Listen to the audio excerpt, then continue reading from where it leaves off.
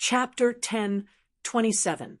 Princess Anil angrily returned to the mansion and immediately sent someone to summon Du Wentian. Du Wentian was originally going to accompany them to see the foundation of the house, but Wu Chongshuan was very dissatisfied with him wandering around Princess Anil. Although he didn't dare to say anything in front of Princess Anil, he didn't give Du Wentian a good look either. Du Wentian had always coveted Princess Anil, and when he saw Wu Chongshuan's behavior, he felt guilty. Therefore, he found an excuse and left first, saying that he had to settle the matter that Princess Anil had instructed him to do. Although Du Wentian was looking for an excuse, he actually went to find out and had just returned to the mansion. When he heard that Princess Anil had summoned him, Du Wentian was shocked. When he found out that Wu Chongshuan didn't return with her, his lust took over, and he hurriedly went to see Anil. Princess Anil returned to her residence and had just changed her clothes when she heard that Du Wentian had arrived. She waved her hand to dismiss the maids and ordered, "Call him in." Du Wentian lowered his head and respectfully walked into the room. He bowed deeply and said, "Du Wentian greets the princess." "Forget it," Princess Anil casually ordered. Du Wentian raised his head and saw Princess Anil standing in front of him. She was dressed in a bright red peony green muslin robe and a daffodil green leaf skirt that dragged on the ground. Her snow-white chest was exposed, and in the middle of her beautiful collarbones was a seductive cleavage. His eyes couldn't help but stare. Princess Anil straightened her chest, and her eyes were watery. She coquettishly said, "Du Wentian, you're really daring to stare at me like this." Du Wentian remembered how she teased him last time, and knew that this princess wasn't a pure woman. He gathered his courage and said, "The princess is as beautiful as a fairy and is the most beautiful woman I've ever seen in my life." Seeing the princess's unparalleled beauty, how can I only be daring? Princess Anil glanced at his lower body and saw that there was a small tent on his robe. She couldn't help but cover her mouth and giggle. Her self-esteem was hurt when she was ridiculed by Yang Fan by the Longqing pool. Now that she saw how obsessed Du Wentian was, she regained some confidence. Princess Anlu turned around gracefully and tossed her round and perky buttocks at Du Wentian. She walked over gracefully and sat down on the arhut couch. The water-green silk was tied into a knot around her slender waist. As she sat down, her slender waist seemed to bend, and the back of her waist stretched out in a smooth arc. Princess Anlu said in a tender voice, "How's the investigation of the matter that I ordered you to do?" Du Wentian composed himself and bowed. "Princess has instructed me to do my best. I've already found out that old Madame Zheng's birthday is September 21st. Most of the aristocratic families in Chang, and sent people to Luoyang to congratulate old Madame Zheng on her birthday last year, so they still remember it." Princess Anil muttered, 21st of September? There were still about 4 months to go.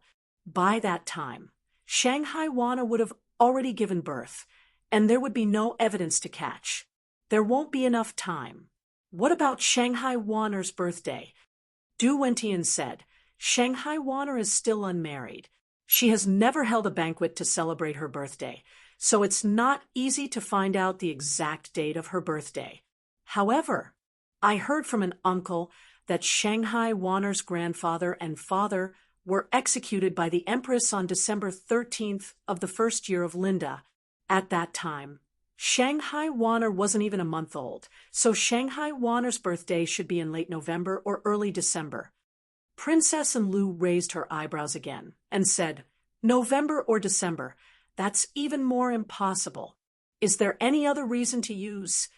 Du Wentian shook his head and said, "I'm ashamed. I really can't find out." "Your Highness, are you planning to?" Princess Anil said, "If her birthday is just around the corner, I can use the birthday celebration as an excuse to gather the Chang and officials and give her an unexpected surprise as an excuse to break into the island. At that time, she won't have any reason to refuse to see anyone.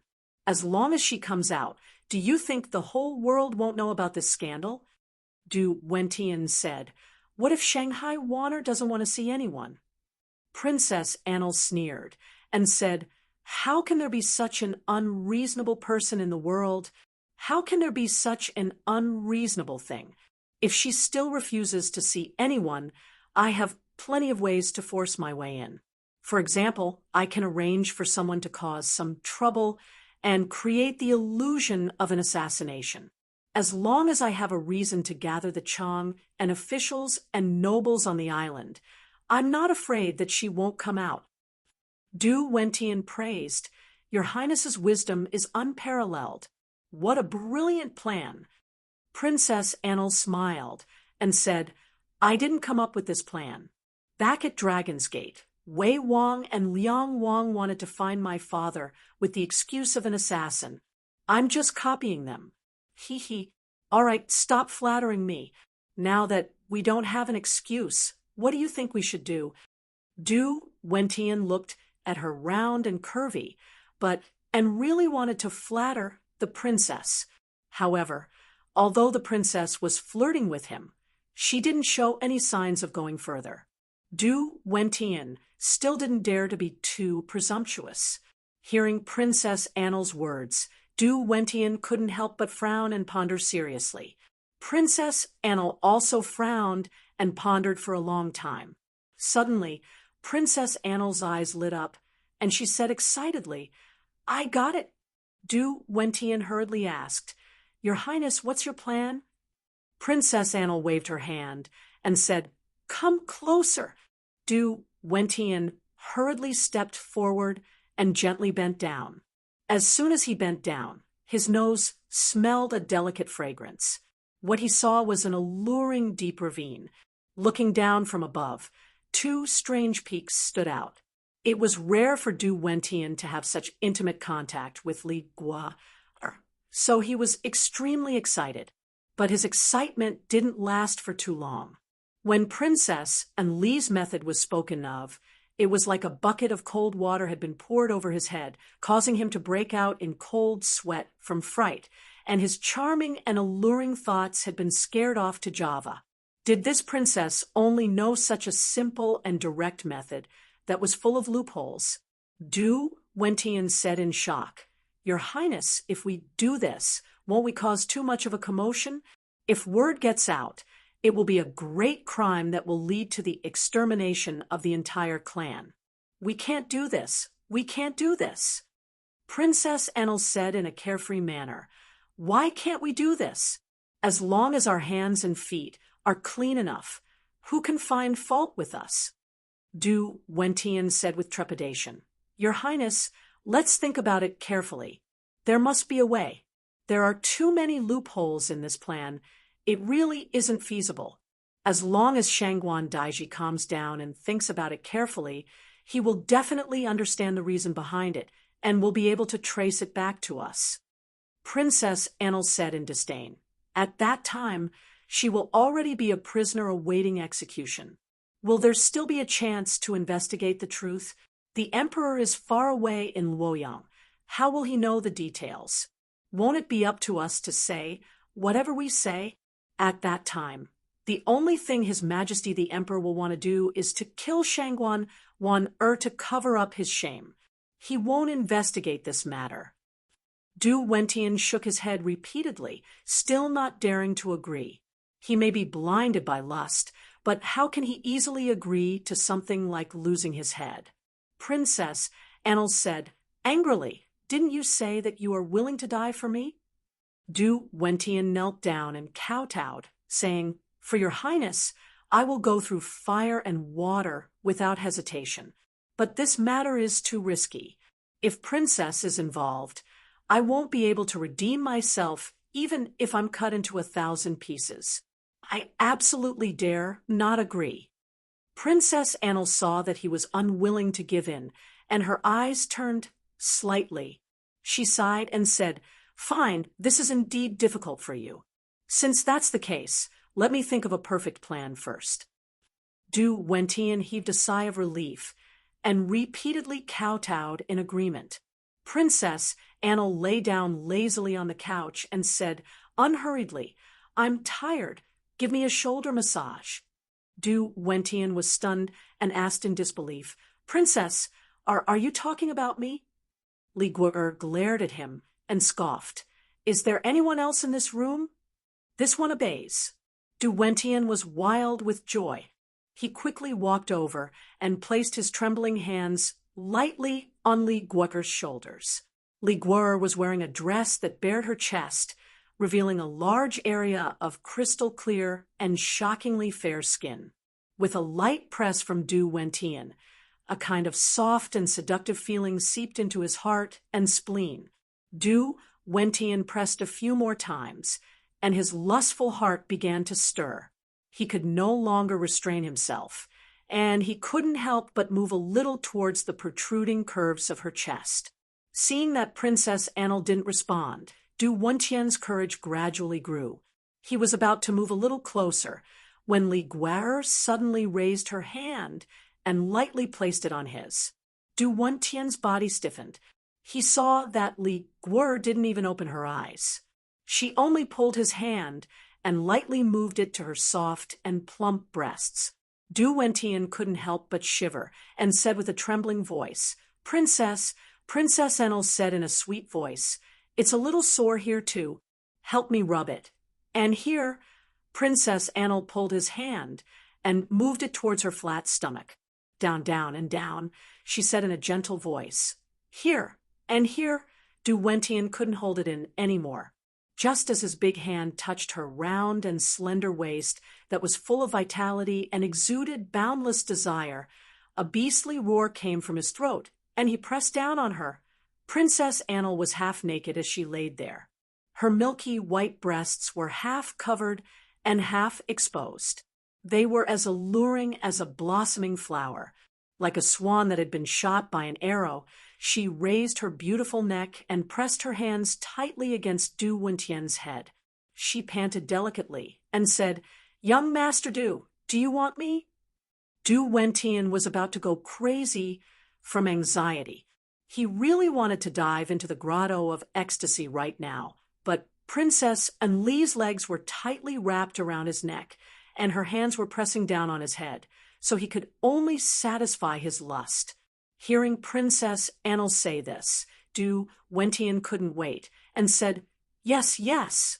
Princess, please take pity on me." Princess Anil's nose was filled with lust. She said with a sweet blush, "Then are you willing to do what I want you to do?" Du Wentian only wanted to burrow into her body. There was nothing he wouldn't agree to. He immediately nodded and said, "I'm willing. I'm willing. As long as the princess takes pity on me, I'm willing to do anything for the princess." Princess Anlu laughed unrestrainedly and spread open her thighs. Du Wentian was like a wild beast that had been released from its cage. With a roar, he jumped up. His robe had long been opened, and as he stood upright, his buttocks began to shake like a male dog in heat. It was a pity that he had endured for a long time. In front of him was the beauty he had been infatuated with for a long time. In the end, the moment he burrowed into Princess Anil's body, he lost control. Du Wentian was very unwilling, but he could no longer control himself. He could only lie on her body like a deflated ball. Princess Anli's eyes were like silk, and her jade dimples were blushing. She gently caressed his shoulder and back. Her face was flushed, and she looked like she was in love. However, there was a clear and proud smile in her eyes. Du Wentian lacked courage, so she gave him some courage. Now that he had tasted the sweetness, would she be afraid that he wouldn't obediently do things for her? After Yang Fan left the Longqing Pond, he didn't immediately return to the island. Instead, he drove to the 1,000 cavalry camp outside the Xuanwu Gate. Although he still had the excuse that his injuries hadn't fully recovered, his real purpose was to accompany on the island. The 1,000 cavalry camp was where his roots were. He couldn't stay away for long. However, when Yang Fan arrived at the 1,000 cavalry camp, he just walked around and met with the generals, brigade commanders, and even squad leaders. The emperor hadn't moved the capital to Chang, and yet the 1,000 cavalry camp didn't have much to do other than daily training. However, it was necessary for him to come. If he didn't appear for a long time, his influence in the army would be reduced. Yang Fan's action was to show everyone that he was the supreme commander of the 1,000 cavalry camp. Yang Fan stayed at the 1,000 cavalry camp for more than 2 hours. When he drove back to Chang, and he saw that the streets were crowded, there was a burst of enthusiastic cheers from the brothel. Yang Fan casually glanced around and unexpectedly saw a few familiar faces on the stage. In the brothel, an illusion was being performed on the stage that was half the height of a person. The performer was the old leader, Mo Guan. Old Mo was a famous master of illusion. Back then, Yang Fan had invited him from Chang, and to Luoyang. He had wanted him to expose the deceit of Taoist Shifang, the old nun of Hanoi, and the barbarian Mo Liai. Unexpectedly, Xue Huai had burned down Mingtang and heaven. Wu Zetian thus vented her anger on the old nun of Hanoi, who claimed to know the past and the future. Thus, this master of illusion was useless. Later, Yang Fan was ordered to go to Fangzhou to bring the Prince of Luling back to the capital. He had even used Old Mo's illusion group as a cover. Later, the two sides parted in Fangzhou. Unexpectedly, they had come to Chang, and again, Old Mo did not notice Yang Fan. He was performing a square egg on the stage. A round egg was hidden in a hat. In the blink of an eye, the bottom of the hat was filled with eggs. Moreover, each egg was square, causing the audience to click their tongues in wonder. This was just a simple illusion. Because he knew that Yang Fan was a minister of the imperial court and would not use illusions to steal his business, Mo Guan had told Yang Fan the method of conjuring eggs and the secret of changing the shape of the eggshell by soaking it in vinegar. Yang Fan had once used this magic to tease his son. The little fellow was so stunned that he practically regarded his father as a deity. Now that he saw Mo Guan perform this illusion technique, Yang Fan couldn't help but think of his long-lost son in the distant Luoyang. He thought of his children being happy at his knees, and a sense of longing suddenly surged into his heart. However, it would still be several months before he could see them again. At this thought, Yang Fan couldn't help but faintly sigh. At this moment, someone was coming from the island in the center of the lake. When he saw Yang Fan's carriage parked on the side of the road, he hurried over and softly reported, "Ah Lang, the 5 princes of the Prince of Xiang's estate have just come to pay a visit to the island in the center of the lake. Because Ah Lang is not on the island, they have already left." The princes were of noble status, so a visit from 5 princes was naturally no small matter. Thus, the person left behind on the island did not dare to tarry, and immediately sent a message. Seeing that it was still early, Gu Zhuting asked Yang Fan, "Does Ah Lang want to pay a return visit to the estates of the 5 princes?" The moment Yang Fan heard the news, a thoughtful smile appeared on his face. He smiled and shook his head. Lightly patting Gu Zhuting's well-built and soft thigh, he said, although your Ah Lang isn't Zhuge Liang, he still has to pay a visit to the thatched cottage 3 times. Ha! Let's return to Longqing Square. Chapter 1028. When Yang Fan had said to Gu Zhuting that he would wait for the Prince of Xiang's 5 sons to visit the thatched hut 3 times, he had only been joking.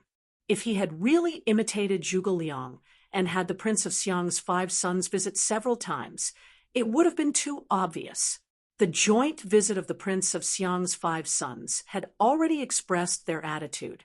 Yang Fan thus understood their intentions, and he also understood that they were aware of his true intentions in competing with Princess Anlu in the eastern city of Chang'an. That was enough. There were some things that he could not speak too bluntly, nor could he do too bluntly, so he needed a response. Only in this way would he know if they had understood, and the two sides could work together tacitly.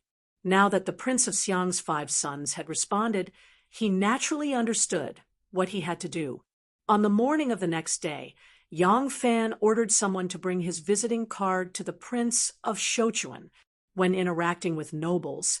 Unless they were close friends who did not regard each other as outsiders, they would need to send a visiting card in advance to set up a meeting time. The Prince of Xiang's 5 sons had come without notice yesterday because Yang Fan had been recuperating on the island in the center of the lake. The Prince of Xiang's 5 sons had not expected him to leave the island. Now that Yang Fan wanted to visit the Prince of Xiang's 5 sons, he needed to make an appointment in advance. The appointment between Yang Fan and the Prince of Xiang's 5 sons was on the morning of the next day.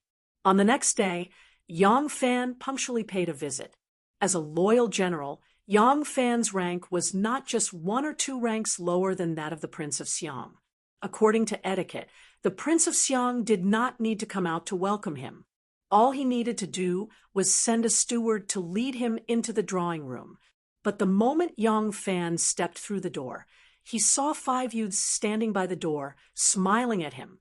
Yang Fan could not help but be somewhat surprised. He truly had not expected the Prince of Xiang's 5 sons to treat him with such courtesy. Yang Fan hurriedly quickened his steps and went forward. Before he reached the steps, he clasped his hands and bowed. Yang Fan pays his respects to the 5 princes. I am greatly honored to have troubled the princes to lower their ranks to welcome me. Today, Yang Fan was dressed in casual clothes. He wore a soft-legged hat and a pair of black boots with white soles. He wore a white inner robe with a tight leather belt and a light blue open robe with a light gold embroidered border. Because his robe was not tied with a leather belt, his movements made the wide robe and his large sleeves flutter in the wind. Because his robe was not tied with a leather belt, his movements caused his wide robe and his large sleeves to flutter. Li Qingqi laughed heartily and hurriedly came forward to support Yang Fan. He said, General Yang is wearing a light robe today. You look very elegant. If I didn't know your identity, I would have thought that you were a scholar from the Imperial Academy. Just by looking at General Yang's graceful bearing, who would have thought that General Yang was actually a brave, skilled, and outstanding general? Li Qingqi was very good with words. The Imperial College was divided into 3 levels: Imperial College, and Imperial College. The highest level was the Imperial College. Even the Xiozai were not the Xiozai of later generations. The Xiozai of the Tang dynasty were all talented scholars who were picked out of 10,000. They were even harder to pass than the Jinshi examination. Yang Fan smiled and said, Your Highness, you flatter me. I am only a martial artist. This way of dressing is just a facade. Ha ha. Li Qingqi's smile faded slightly. He asked with deep concern, When I was in Chang, and I heard that General Yang was plotted against by thieves and thieves, I was very concerned. Yesterday, I came with several brothers to pay a visit. Unfortunately, General Yang was busy with military affairs and went to the cavalry camp. How is it? Has General Yang recovered?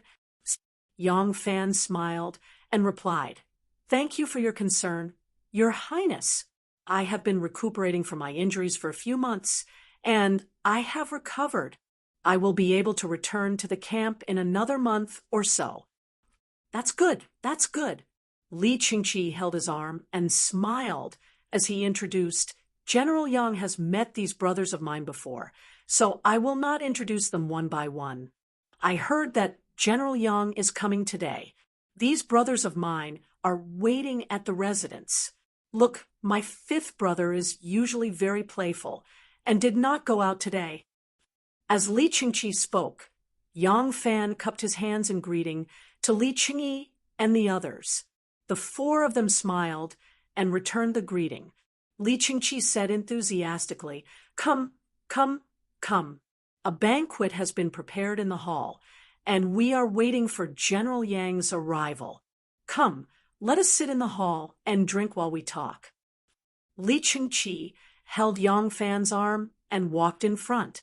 Someone led Ren Wei and the others to rest. Gu Zhuting was dressed in green, and her hair was tied up with a cloth. She looked like a servant and followed closely behind Yang Fan. When Li Qingqi and the others saw her willowy eyebrows, almond-shaped eyes, and jade-like skin, they knew that she was a woman in disguise, so they did not ask any questions.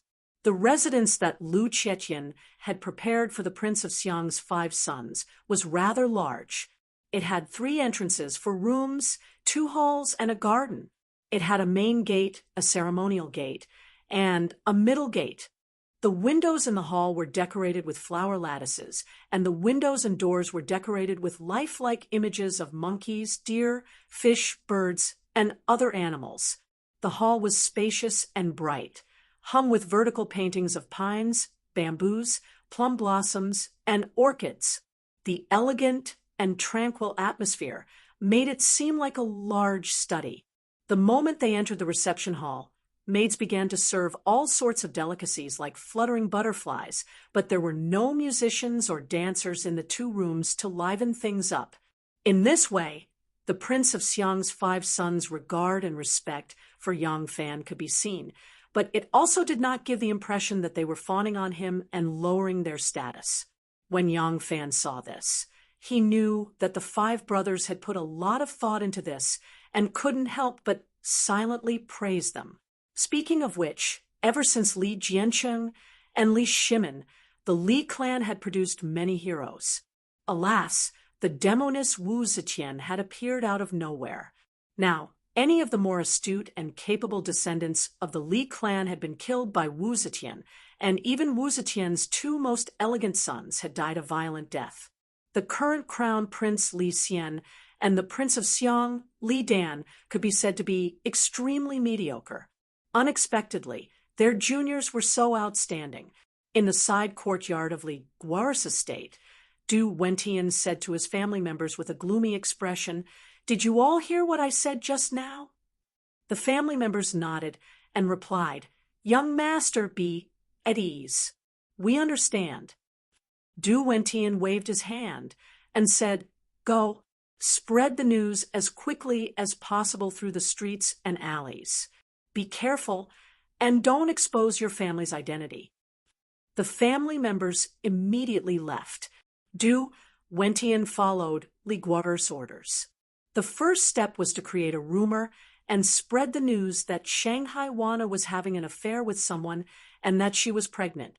Li Guo ordered Du Wentian to cut the evidence and give it to Yang Fan, having him spread the news that Shanghai Wana was pregnant with Yang Fan's child. Even without Yang Fan, when Princess Anil learned that Shanghai Wana was pregnant and had been sent to Chang'an to await childbirth, she also wanted to find a chance to cause trouble and kill Shanghai Wana. She had no grudge against Shanghai Wana. The only reason she had this idea was because of jealousy. She was jealous that her imperial grandmother treated her unfairly. She was pregnant out of wedlock, and her imperial grandmother treated her with disdain. Why was it that an outsider who was pregnant out of wedlock would shield her like this and treat her so harshly? She didn't understand. It was precisely because of the difference between the inside and the outside that Wu Zetian was so demanding of her. As an elder, even if he was unbearable, he still hoped that his child would have a noble character. Li Guo, however, thought that this was her imperial grandmother's favoritism towards Shanghai Wana. She wanted to use her own method to seek justice. As an imperial daughter, her status was incomparably noble, but she was ridiculed because she was pregnant out of wedlock. Then, Shanghai Wana should die because of this. This was only fair. As for involving Yang Fan, it was just a flash of inspiration. Li Guo already hated Yang Fan to the core. She wanted to use this opportunity to eradicate Yang Fan in one fell swoop. However, even if her father sat on the throne, a minister of the imperial court was not someone that a princess like her could touch as she pleased. She must have a sufficient reason. Now, she could use this opportunity to drag Yang Fan into it. She didn't expect that the accusation she made up for Yang Fan was actually infinitely close to the truth. Unfortunately, she couldn't tell Du Wentian her real purpose. She only said that she needed a man to make this rumor more perfect. Yang Fan had many opportunities to get in touch with Shanghai Wanner when he was in Luoyang. Now that he was living on the island in the middle of the lake, he was the best candidate. However, she didn't expect that Du Wentian also had a motive for telling her this secret. The person Du Wentian hated to the core was Zhang Changzong. He was beaten up by Zhang Changzong in Xingjiao Temple. He wanted revenge. He thought that Princess Anil only involved Yang Fan because Yang Fan had humiliated her in Chang'an City. This small matter was obviously not as serious as the pain he had suffered. Therefore, he made a small change to Li Guo's instructions. He changed Yang Fan to Zhang Changzong. Yang Fan took his leave from the fifth prince's residence. He walked leisurely with a thoughtful expression on his face. Gu Zhuting walked beside him. Her sharp eyes scanned the crowd out of habit. After making sure that no dangerous people were approaching, she said to Yang Fan, "What are you thinking about, Lang?" Yang Fan smiled and said, "I'm thinking about the 5 sons of the Prince of Xiang. These 5 young people are not simple. They just arrived in Chang'an 2 days ago. This is only the 3rd day, but they have already found something that can buy people's hearts. Very impressive." Gu Zhuting was surprised and said, "Lang, are you talking about the 5 sons of the Prince of Xiang asking the emperor to plow the sorrowful fields and build a clinic?" Yang Fan nodded and said, "That's right." During the banquet, Gu Zhuting had heard Li Longji mention that there was a Zen master Hongfang of the Longhua Temple who built a clinic and took in hundreds of poor and sick people. In the end, because the emperor was about to move the capital, in order to clean up the city, the Chang'an prefectural magistrate Lu Qiaotian actually wanted to drive these people away from Chang'an so that they would not be an eyesore. When Li Qingqi and his brothers learned about this, they were moved and planned to write a petition to the imperial court asking the emperor to commend the Zen master Hongfang of the Longhua Temple for his kind and righteous deeds. The imperial court would also allocate funds to support the clinic. The 5 of them were willing to donate 50 mu of land each to be used as the sorrowful fields of the Longhua Temple to help the poor and sick people. Li Qingqi also warmly invited Yang Fan to join him in this righteous cause, and was willing to take the lead in writing a petition with Yang Fan. Yang Fan generously agreed, and agreed to write a petition together with them. He also donated 50 mu of land. At that time, Gu Zhuting felt that it was very rare for these princes to be so considerate of the people. Now that Lang mentioned it, could it be that they had other motives? Yang Fan smiled and replied, "Nothing else. They are just trying to buy people's hearts." Gu Zhuting resentfully said, "So that's how it is. Your servant thought they were good people." Yang Fan laughed and said, "How are they not good people? If everyone in the world is willing to buy people's hearts like this, how many good people would there be? Good people. Some do it out of pity, some do it for peace of mind, some do it to accumulate virtue, and some do it for fame. What their motive is not important. What is important is that they have done a good deed." Gu Zhuting said, "Your servant is not saying that it is not good for them to do good deeds, but once the imperial court approves this matter, even though Lang is the one taking the lead, there are 5 Junwang who are asking for help at the same time. The common people will only remember those officials' favors. And who will remember Lang? Lang has done a good deed, but the good reputation has been earned by them. How can your servant be happy? Yang Fan laughed and said, Actually, they are not trying to take advantage of me. The reason why they invited me to join them in this righteous cause is because they are in a difficult situation and really have no other choice. Moreover, they are also testing me to see if I really have the intention to help the Leaf family. Gu Zhuting blinked her eyes, not quite understanding what Yang Fan meant. Yang Fan explained further. Although the Leaf family has somewhat recovered its strength, it is still far from being able to compete with the Wu family. Moreover, the current crown prince has been under house arrest in Fangzhou for many years and has not had any major conflicts with the Wu family. But now, the Prince of Xiang has been repeatedly attacked by the Wu family, and the two sides have long since formed an irreconcilable grudge. Under these circumstances, the Prince of Xiang's branch cannot steal the spotlight and steal the crown prince's limelight, nor can they directly confront the Wu family. Now that the emperor is about to move the capital, Zhang and the Wu family have come to Chang'an to buy people's hearts and rope in the nobles and officials. If the Prince of Xiang's branch wants to do something, they must avoid conflict with them, so they can only find another way. Zhang and the Wu family are both trying to rope in people from above, so they can only look down. Gu Zhuting said, But why did they pull Lang along? Yang Fan said, Because I am not on good terms with the Wu family, and because I once saved the crown prince. Because of these two reasons, they pulled me along. Although the common people cannot see the storm in the court, the people in the court know it very well. With me, they will not be under too much pressure. You must know that the current crown prince was once emperor, and so was the Prince of Xiang.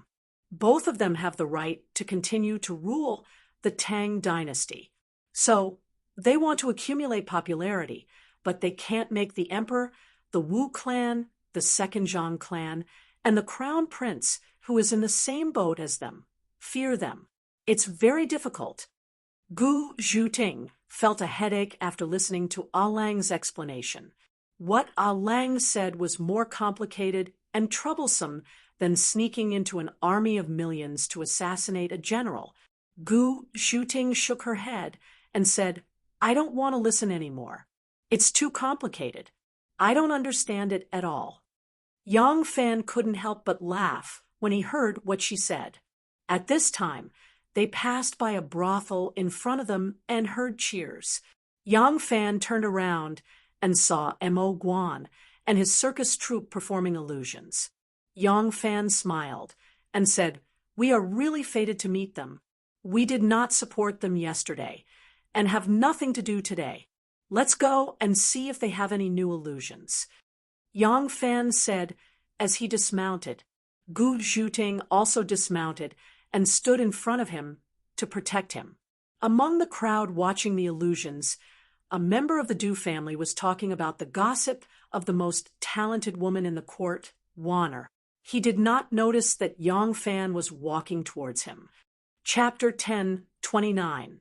The servant of the Du residence did not expect that he would meet the key person in the brothel. The illusion was being performed on the stage, so he was not in the mood to watch. He spared no effort to spread the rumor. You still don't believe me? No matter how high Shanghai Wanner's status is or how talented she is still a woman. Does she not want a man? Zhang Changzong is a descendant of the prime minister, a descendant of an aristocratic family. He is a talented young man who knows everything about music, chess, calligraphy, and painting. He is also very beautiful. Otherwise, how could he have the reputation of Lianhua Lulang? Zhang Changzong and Shanghai both live in the palace. They see each other day and night. Isn't it natural for them to fall in love with each other? The person next to him obviously did not believe his words. He laughed and said, That's not possible, right? Don't talk nonsense. Isn't Zhang Changzong the emperor's man? How could he dare to do such a thing behind the emperor's back? The servant of the Du residence laughed and said, Who doesn't do such things behind the emperor's back? Who isn't afraid of being found out? But the lightning from the sky has stirred up the fire from the earth. Is it that easy to endure? Let me tell you another thing. A few days ago, Zhang Changzong secretly brought Shanghai Wan to Xingjiao Temple to pray. They were seen by someone. That Shangguan Wan was already pregnant and had a big belly. They donated a large amount of money to the temple. The merit book clearly states husband and wife. However, they both used aliases. Hey, not only do they have an affair, but they also have a bastard child. Going to the temple to pray to the Buddha is to pray for their safety. The person next to him said doubtfully, "There is such a thing?" Yang Fan's eyebrows slightly wrinkled. Gu Zhuting knew whose child Shanghai Wan is pregnant with. When she heard that person speak nonsense and tarnish Wan reputation, she couldn't help but be furious. But just as she took a step forward, her wrist was tightly grabbed by Yang Fan. He shook his head at her. The servant of the Du residence proudly said, "Of course. Think about it. Zhang Changzong is the emperor's favorite boy, right? Shangguan Waner is the emperor's most trusted aide, right? The emperor hasn't even moved back to Chang. And why did he send his most beloved man and most trusted confidant to Chang?" And as the servant of the Du residence said this, he sneakily looked around. Yang Fan had already turned his attention to the stage, as if he had not heard the servant's words. In fact, this Du residence servant was deliberately putting on an act. He wasn't really afraid that others would hear him. He was simply afraid that others wouldn't hear him. The servant pretended to be polite for a while before saying, "In this matter, it's clear that they deceived the emperor. Shangguan Wan is pregnant with Zhang Changzong's bastard child, and her belly is getting bigger. She is afraid of being discovered by the emperor. So she found an excuse to hide in Chang, and Zhang Changzong is her adulterer. So how can she be at ease? Of course, she has to follow him." "No way. I heard that Zhang Changzong arrived in Chang. And first, what's so strange about that? Is there anyone in this world more intimate than the person who sleeps with the same pillow? The emperor must have promised Zhang Changzong first, when Zhang Changzong arrived in Chang. And as long as he said that he couldn't handle it alone, the emperor would definitely send her most capable helper." Yang Fan walked out of the crowd with a calm face. Gu Zhuting caught up with him and asked in a low voice, "Lang?" Her voice was faintly murderous. The servant's slander had aroused her murderous intent.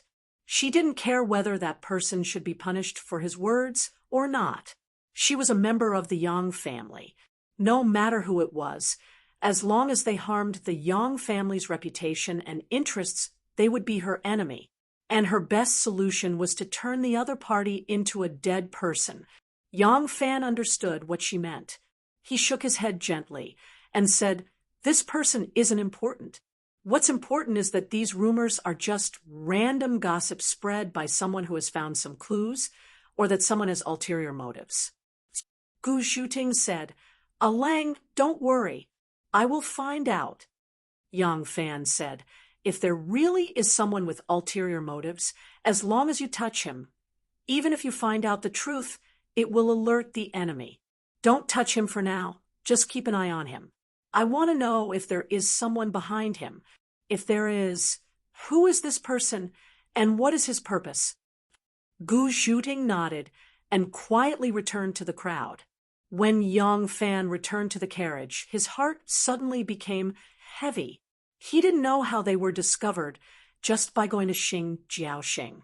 Could it be that someone had been monitoring their movements? The rumors spread by this person were both true and false. Was it because he heard it from others, or was it because someone instructed him to do so? If this person wasn't the one who spread the rumors, then it would be extremely difficult for Ting to find out who the real one was. If this was just a rumor, Yang Fan wouldn't care at all. He had already experienced the ability of ordinary people to make groundless accusations. However, it was true that Wan was pregnant. Wan fought with her life in front of the Empress to fight for a chance to live for her and the child. The condition for the Empress to let Wan and the child go was that the news couldn't be leaked and it couldn't become a scandal. If this was the plan of someone with ulterior motives, then he would definitely take further action.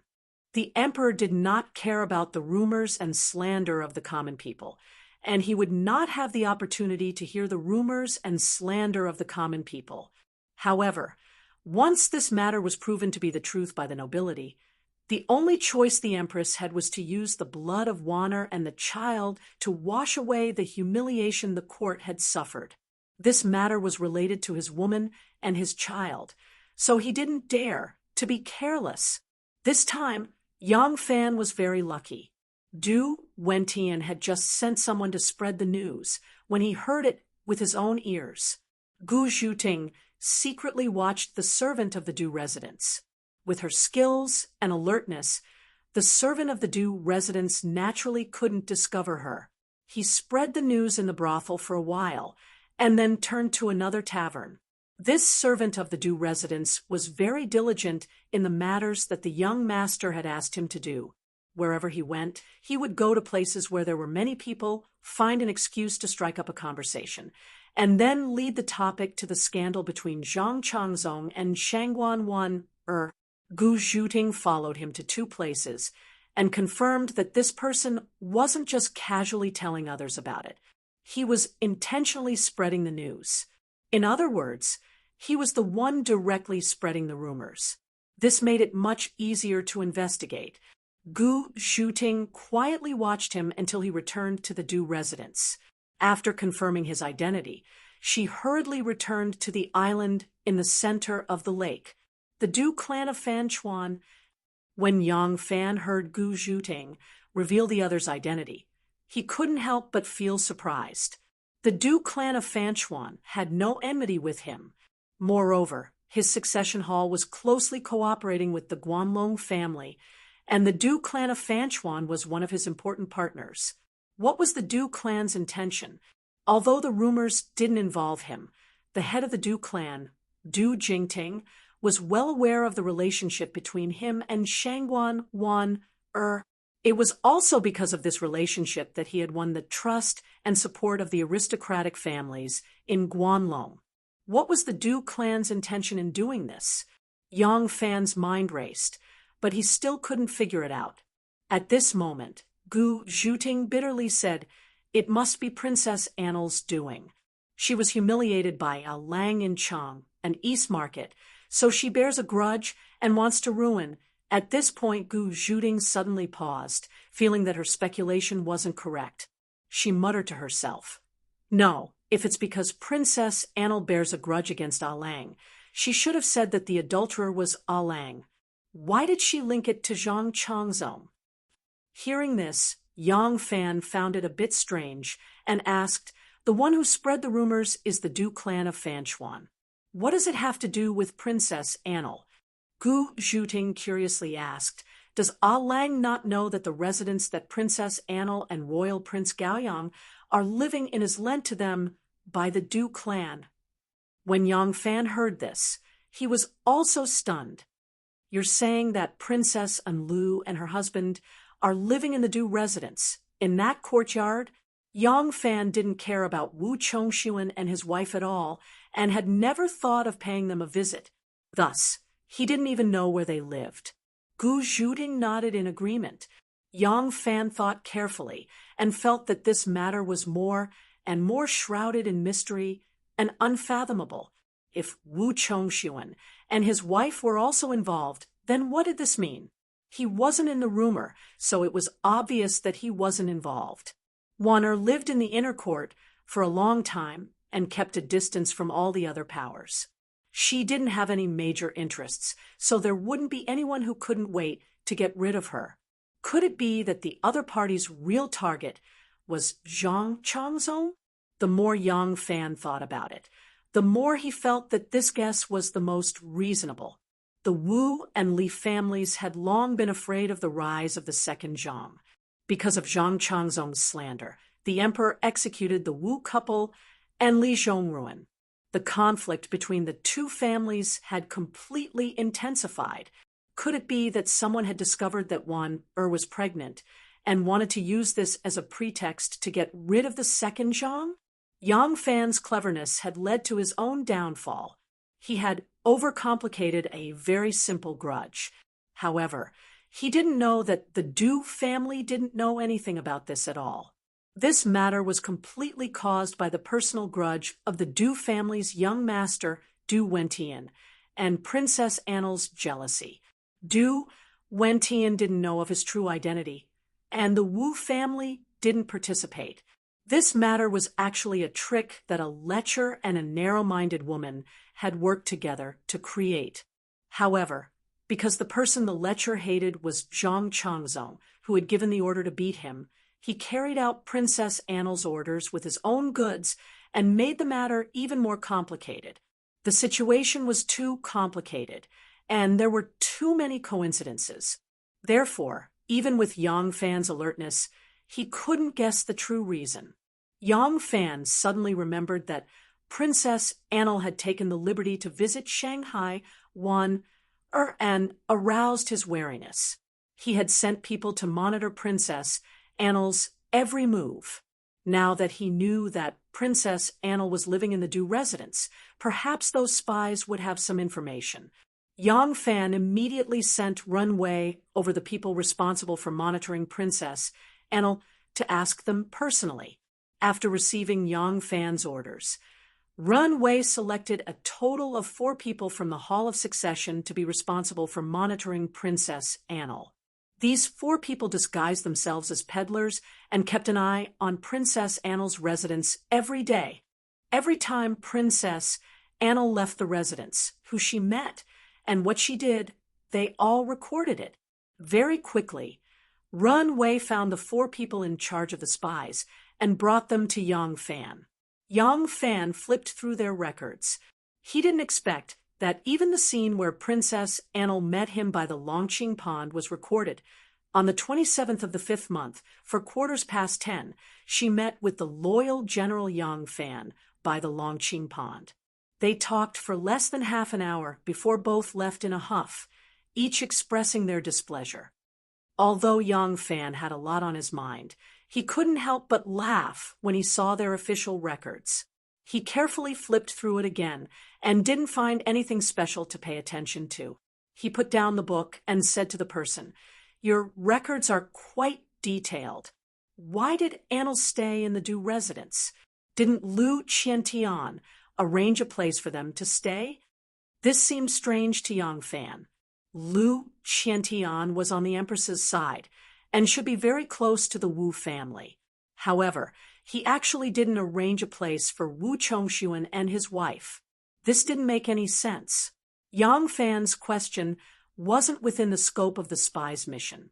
However, they had done some research and immediately answered, Princess Annel wasn't satisfied with the accommodations arranged by the Lu residents.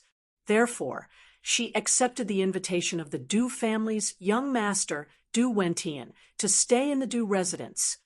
Yang Fan said, "Does the Wu family and the Du family have any relationship?"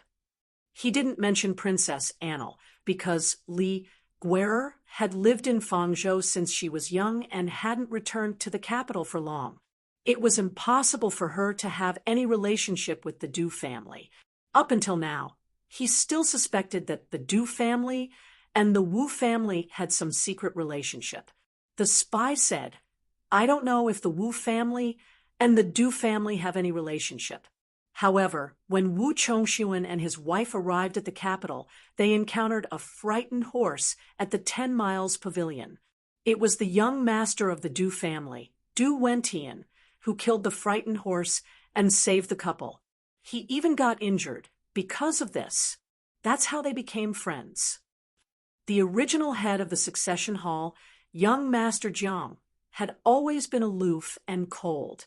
He hated his subordinates talking too much. Therefore, when the people of the succession hall saw him, they would often tremble with fear. They would only answer one question and answer two questions without daring to say anything more. However, Yang Fan was very friendly. The spy's nervousness gradually disappeared. He suddenly thought of an interesting story and couldn't help but blurt out, "However, I heard from the servants of the Du residence that the young master of the Du family was actually injured the day before he welcomed Wu Chongxuan and his wife. That day, he was harassing a woman at Xingjiao Temple and was beaten up. He wanted to cover up the injury on his face. That's why he created the frightened horse incident." Yang Fan was taken aback, and his eyes gradually lit up. Chapter 10:30. When Yang Fan heard that Du Wentian was the lecher who was beaten up by Zhang Changzong at Xingjiao Temple, he immediately figured out some of the problems that he had been hesitating about. Gu Zhuting also came to a realization and said excitedly, "I understand now." Du Wentian teased Xiao Miao and was taught a lesson by Zhang Fengchen. He bore a grudge, and after knowing Zhang Fengchen's identity, he guessed Sister Wan'er's identity, so he wants to take revenge on Zhang Fengchen. Yang Fan nodded and said, "Yes, that should be the case. I thought this was a conspiracy between the Wu and Du families against Second Zhang. I didn't expect it to be a personal grudge between Du Wentian and Zhang Changzong." Gu Zhuting relaxed her brows and said, "Since the reason is so simple, then it's easy to handle. Can you leave this matter to me?" Yang Fan glanced at her and said, "What do you plan to do?" Gu Zhuting said, "This matter was caused by Du Wentian. As long as we can make this trouble shut up, the storm will naturally subside." Yang Fan couldn't help but laugh and said, "I knew it. Your idea is to kill. Du Wentian's identity is not simple. Who knows how many subordinates he has told about this matter? If he suddenly dies, do you think the Du family will let it go easily? Will the Du family not investigate the cause? Moreover," Yang Fan's gaze deepened, "I have never understood why Princess and Lu, who has never interacted with one, suddenly came to visit. In terms of friendship, the two of them are not even close. If she wanted to curry favor, and Lu is the princess of the Li family and the daughter-in-law of the Wu family, there is no need for her to curry favor with one. Why do you think she did this?" Gu Zhuting's eyes flickered, and she said in a low voice, "Lang is saying that Princess and Lu is also involved in this matter." Yang Fan nodded lightly and said in a low voice, "Very likely." Gu Zhuting's expression changed. If Princess and Lu was involved in this matter, then it wouldn't be easy to handle. Gu Zhuting thought for a while and said doubtfully, "But why did Princess and Lu participate in this matter? Why did she hurt Sister Wan, and Zhang Changzong? She should hate Lang. She doesn't know the relationship between Lang and Sister Wan." Yang Fan said, "Don't forget, her brother Li Zhongruan and sister Princess Yongtai died because of Zhang Changzong." "Ah," Gu Zhuting exclaimed. "She wants to use this matter to avenge her brother and sister." Yang Fan said, "That can only be the reason. Otherwise, why would she participate in it? She had no enmity with Wan'er now that she was conspiring with Du Wentian. It could only be because they had a common enemy. I've always thought that this Li Guo has no redeeming qualities. I didn't expect that for the sake of her brother and sister's blood feud, she didn't hesitate to attack Zhang Er." When Yang Fan said these words, his tone inevitably had a hint of admiration. Zhang was the Empress's most beloved gigolo. After the death of Li Zhongruan and Wu Yanji, although the Wu and Li families hated Zhang to the core, they were afraid of the Empress. Other than mobilizing the imperial censors to send a few impeachment memorials, they did not do anything else. They were really lacking in courage. Unexpectedly, in the end, it was this despised Li Guo, who schemed and schemed to avenge her brother and sister. Yang Fan also had a blood feud and naturally admired Princess Enli's actions. However, Enli's tools of revenge were Wanner and the child in her womb. They were all his closest relatives. Naturally, he couldn't just stand by and do nothing just because he admired Enli's actions. Yang Fan paced slowly and muttered to himself for a long time. Suddenly, he asked Gu Zhuting, "When did Mr. Mu say Wanna will give birth?" Yang Fan's change of topic was too fast. Gu Zhuting was stunned at first, and then replied, "Mr. Mu said that Sister Wanna will give birth in about 10 days. Mr. Mu's name was Mu Hui. He was a famous doctor in Chang. However, what was not known was that he was also a member of the Successor Hall. The talents recruited by the Succession Hall included people from all walks of life, and this Mu Hui was one of them. However, Mu Hui himself did not know that he belonged to the Successor Hall. He only knew that he belonged to a powerful force. In the Successor Hall, other than a small number of core people, the rest were mostly in the game and could not see the whole picture. They did not know what organization they were in, and naturally had no way of talking about the purpose of the organization's existence. As for the various professions, the Successor Hall was even more mysterious. This was because it used its position and ability as the upper echelon to indirectly control and influence the various professions. Those professions did not even feel that there was a huge force in the world influencing and controlling everything. When some professions made a certain choice based on the current situation and court politics, they thought that it was a decision they had made on their own initiative. However, they did not know that the basis that influenced their decision was created or provided to them by the Successor Hall. The Successor Hall used this method to ensure their mysteriousness. In this era, giving birth was undoubtedly a matter of life and death for a woman. Yang Fan did not dare to be careless. Because Wanner's identity could not be revealed to the public, he used the famous doctor from the Successor Hall. Even so, every time he invited him to take Wanner's pulse, he would be blindfolded.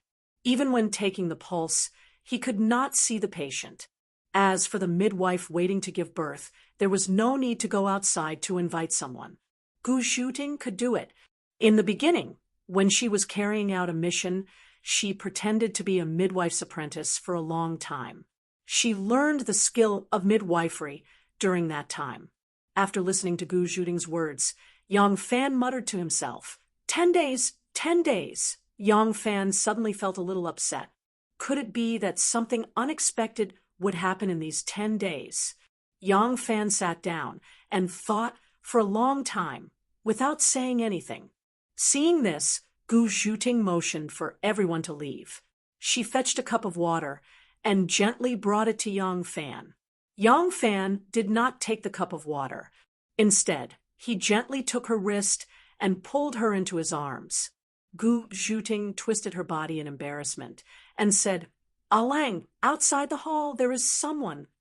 Yang Fan was stunned for a moment before he burst into laughter. He gently slapped Gu Zhuting's plump buttocks and said with a smile, "What are you thinking about? I have something to ask you." Gu Zhuting thought that Alang was distracted and had come up with an absurd idea.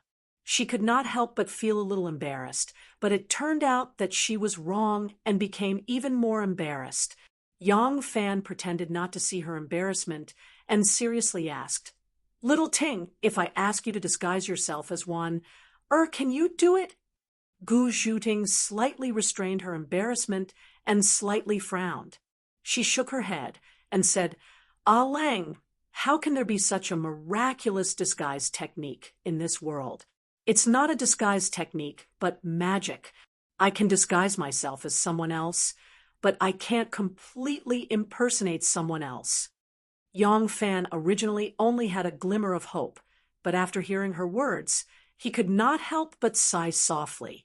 When he secretly received the Prince of Luling back to the capital in Fangzhou, Gu Zhuting and the Prince of Luling disguised themselves not only to deceive the pursuers, but also to deceive their own people. But at that time, both the real and fake Prince of Luling had disguised themselves as a middle-aged man who looked 60 to 70% similar to the Prince of Luling's real appearance. At that time, the reason for doing so was very reasonable. They were hiding from the pursuers. So, of course, the Prince of Luling had to disguise himself. In the beginning, he was able to hide from Princess Taiping in the Dragon Gate because Princess Taiping and her brother had not seen each other for 16 years. The tough imprisonment had turned the high-spirited young emperor into an old and haggard middle-aged man.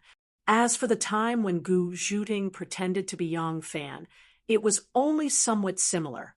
When they walked on the long street, they were surrounded by his bodyguards. Bystanders could only watch from a distance. And at that time, there were no acquaintances in front of them, so the people who saw him had a preconceived impression. Later, when they visited him, they saw that he was indeed wounded by an arrow, so naturally they would not suspect anything. But now Wu Chongxuan and his wife had seen Shanghai Wanner a few months ago. Although Gu Zhuting's disguise technique was miraculous, she could not completely disguise herself as someone they knew. Moreover, Wanner was elegant and noble with a scholarly charm, so it was very difficult to imitate her. Since this method was not feasible, Yang Fan could only dispel this whimsical idea and think of another way. There were a few wild flowers that could be seen everywhere on the island, a crystal-clear jade bottle with a thin neck, and a small pair of scissors. After Wanner trimmed the branches and inserted the cut wild flowers into the jade bottle, the pink or blue flowers, coupled with a few fresh green branches and leaves, became an appropriate scenery. As Yang Fan watched her arrange the flowers, he told her what he knew about the situation. Wanner looked at the flowers in the bottle, put down the scissors, and turned to Yang Fan, saying, "Enlu has no reason to visit. The reason why I am vigilant is because of this. Now, listening to what you said, I am afraid that she is indeed related to this matter. She came to visit me, presumably to verify whether what Du Wentian said is true." Yang Fan nodded and said, "I think so too. Although Enli's visit is inexplicable, since she is here, you have no reason not to see her. You did not see her, so she naturally believed Du Wentian's words." Wanner said, "So she began to act.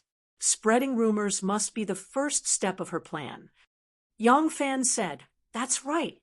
Her target should be Zhang Changzong, but she does not know that the emperor already knows that you are pregnant. She thinks that exposing this matter will make the empress angry and embarrassed, and then she will execute Zhang Changzong like she executed Xue Huai. She does not know that Zhang Changzong will definitely be safe and sound, and only you will be implicated." Wanner raised her pretty eyebrows and said with confusion, "But what can she do? As long as I do not see her, what can she do to me?" Yang Fan said, "This is exactly what I can't figure out no matter how much I think about it. However, this matter concerns your life and the child's life. No matter what, I cannot be careless. I must be cautious." Wanner smiled slightly. There was some helplessness in her smile, but more of it was dependence and sweetness for Yang Fan.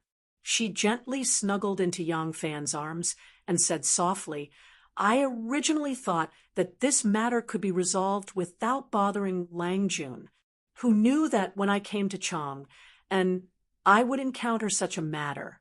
In the end, Lang Jun still has to worry." Yang Fan rebuked, "What are you saying? You are my woman. Of course, the matter between you and the child should be handled by me." Wanner nodded meekly and said, "Since I am by your side, I will not care about anything. Everything will be decided by Lang Jun. Who told you to be my man?" Yang Fan chuckled and gently pressed his cheek against hers. There was a feeling of peace and sweetness in his heart. After a while, Yang Fan softly broke the warm silence. "I plan to pick a time to visit Wu Chongxuan." Wanner revealed a slightly surprised expression and asked, "Is this necessary?" Yang Fan said, "I have already visited the Prince of Xiang's 5 sons.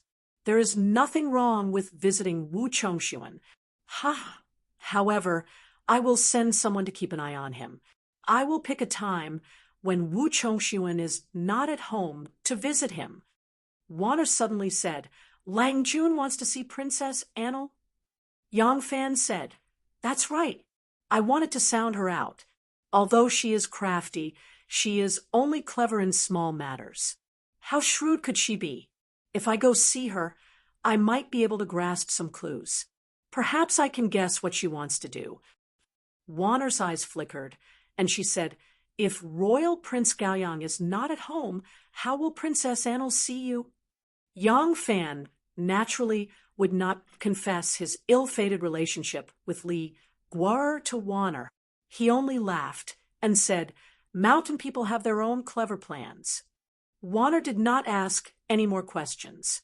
She gently nodded and said, "Then Lang Jun should go and try. If it really doesn't work, don't forget that there is still Zhang Changzong." Yang Fan understood and said, "I understand. In the Jianghu, who can remain aloof. Besides, this matter started because of him.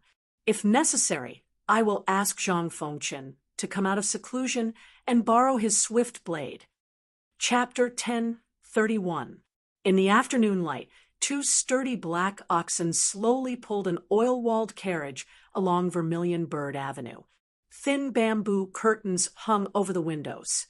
Strands of clear light seeped in through the gaps in the curtains, allowing the bustling sounds of the street to be heard. A pair of embroidered lotus shoes were neatly placed in front of the couch. Gu Zhuting, wearing only a pair of white socks, was curled up on the couch like a cat. Her delicate body was shrouded in a dress, so only a pair of delicate feet could be seen. Every now and then, those delicate feet would twitch, a reaction caused by Yang Fan's large hands occasionally harassing her. The two had just become husband and wife, and were in the heat of their passion. Gu Zhuting had a shy and sensitive constitution, but she did not dare to defy Yang Fan in the slightest. As a result, Yang Fan especially liked to bully her, seeing her shy and afraid, yet still having to submit to his adversity pitifully. Even though this was the busiest and most bustling Vermilion Bird Avenue in Chang, and the oil-purifying vehicles with their curtains hanging down formed a relatively independent and secret space. Listening to the noise and hawking outside and making her happy, it was really a different kind of fun. Don't. Lang Gu Zhuting suddenly let out a delicate cry and shrank back. Her slender body was as taut as a bow, and her perky buttocks formed a round and graceful curve under her light yellow dress. Her soft hands also reached out to grab Yang Fan's large hands and began to plead in a low voice. Her husband's actions were getting more and more excessive. This was a street, and she truly could not hold back her embarrassment. Yang Fan had always wanted to tease her, not to be so licentious. Now that he had achieved his goal, he couldn't help but laugh and let go of this flying heroine who was always like a pitiful child in front of him. He stretched out his hand and pulled on the purple rope hanging from the carriage wall, pulling the curtain aside a little. The carriage instantly lit up, and the hawkers became even clearer. Yang Fan leaned his back against the carriage wall and let out a long sigh. Today, he was going to visit Wu Chongshuan. Today, Wei Du and the other Guanlong clans acted as hosts, holding a banquet at Xiuqi's Hibiscus restaurant, inviting the Prince of Xiang's 5 sons and Wu Chongshuan, Zhang Changzong, Shanghai Wan, as well as the Ministry of Works, the Ministry of Revenue, the Ministry of Justice, the Supreme Court, and other officials from the capital who had been sent to Chang and in advance had all received invitations. At this time, Wu Chongshuan was not in the residence, so Yang Fan came. This time, the patriarchs of the 2 great clans of Wei and Du had gathered all the influential gentry of Chang and invited the nobles and officials of the capital to a banquet. This was tantamount to the gentry of Chang. and welcoming the emperor's move to the capital and publicly declaring their stance. Wu Chongxuan, the prince of Xiang's 5 sons, Zhang Changzong, Chen Dong, Hu Yuanli, and the others had all gladly attended the banquet. Shanghai, Wan Er naturally declined. Ever since Wan Er arrived in Chang, and she rarely interacted with the local officials, gentry, and nobles. However, her reaction was not unexpected because she was a female official. Even though her reputation, status, and even power and influence were no longer limited to the internal court, she was still a 6th-level female official in terms of status. It was very sensitive for officials of the internal court to have close relations with factions outside the palace, especially since she was not at the Son of Heaven's side, so she had to avoid suspicion. Yang Fan was also not invited because he was a military general. A military general had limited influence in court politics, and the gentry of Chang, and did not need to wholeheartedly befriend them. Moreover, befriending a military general was just as sensitive as befriending an internal official. It was very easy for rumors to spread, so he was also not invited. The scenery of the streets flashed by through the gap in the curtain. Yang Fan's thoughts gradually calmed down. He did not know if this trip to Princess Annel's residence would give him the answer he wanted, but he had to try. This matter concerned the safety of his woman and his child, so he had to actively respond. He needed to understand just what Li Guer was planning. Although he had already sent people to secretly monitor Li Guer's every move, there were many things that Li Guer did not need to personally appear. She only needed to formulate a plan and then order her subordinates to carry it out. Yang Fan could not possibly monitor all the servants of the princess's residence. Once he waited for Princess Annel to personally appear, it would be the time to reveal his true intentions. It was hard to predict whether he would be able to react in time.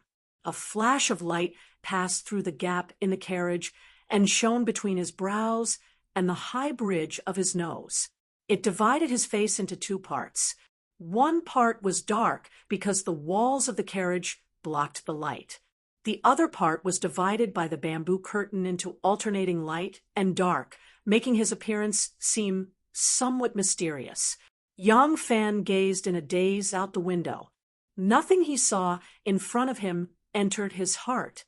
His thoughts were completely immersed in his heart.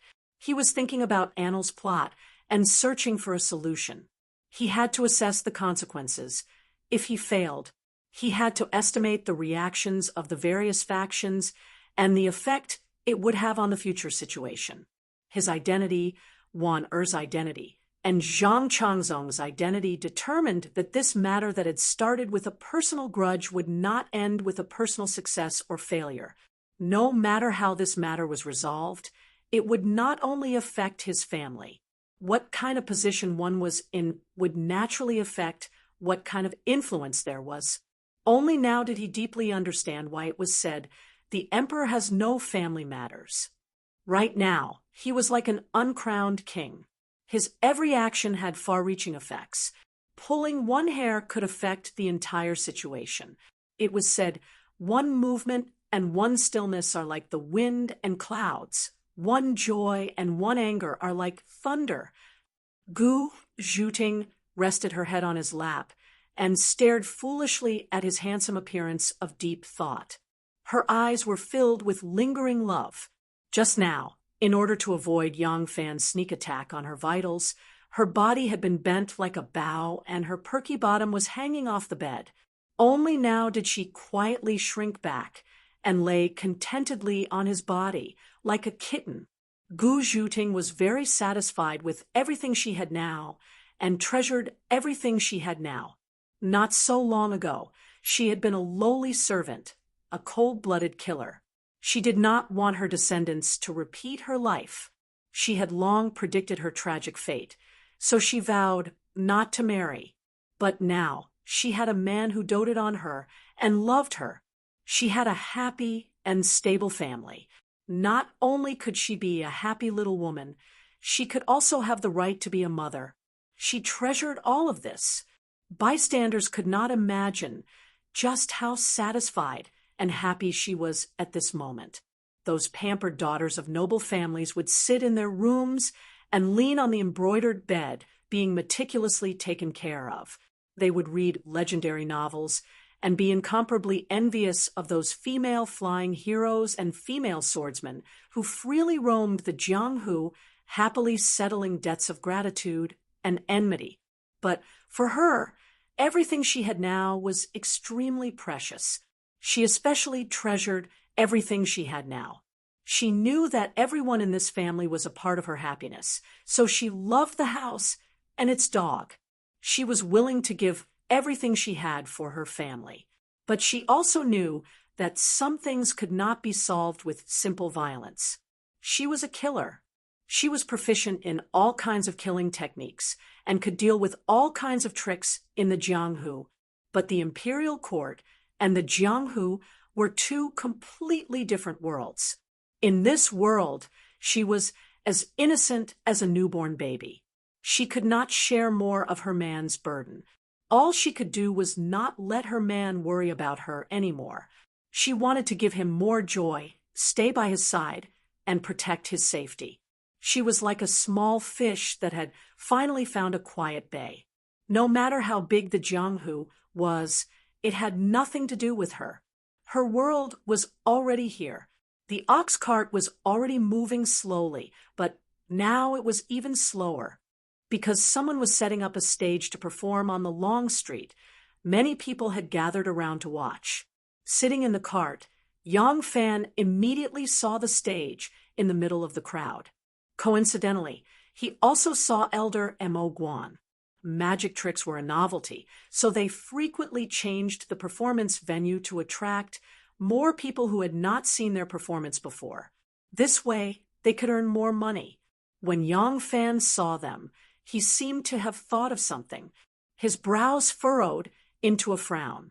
Gu Zhuting wanted to stretch out her hand and use her gentle fingertips to iron out the wrinkles between his eyebrows, but she did not dare to.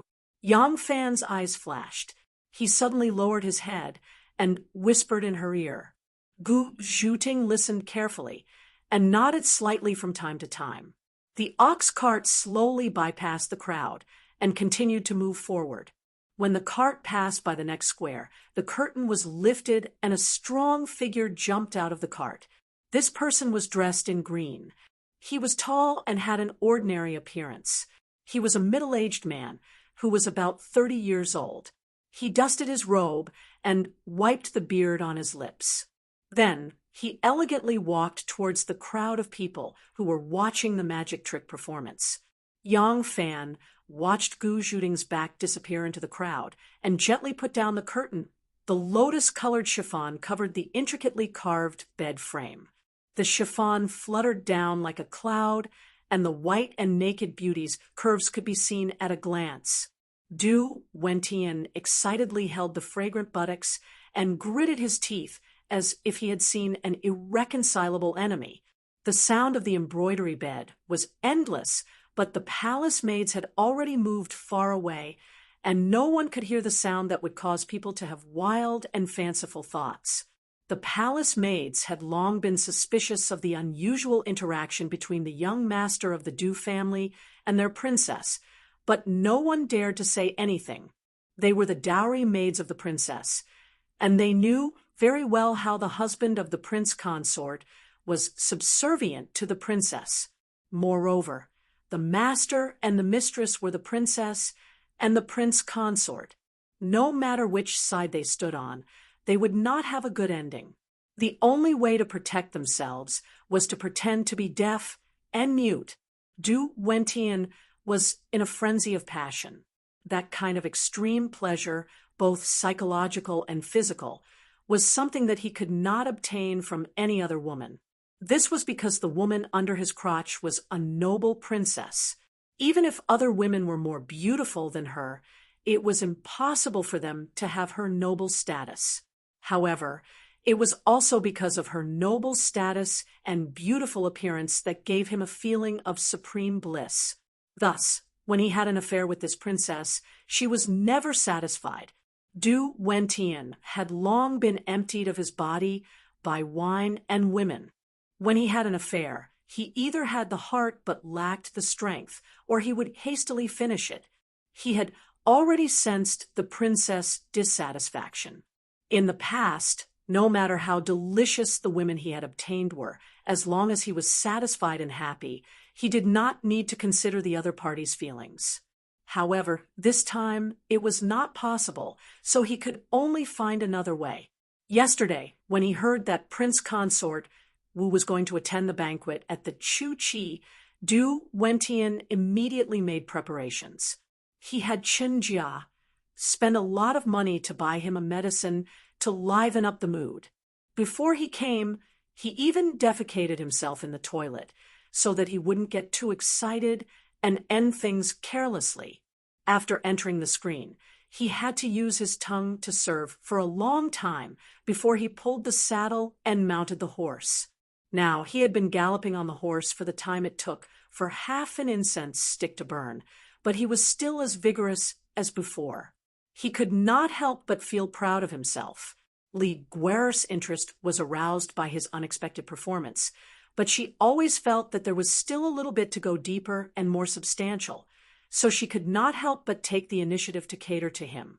Li Guerre's perfectly round buttocks followed his movements skillfully and cleverly moved to meet him. Unfortunately, this great General Du could only ride a carefree horse. Li Guerre only moved slightly to meet him, but he felt his spinal cord go numb and suddenly spasm. "Don't stop!" Li Guerre cried out, but it was too late. Li Guerre gritted her teeth and angrily straightened her body. She threw Du Wentian, who was lying on her back like a dead dog, onto the couch and scolded, "What a useless piece of trash!" Li Guerre resentfully got off the couch, put on a thin gauze, and walked around the screen without looking back. Behind the screen was another room, and there was a corner door decorated with flowers and murals on the wall. Li Guerre pushed open the corner door and entered a bathroom. The bathtub was filled with hot water, and the water was sprinkled with bright flower petals.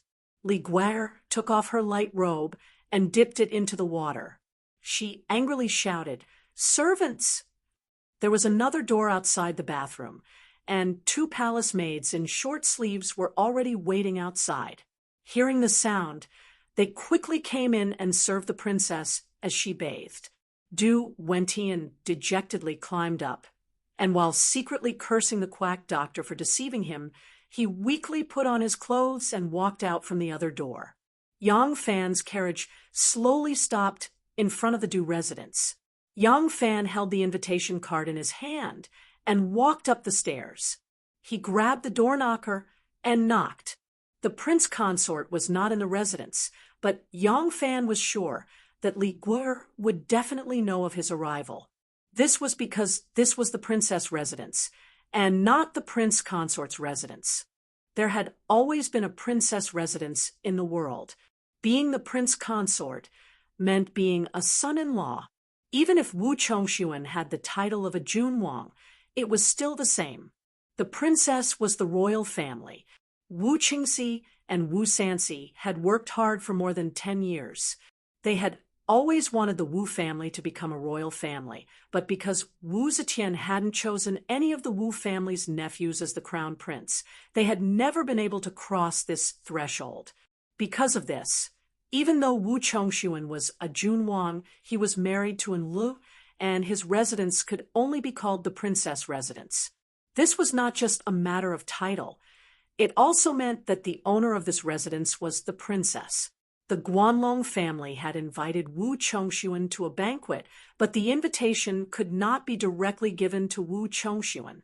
Instead, it had to be given to Princess Enlu. This was etiquette. One of the maids serving Li Guerre as she bathed was kneeling in the courtyard. Her cheeks were red and swollen from being slapped by a fierce-looking mammy.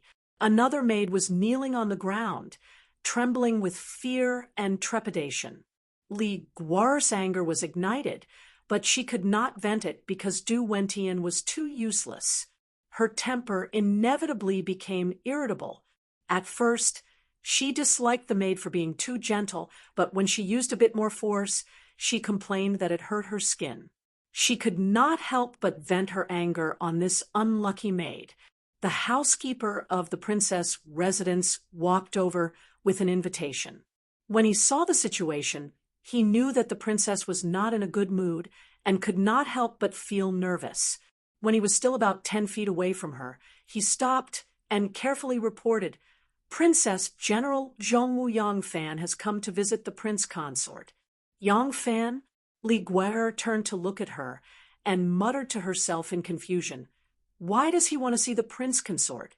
Li Guerre thought about it and ordered, "Invite him to the guest hall. This princess will go see him immediately." The housekeeper agreed and quickly slipped away. Li Guerre looked at the little palace maid with swollen cheeks and bleeding from the corner of her mouth. She said fiercely, "Continue to hit her. Teach her a lesson." She then shook her sleeve and shouted, "Servants, help this princess change my clothes." Chapter 1032. Yangfan clasped his hands behind his back and leisurely looked around the living room he was in. This living room had white stone steps and a vermilion lacquer door. In the hall, there was a table, a pillar, and a plaque, all of which were ancient.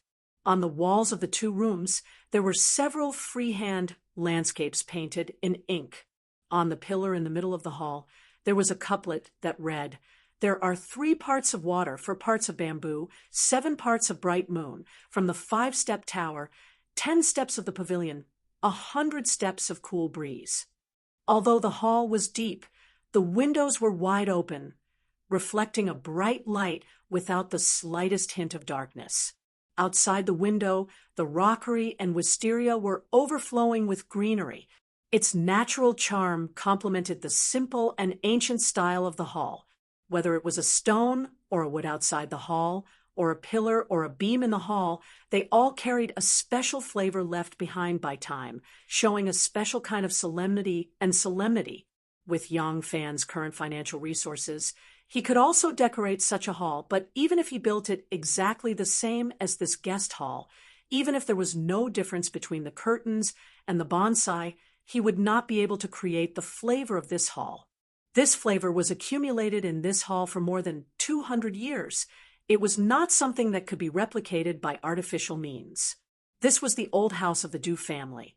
Every brick, tile, grass, and wood had a story, but Li Guerre did not like it very much. But this was her temporary place to live. It was not good for her to make any changes. If this was her house, the furnishings in the hall would be inlaid with gold and jade, and the curtains would also be made of silk, extremely extravagant to suit her taste. "It's rare for General Yang to visit my humble home. What a surprise!" Following a teasing remark, Li Guerre slowly walked out from behind the screen. The crimson gauze dress and the light yellow skirt made her waist slender and chest straight. Her wet hair was playfully tied up, and her face was elegant and otherworldly, like the first green on the top of a mountain in spring. At this time, she was not painted in red, nor decorated with jade or gold, but because of this, she revealed a kind of unadorned elegance. Even if he hated her character, Yangfan could not help but have his eyes brighten when he saw her secretly praising this woman's extraordinary beauty. What? Li Guerre saw the appreciation in Yangfan's eyes and couldn't help but feel happy. She stood gracefully and looked at Yangfan with a smile, spun around and said, "Am I beautiful?" Yangfan restrained the admiration in his eyes and cupped his hands towards her, saying, "This Yang greets your highness."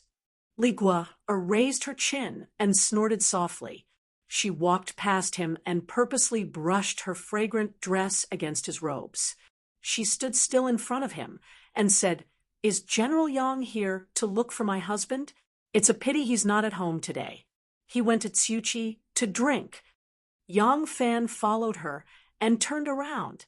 Looking at her black hair, he said in a low voice, "The so-called visit to Prince Consort Wu is just an excuse. Princess has always been intelligent.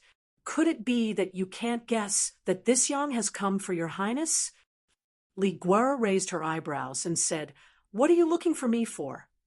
As she asked, she couldn't help feeling nervous in her heart. It can't be. Could it be that he found out about the rumor that Du Wentian had people spread so quickly, and he found out about it on me? Yang Fan said in a low voice, "This young has been entrusted by Zhang Fengchen to ask your highness about something." Li Guer was stunned. She suddenly turned around and faced him. She said in shock, "Zhang Changzong? What does he want to ask me?" The purpose of Yang Fan's visit today was to beat the grass and scare the snake. When Yang Fan said this, he was paying attention to her reaction. As long as her expression changed, it would be impossible to hide it from his eyes. However, Li Guer's surprised expression was not fake at all. Seeing this, Yang Fan couldn't help but think, could it be that I'm being overly suspicious? Does the rumor that Du Wentian spread have nothing to do with her? If that's the case, then I don't need to worry so much. I just need to teach that Du Wentian a lesson and let him know how powerful he is. From then on, he will shut up. Yang Fan didn't know that this was because when Du Wentian carried out Li Guer's orders, he had secretly changed the adulterer's name. He suddenly mentioned Zhang Changzong. If Li Guer knew the details, of course she would have some reaction. However, in Li Guer's heart, she still thought that the male lead in the rumor was him, Yang Fan. When Yang Fan suddenly mentioned Zhang Changzong, of course she would be puzzled. In that instant, hundreds of thoughts ran through both of their minds. When Yang Fan thought about how Li Guer went to visit Wanner on the island in the middle of the lake, he still couldn't let it go. He wanted to probe again, but there were still 4 palace maids standing in the corner of the hall. Just now, the 2 of them didn't speak loudly. If he continued to speak quietly, he was afraid that it would arouse suspicion. Thinking of this, Yang Fan laughed and said, "This matter is a long story. Can I discuss it with Princess in private?" Li Guer originally thought that he was here because of the rumor in the marketplace. She didn't expect him to suddenly mention Zhang Changzong. No matter how hard Li Guer tried, she couldn't figure out what there was to talk about between her and Zhang Changzong. Her curiosity was piqued, and she said, "If that's the case, please follow me to the small study room to talk." This small study room was next to the living room, hidden behind a screen. The furnishings in the small study room were naturally more luxurious than the living room, and as graceful as possible. Li Guer brushed her skirt and sat down on the Luohan couch. Her elbow rested on the Kong table, her left foot landed on the footstool, and her right leg crossed over her left knee. Under her skirt, a delicate and cute embroidered shoe was revealed, swaying gently. This posture in front of a man other than her husband was unavoidably a little inappropriate, but with her slender waist bent, it made her waist look like a restraint. With the embroidered shoe swaying lightly, she looked even more mischievous and cute. Li Guer rested her chin on her hand and glanced at Yang Fan with a smile that wasn't a smile. She said, "Well, there's no one else here other than you and me. If you have anything to say, feel free to say it." She didn't ask Yang Fan to sit down.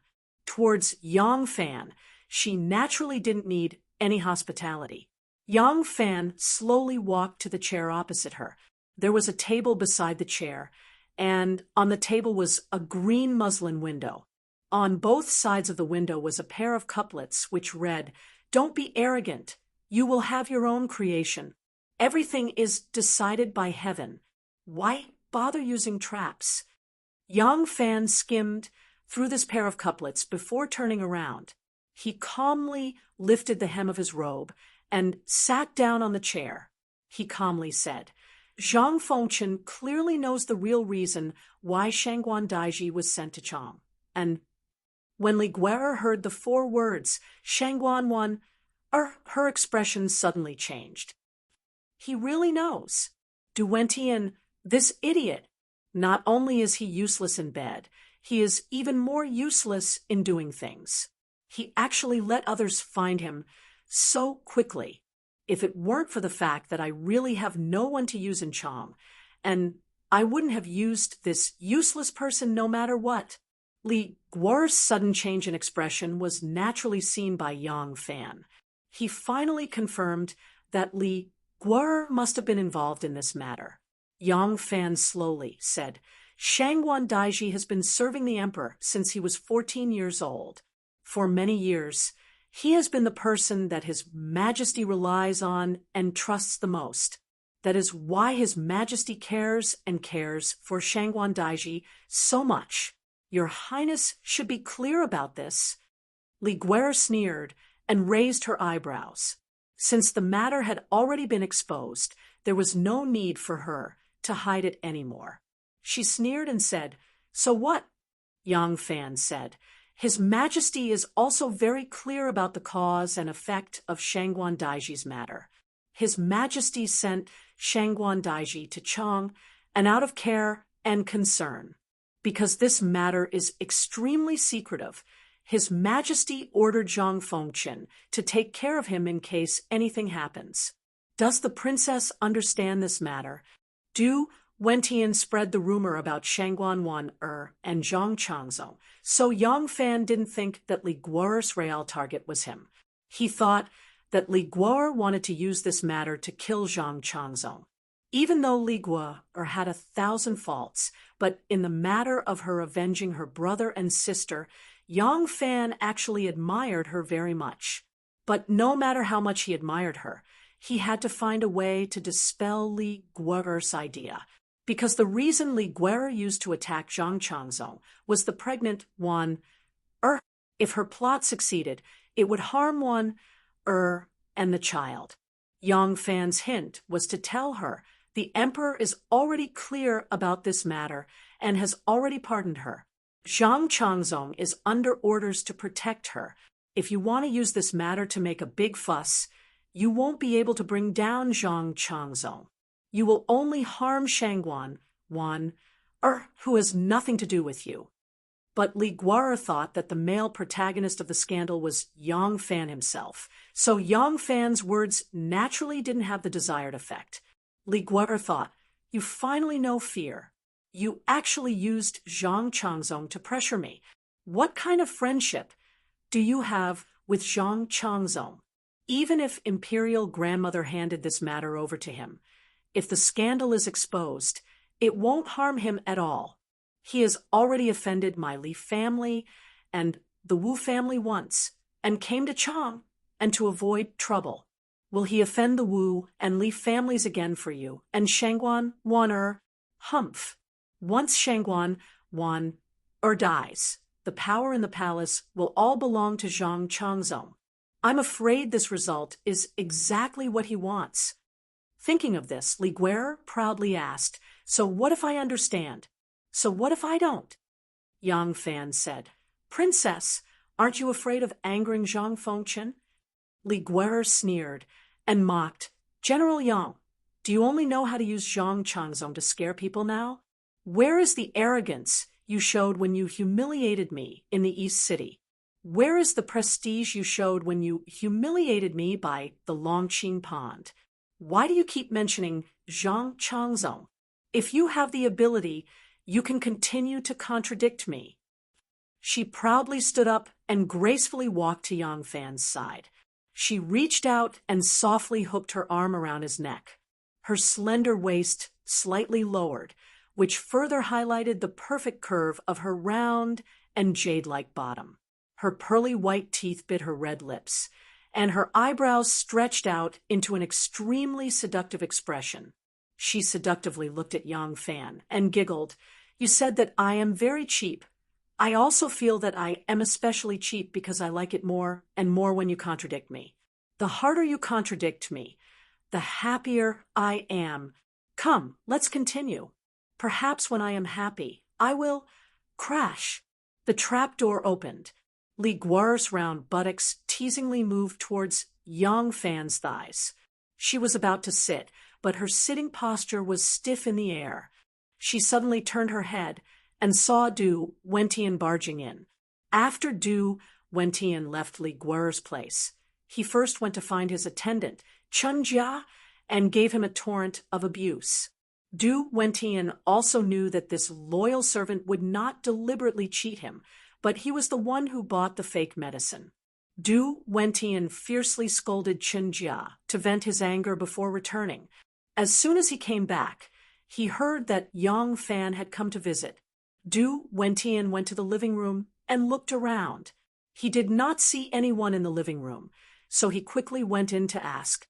He heard from the maids in the living room that the princess and General Yang had entered the small living room. Du Wentian panicked.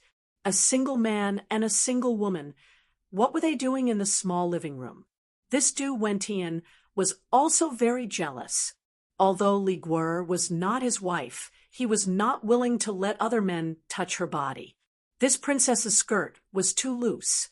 Although she and Yang Fan did not seem to be on good terms, but this Yang Fan was handsome and had a tall figure. Who knew if the princess's heart would ripple and bury the hatchet with him? Others did not dare to eavesdrop outside the small study room, but Du Wentian thought that as a guest of the princess, he had the right to do so. He quietly snuck outside the small study room and just happened to hear Princess Anlu teasing Yang Fan. For a moment, he was burning with jealousy, and without thinking, he barged in. When Li Guer saw him, she could not help but feel relieved. She slowly straightened her body and said with a frosty face, "Who let you in?" Du Wentian hurriedly said, I was rash. Please forgive me, Princess." Li Guer pointed her slim finger outside and scolded, "Get out." Du Wentian was not willing to leave, so he randomly found an excuse and said, I am here to ask the princess about something important." How could Li Guer not know what he was thinking? What right did this bastard have to control her? If Yang Fan was not here, Li Guer would have already slapped him. Her almond-shaped eyes were filled with power as she said, "What important matter is it that you do not even care about etiquette?" Du Wentian did not have any important matter. He was just trying to beat around the bush. However, Anlu was not willing to let him go. Du Wentian had a sudden idea and really thought of an excuse. He hurriedly replied, Isn't the princess going to hold a banquet at Daxing Garden on the 8th day of the 6th month to entertain the Chang and officials and celebrities? I suddenly thought that the officials and nobles are always busy with work. Although there are still 7 or 8 days left, if the invitation is sent out late, I am afraid that they will be busy with work, and it will be too hasty. I think it is better to send out the invitation early. What does the princess think? On the 8th day of the 6th month, the Chang and officials and nobles were invited to a banquet at Daxing Garden. It was the day that Li Guer planned to make things difficult for Yang Fan. However, she did not expect that Du Wentian would actually say this in front of Yang Fan. Although Yang Fan might not know the real purpose of this matter, her expression still changed. In fact, for Du Wentian, he was flustered and could not think of any other excuse at the moment, so he used this as an excuse. In addition, the rumor he spread had nothing to do with Yang Fan, so he did not expect that Yang Fan came today because of that rumor. Li Guer angrily and anxiously scolded, "Who said that I am going to hold a banquet for the Chang? And officials?" Du Wentian was stunned and said, "The princess intends to cancel the banquet." While saying that, he quickly glanced at Yang Fan, thinking with jealousy and hatred, the princess originally wanted to swindle him as well. Why did she suddenly change her mind? Could it be that the two of them have really put aside their previous enmity and hooked up together? Li Guer anxiously denied it, but then she realized that this was a cover-up, so she hurriedly said, "I intend to hold a banquet for the Chang and officials and nobles womenfolk that day. What can happen to these ladies and daughters? Are they afraid that they will not be able to attend the banquet in time? It doesn't matter if the invitation is sent 1 day earlier or 1 day later. Du Wentian laughed dryly and said, "Yes, yes, yes. If so, then there is no hurry to send out the invitation." Although he said this, his feet did not move, determined not to give the two a chance to be alone. At first, Yang Fan really did not pay attention to this matter that Du Wentian mentioned, because since Wu Chongxuan arrived in Chang, and there were already a lot of things to do with the banquet. However, the change in the two's expression and Li Guer's denial and hurriedly trying to salvage the situation alerted him. Yang Fan's expression did not change, but his heart was slightly moved. Is there a big reason for the Daxing Garden banquet on the 8th of June? At this time, Wu Chongxuan also returned to the mansion. Wu Chongxuan was half drunk and excitedly returned to the mansion. As soon as he stepped through the second door, he asked a family member who came to greet him, "Where is the princess?" The family member answered, "General Zhongwu, Yang Fan came to visit. Since you are not here, the princess has gone to entertain the guests on your behalf." As soon as Wu Chongxuan heard that Princess Anil had gone to greet Yang Fan on his behalf, he felt very uncomfortable. He hurried to the living room, only to see that the living room was empty. Li Guer and Yang Fan were nowhere to be seen. His heart could not help but tighten. He hurriedly asked the maid in the living room, "Where is the princess and Yang Fan?" The maid bowed and answered, "The princess has invited General Zhongwu to the small study room for a chat." What? Wu Chongxuan became anxious as soon as he heard this. Why would a man be invited to the small study room for no reason? If word got out that a man and a woman were to be alone together, it would not be good. Wu Chongxuan strode to the small study room. When he entered the study room, he saw that not only was Yang Fan there, but Du Wentian was also there. Wu Chongxuan immediately relaxed. There were 3 people in the room. What could have happened? He did not know that the 2 brothers in the room were his brothers-in-law. The 2 of them, one after the other, had painted his head. Wu Chongxuan was dressed casually for the banquet. He wore a green veil over his head, a green robe with a crotch missing, and a pair of high boots. The sunlight shone on him through the jade green gauze window. It was a perfect match for the occasion. Chapter 1033. When Wu Chongxuan wasn't flustered by jealousy, he still had the demeanor of a young master. When he found out why Yang Fan had come, and that he had come to pay him a visit, he immediately ordered the servants to prepare a banquet to entertain the guest. Yang Fan's visit today was perfectly justified. Even though he and Wu Yizong were like fire and water, his friendship with Wu Sanxi had not been severed. He could barely be considered half a disciple of King Liang. Now that King Liang's son had come to Chang, and he naturally had to pay a visit to King Liang's heir. Wu Chongxuan invited Yang Fan to the reception pavilion, where he and Du Wentian accompanied him. Soon, fine wine and delicacies were served, and the 3 of them began to drink together. Wu Chongxuan was already quite drunk when he returned from the Chu Qi. Now that he was drunk again, he began to drink to his heart's content. His self-control was already lacking, and with Yang Fan raising his cup to toast him, he couldn't help but get drunk. By the time the banquet ended, Wu Chongxuan was so drunk that he couldn't personally see Yang Fan off. He could only force himself to let Du Wentian see Yang Fan off, while he was supported by 2 eunuchs and staggered back to the inner residence. Yang Fan and Du Wentian walked side by side, neither of them speaking. When they reached the ceremonial gate, Yang Fan stopped and said to Du Wentian, "Young master, please wait a moment." Du Wentian had overheard part of the conversation between Yang Fan and Princess Anil in the small study, so he was certain that there was something unclear going on between the two. He had already regarded Yang Fan as a rival in love and was filled with jealousy. He didn't want to see him off in the first place, so he immediately stood still and cupped his hands. "General Yang, please take care," he said in a perfunctory manner. Yang Fan smiled. "I am indebted to Prince Consort Wu and young Master Du's warm hospitality for my visit today. I didn't want Prince Consort Wu to be so drunk, so there are some things I haven't said yet. I'll have to ask young Master Du to pass on the message." Du Wentian said coldly, "What message does General Yang want me to pass on?" Yang Fan said, "I heard that the new residence that Princess and Lu has chosen is right next to this Yang's residence. In the future, our two families will be neighbors, so we should visit each other often. Moreover, this Yang and the Liang household are old friends. If Princess and Prince Consort are free, Yang Fan would like to host a banquet on the island in the middle of the lake to invite Princess and Prince Consort."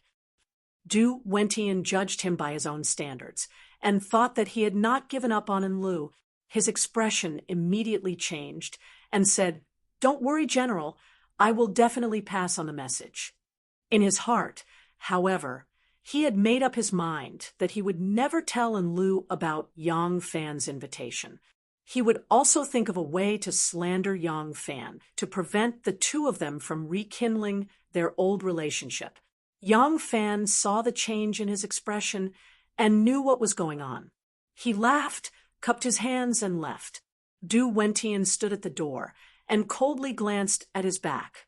Without waiting for him to leave, he flicked his sleeves and left. Mo Guan's disciples put in a lot of effort in their performance. There was a sea of people watching on the street, but when it was time to collect the money, more than half of them had left. The young disciple of the illusion group held the gong, and sometimes used words to urge the prideful audience not to leave. At other times he nodded and bowed and passed small messages. The gong clanged, and after one round, he managed to get a few dozen copper coins. Mo Guan sat in a small dressing tent set up at the corner of the long stage.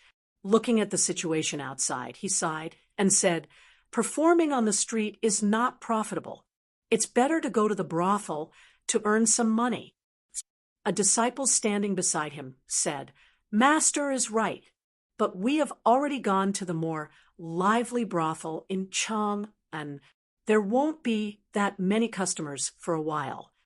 Elder Mo nodded and said, "We have been in Chang'an for about a month. After 2 more days, we will go to Taiyuan." At this moment, the young disciple who was holding the gong and begging for money walked to a tall young man with a beautiful mustache. He bent his knees and lowered his head, saying with a smile, "Thank you for the reward, Lang Jun." The young man smiled and casually tossed it. With a clang, the gong in the young disciple's hand sank. The young disciple was in charge of begging for money from the audience every day. Even if it was just a few copper coins, he could estimate the amount based on the slight changes in the weight. When he heard such a heavy sound, he couldn't help but feel annoyed. "It's fine if you don't want to reward us, but why did you toss a brick to tease us? Judging from the weight, wasn't it just a brick? How could such a heavy piece be gold?" But when the young waiter raised his head and saw what was in the gong, he was immediately tongue-tied. Inside the gong was a glistening yellow biscuit that seemed to be round, yet not round. It sparkled under the sunlight. It was definitely a piece of gold. This guest was really generous. He actually rewarded him with a golden collar. The young disciple was surprised and happy. As if afraid that the guest would go back on his word, he quickly put the gong away and bowed repeatedly while holding it. He repeatedly expressed his thanks. "Thank you, Lang Jun, for the generous reward. Thank you, Lang Jun." The man in green smiled and said, "Take me to see your leader. I have a big deal to discuss with him." "Please, please, this way, please, noble." When the young disciple heard that there was a big deal, he was overjoyed. He didn't care about asking for money anymore, and quickly led the man in green to the side of the tent. In the tent, Elder Mo could also see that the guest had given a generous reward. He was about to stand up and go out to welcome them when the young disciple had already led the man in green in. Mo Guan looked at the gong in the young disciple's hand and saw a glistening yellow piece of gold. His eyes couldn't help but shine with a golden light. He quickly went forward with a face full of smiles and said humbly, "Noble, please take a seat." This old man thanks the noble for the generous reward. The man in green stroked his beard and smiled. "Elder, are you the leader of this illusion class?" "Yes, yes, yes." "Very good. My surname is Yang Jigu. My family's matriarch's 80th birthday is approaching. As a junior, I want to make some rare things to please her." When Mo Guan heard the 3 words matriarch, he knew that the person was from an official's family. For the matriarch to be called a matriarch, her children and grandchildren must be at least a 5th-rank official. His expression became even more respectful as he quickly said, "Lang Jun, do you want this old man's illusion troupe to perform at your residence?" Yang Jigu shook his head and said, "No, I want to learn some illusionary tricks and put them on at the matriarch's birthday banquet." Since ancient times, there was a saying that old Lizzie used colorful clothes to entertain his relatives, to make the matriarch happy. As a grandson, why would I be afraid of playing an actor? Mo Guan smiled and said, "Lang Jun's filial piety is commendable.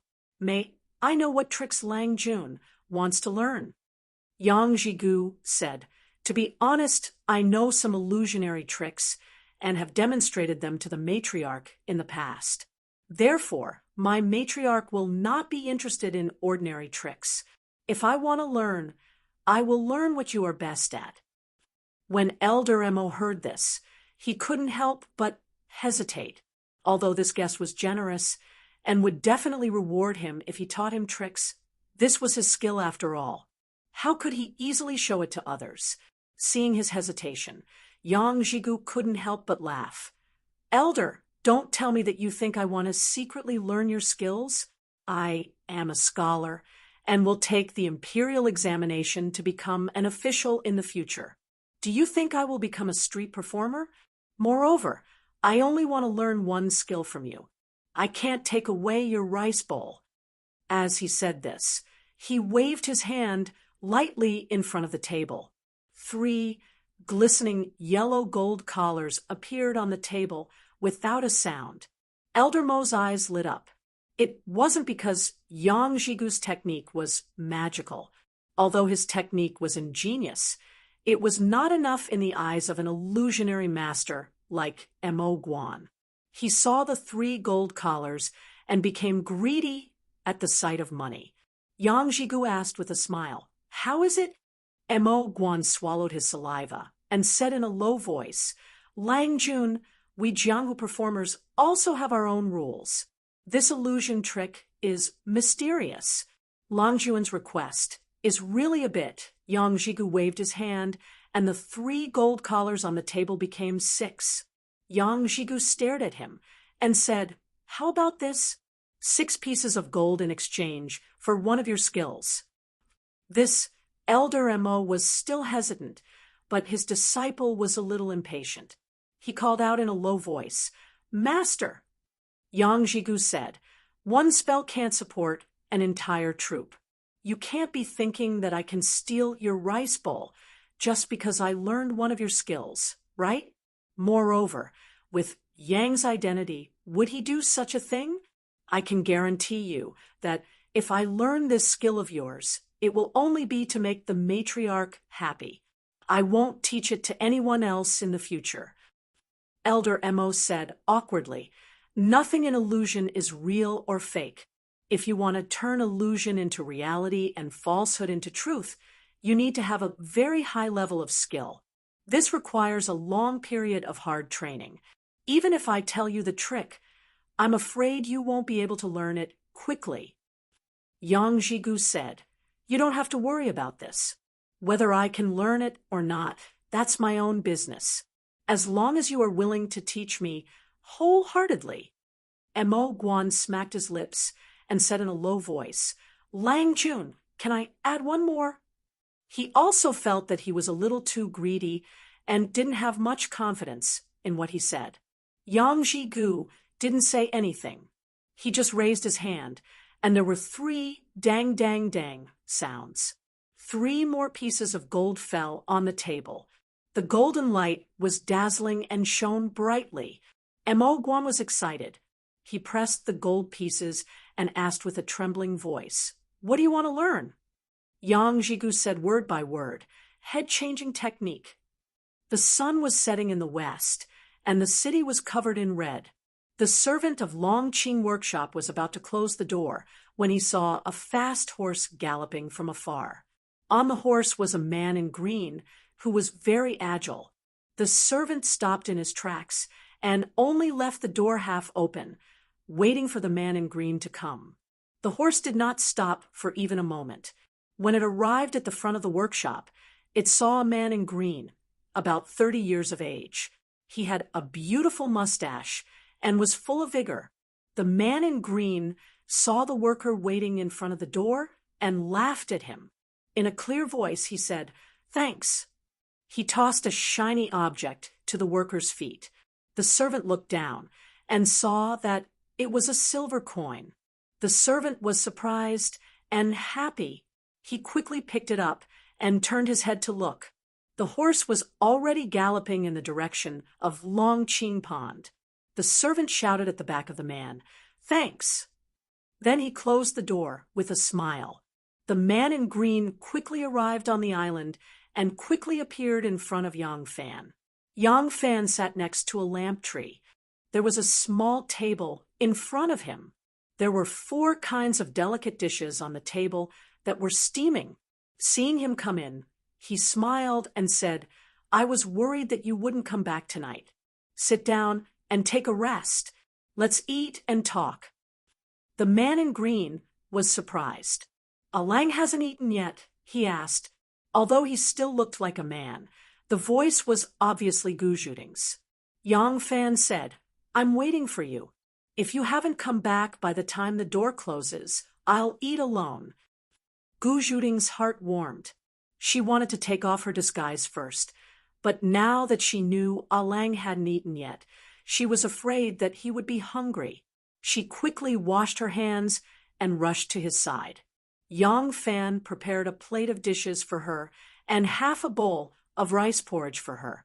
He smiled and asked, "You're back so soon. Have you learned it?" A proud look appeared in Gu Zhuting's eyes. Mo Banju said that he had been Shifu's assistant for 3 years.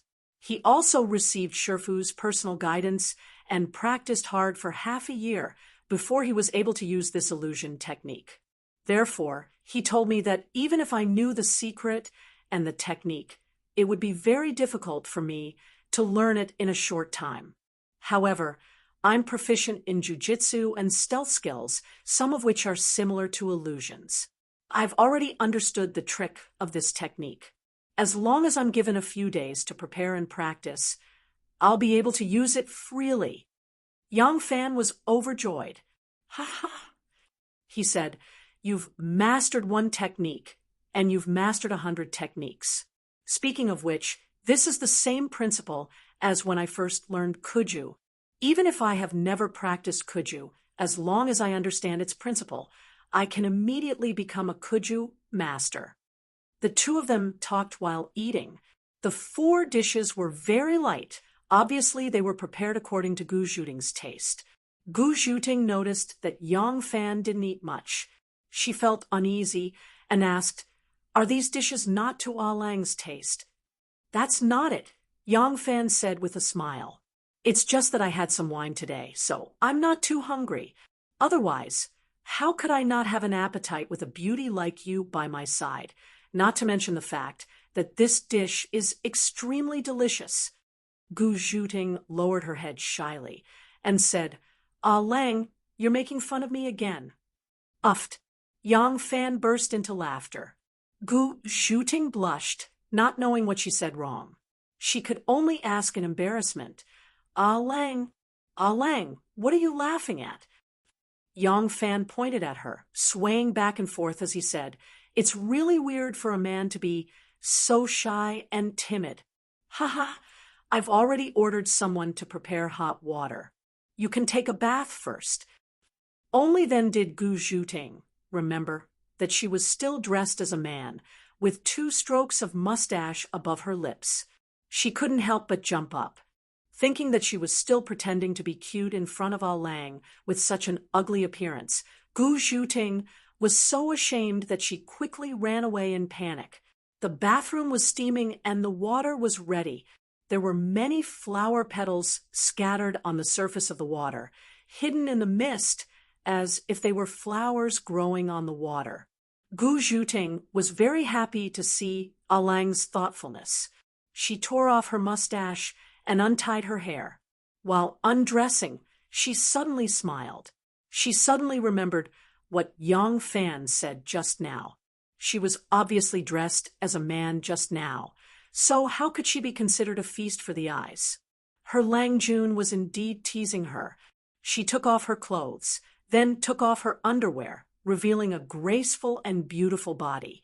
Gu Zhuting held onto the edge of the tub, and just as she dipped her foot into the water, wanting to test the temperature of the water, the door suddenly opened, and Yang Fan unexpectedly walked in.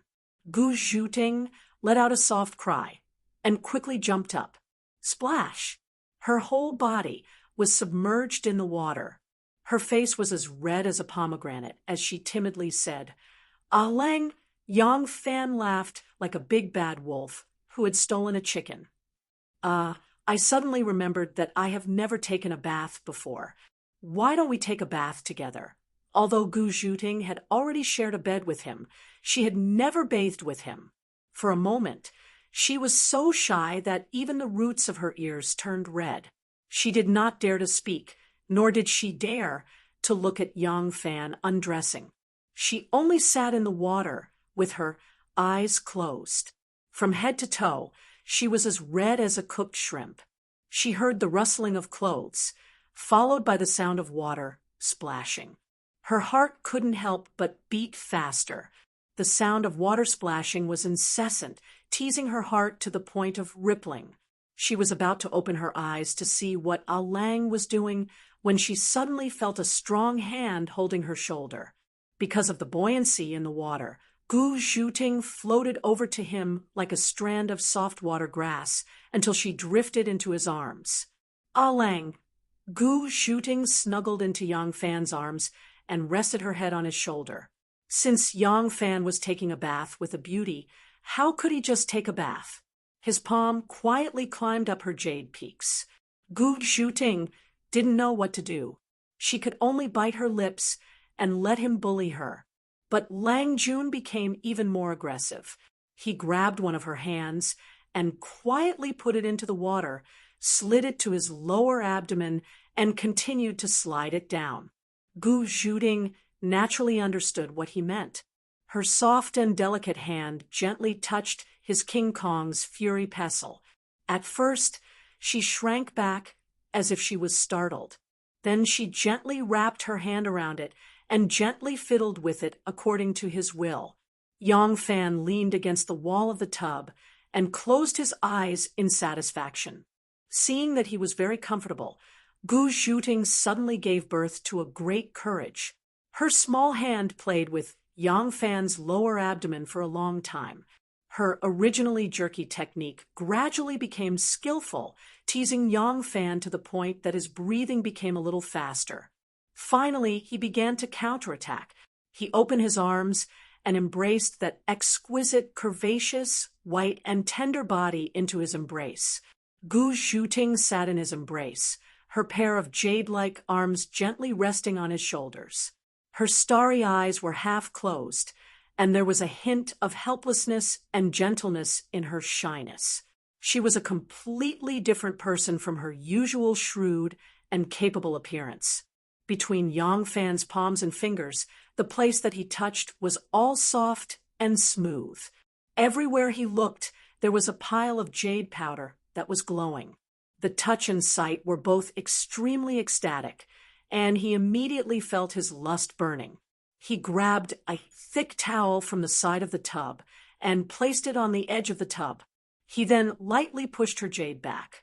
Gu Zhuting understood and obediently laid down on the snow-white towel. Yang Fan lightly stuck to her back.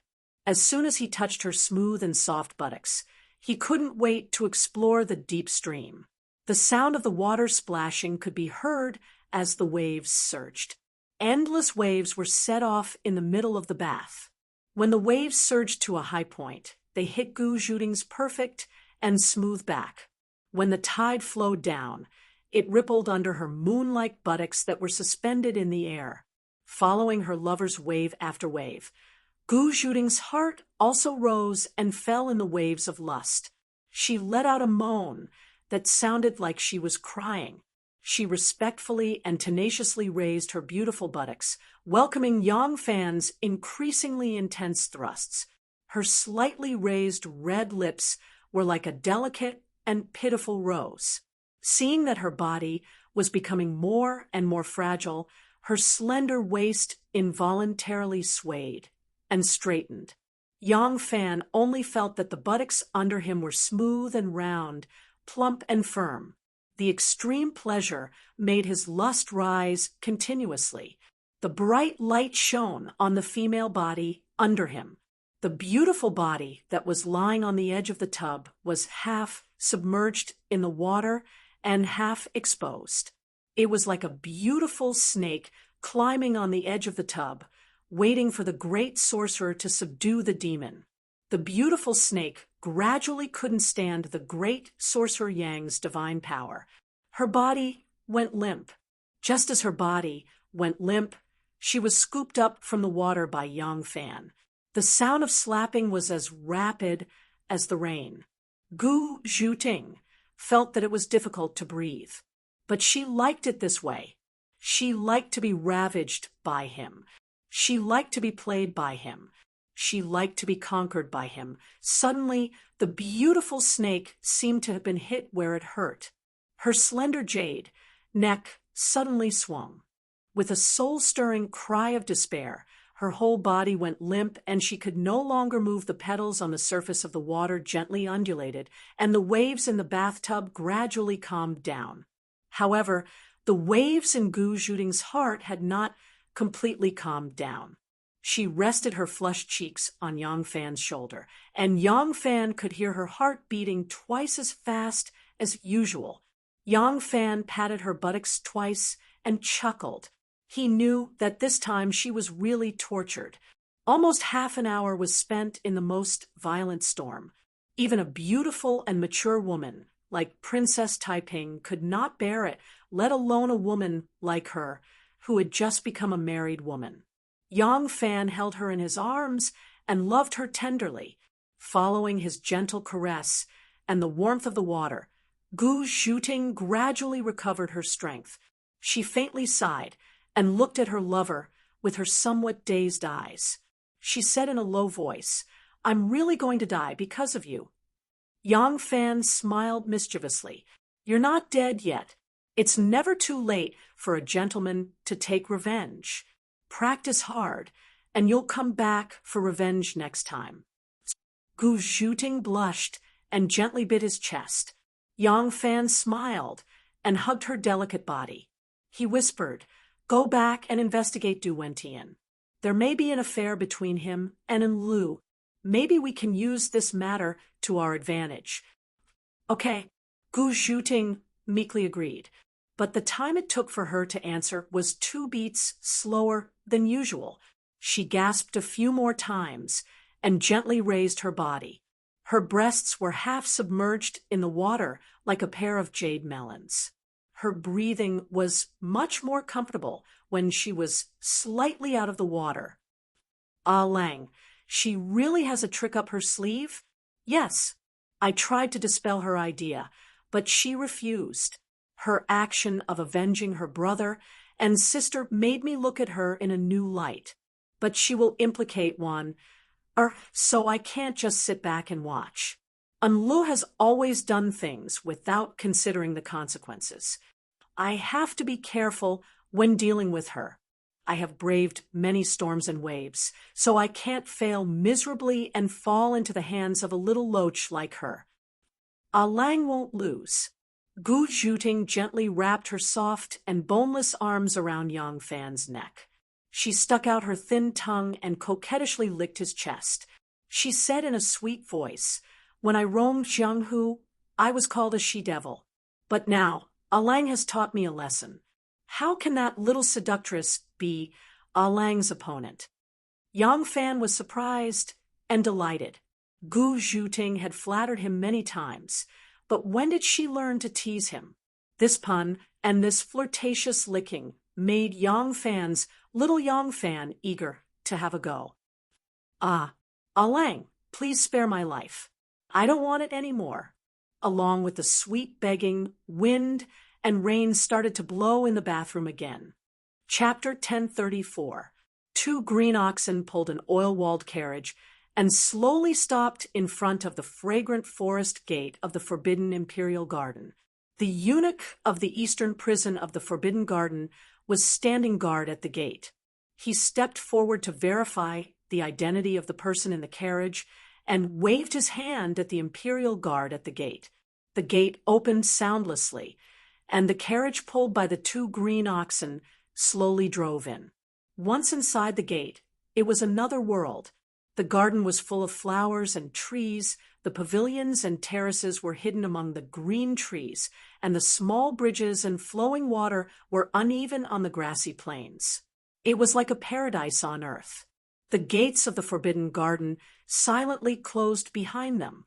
One of the imperial soldiers guarding the gates looked at the two deep marks on the ground and asked in bewilderment, "It's just a light carriage with oil walls. How can it be so heavy? What's inside?" The other imperial guard looked at the ground and hugged his halberd. He said lazily, "It's probably because it rained last night and the grass is muddy. How can it be? The carriages just now didn't go in so deep."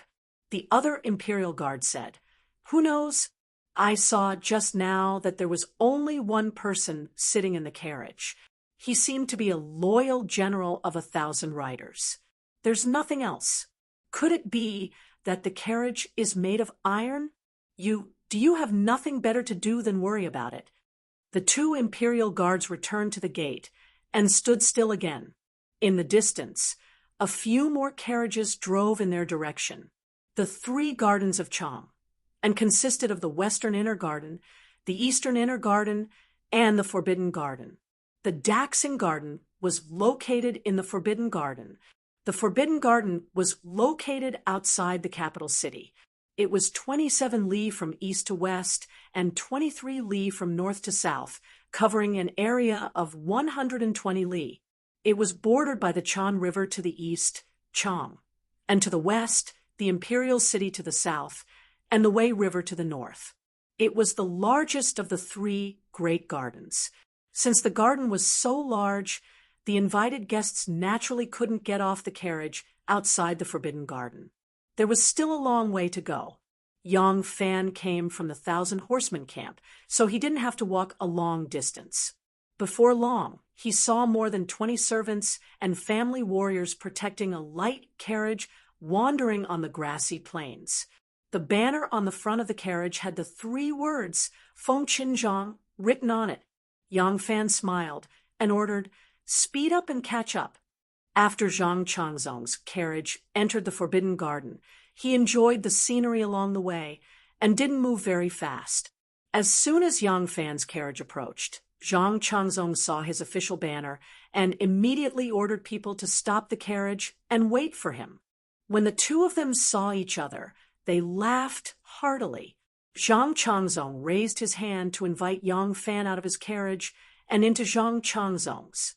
Zhang Changzong's carriage had a single shaft and two yokes, with long wheels and a large oval-shaped oil paper cover. It looked like a carriage from the Warring States period or the early Qin period, and it looked quite ancient.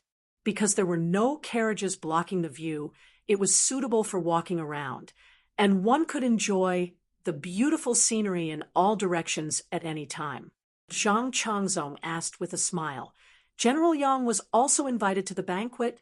Prince Gaoyang had invited a lot of people to this banquet, relatives of the emperor, officials with meritorious deeds, influential officials from the two capitals, officials and gentry, civil and military officials are all here. I heard that even the top-ranked eunuchs in the palace have been invited. Haha, it really is all-inclusive. Yang Fan could hear the mockery in his words and replied with a smile, "This kind of thing can only be done by Prince Gaoyang and his wife. The two of them are the members of the imperial family, meritorious officials, relatives of the imperial family, and influential officials.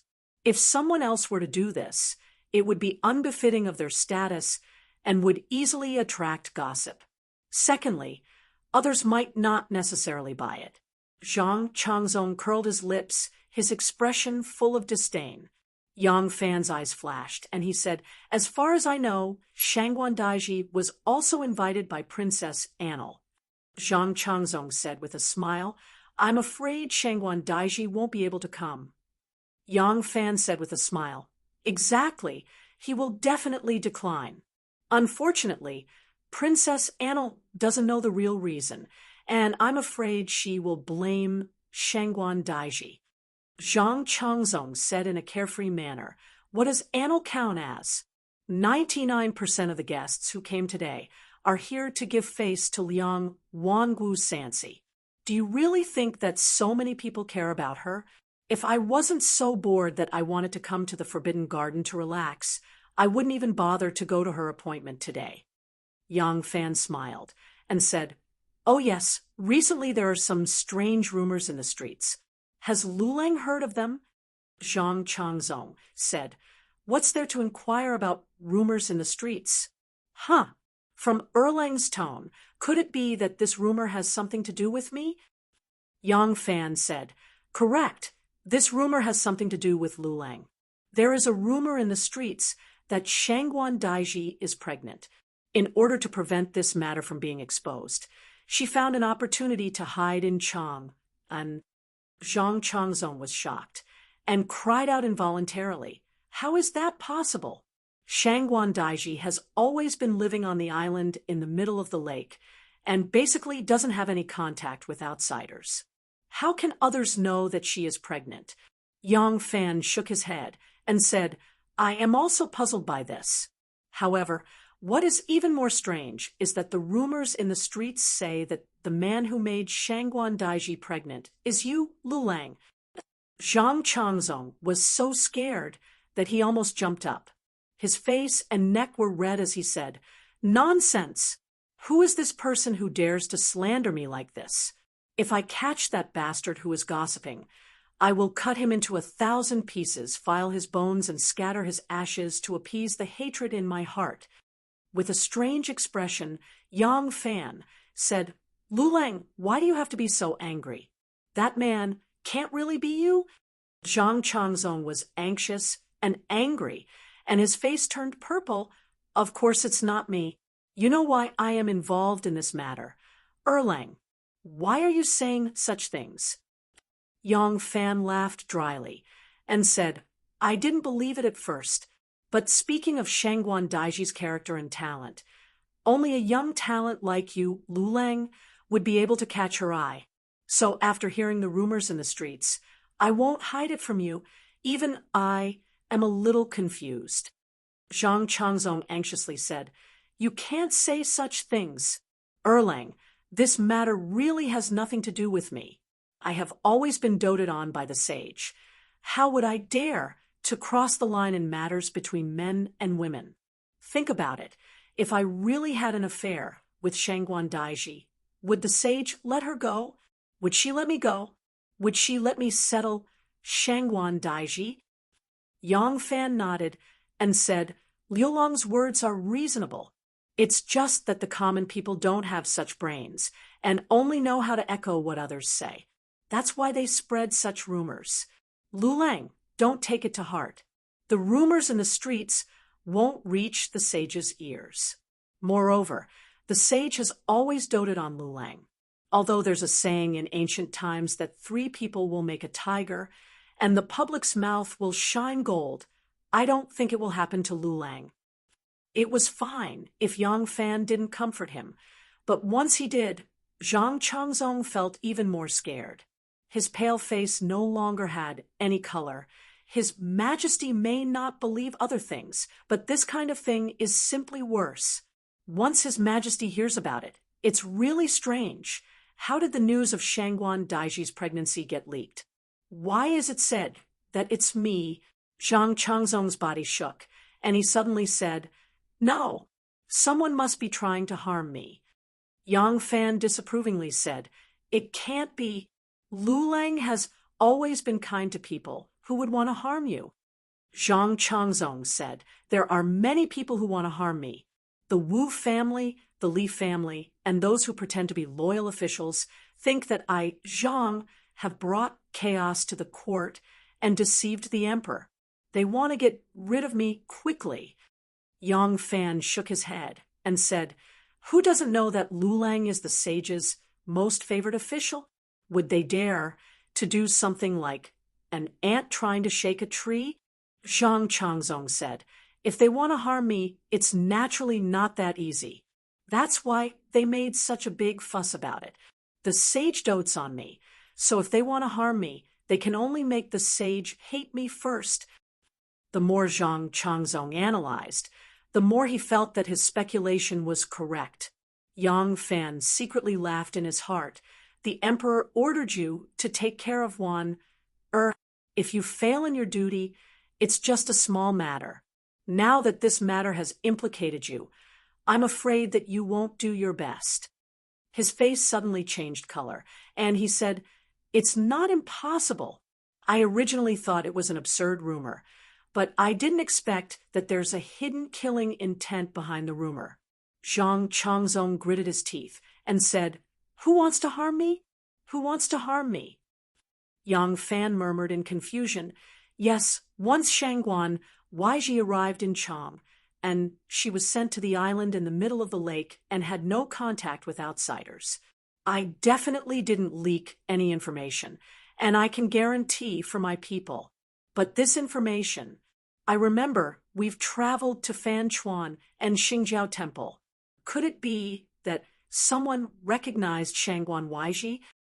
Zhang Changzong said resolutely, "Impossible. Shangguan Weiji has lived in the palace since she was young. Even in Luoyang, there aren't many people who can recognize her, not to mention this is Chang. And I understand now. It must be someone in Luoyang who heard this secret and wants to use this matter to harm me." Yang Fan said, "Those who are innocent are innocent. Lu Lang, don't make wild guesses and mess up your position. Leave this matter to me. I'll definitely help you find out the truth." Zhang Changzong couldn't stand being provoked. At this moment, he was so angry that he couldn't wait to go back and investigate this matter. Yang Fan's repeated persuasion finally calmed him down. The vegetation in front of them gradually thinned, and a flat lake gradually appeared.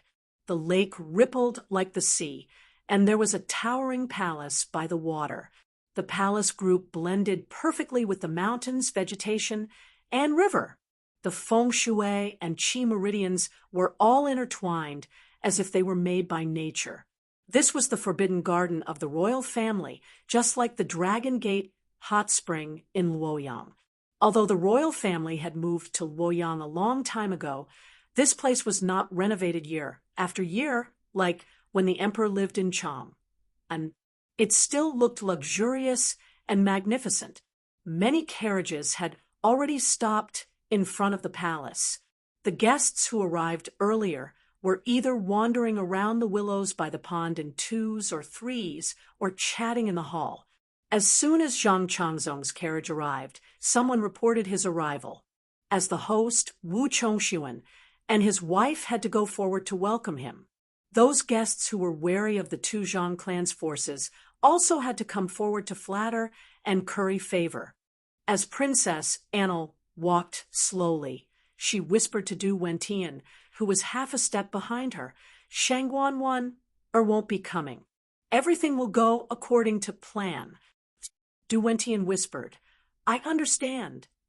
Although today's banquet was hosted by Wu Chongxuan and his wife, the chefs and servants, the musicians and dancers, the food and wine, and the utensils were all provided by the Du family. Therefore, this Du Wentian was able to follow Princess and Li's every step and become the chief steward of the Princess Fu.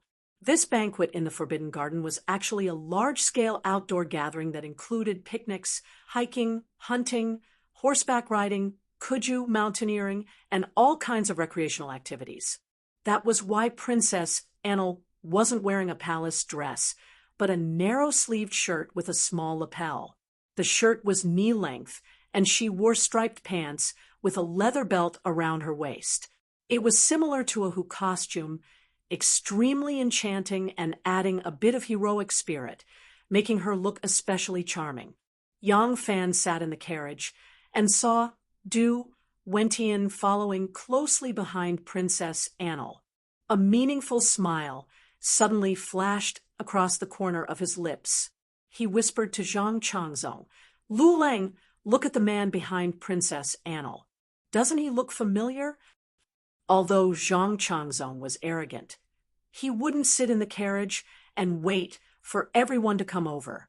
He was about to get off the carriage when he heard Yang Fan's words. He quickly looked over and saw Du Wentian. He couldn't help but feel slightly puzzled. That's right. He does look familiar. Who is he? Yang Fan said uncertainly, "Why does he look like that lecher we taught a lesson at Xingjiao Temple?" "Really?" Zhang Changzong stared at it for a while more, then slapped the armrest and said, "Yes, that's him." After Zhang Changzong said this, he suddenly thought of something. He jumped up and gritted his teeth, saying, "I understand. So, it's him." Chapter 10:35. Before Yang Fan could hold him back, Zhang Changzong had already jumped off the carriage. In truth, Yang Fan did not really want to stop him. Lu wanted to take revenge for her brother and sister. Yang Fan did not care, but she could not harm his family. Li Guer used Wanner and the child's lives as a weapon, so he could only stand on Zhang Changzong's side. Now that Li Guer was sharpening her knife, he could not just passively deal with her. He instigated Zhang Changzong to come forward to disrupt the other's rhythm and find out the other's trump card. But Wanner was really pregnant, and this was his biggest weakness. He was also afraid that Du Wentian would really speak nonsense, so he immediately followed. In truth, no matter how bold Du Wentian was, he would not dare to speak of this matter in front of Zhang Changzong. But not everyone acted according to reason. Some of the aristocratic families had been spoiled rotten. Their personalities were unreasonable and arrogant. Squatting in the well of the aristocratic families, they did not know the vastness of the world. He had to guard against them. Wu Chongxuan and Princess and Lu saw Zhang Changzong walk quickly towards them and couldn't help but smile. To be treated so courteously by Zhang Changzong, it was also because of their face, but their smiles quickly froze on their faces. They could see that something was wrong. Zhang Changzong's face was green, and his eyes were filled with anger.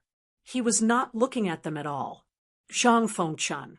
Wu Chongxuan stopped and hesitantly raised his hands towards Zhang Changzong. But Zhang Changzong ignored him and walked straight past him. With a swing of his arm, he slapped Du Wentian's face heavily. Du Wentian saw Zhang Changzong rushing over angrily and knew something was wrong. He thought that Zhang Changzong would reason with him, but he did not think that Zhang Changzong would immediately attack. He had forgotten that in front of people whose family background and connections were not as strong as his Du family, he had always been arrogant because he had confidence. Now that Zhang Changzong dared to do this in front of so many relatives of the emperor, ministers, and nobles, it was also because he had confidence. Du Wentian's nose had just healed and was slapped by Zhang Changzong. The pain was unbearable. Tears and nosebleed flowed down together. Zhang Changzong was like an enraged rooster. He didn't say a word. He clenched his teeth and ruthlessly punched Du Wentian's chin, causing Du Wentian to fall face up and heavily fall to the ground. Du Wentian curled up on the ground and covered his head with his hands to resist Zhang Changzong's punches and kicks. He shouted, "What right do you have to hit me? If you don't stop, I'm going to retaliate." The servants and servants present today were all brought by the Du family. When they saw their young master being beaten, they all rushed forward. The dozen or so people that Zhang Changzong brought immediately spread out and protected Zhang Changzong in the middle. Their swords and sabers were unsheathed, and they shouted, "Whoever dares to come forward, kill without mercy." These people were all experts of the imperial palace. They turned a blind eye to Zhang Changzong beating up others, but they wouldn't allow anyone to harm Zhang Changzong. Not only did they protect Zhang Changzong in the middle, there were also 2 imperial guards facing the inside. They looked eager to fight. If Du Wentian dared to retaliate, they would stand up for Zhang Changzong. Today, Wu Chongshuan was hosting this banquet, and the Du family's patriarch, Du Jingting, was also present. Seeing Zhang Changzong beating up his son without saying a word, Du Jingting was both shocked and angry. He rushed forward and said, "Zhang Fengchen, my Du family respects you as an honored guest. Why did you beat up my son?" Zhang Changzong was panting from exhaustion after beating up Du Jingting. He pointed at Du Jingting's nose and said, "You old man are his father? This Zhang will teach your blind son a lesson on your behalf. What are you going to do about it?" Du Jingting was of noble status. When had he ever suffered such humiliation? His face turned green, and his body trembled. Wu Chongshuan rushed forward and grabbed Zhang Changzong's arm. He said, "Zhang Fengchen, please calm down. I don't know how young Master Du has offended you. I'll ask him to apologize to you. Please don't hurt our friendship." Zhang Changzong said angrily, "What friendship does this Zhang have with him? Ask him yourself if he deserves to be beaten." Yang Fan rushed over at the right time and said with a surprised expression, "Why is 6th brother so angry? Does this friend have a grudge against you? Ah, he looks so familiar. 6th brother, this person seems to be the lecher we met at Xingjiao Temple." Du Jingting was stunned and asked in a panic, "What lecher?" Yang Fan said, "This young once visited Xingjiao Temple with Zhang Fengchen. We saw a lecher molesting a woman in the temple. Zhang Fengchen acted righteously and taught him a lesson. May I know who this old gentleman is? Is this lecher your son?" Du Jingting knew Yang Fan's real identity. How could he not believe him when he heard him say this?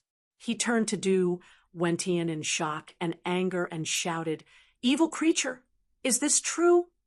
Du Wentian hurriedly defended himself. "Father, don't listen to their nonsense."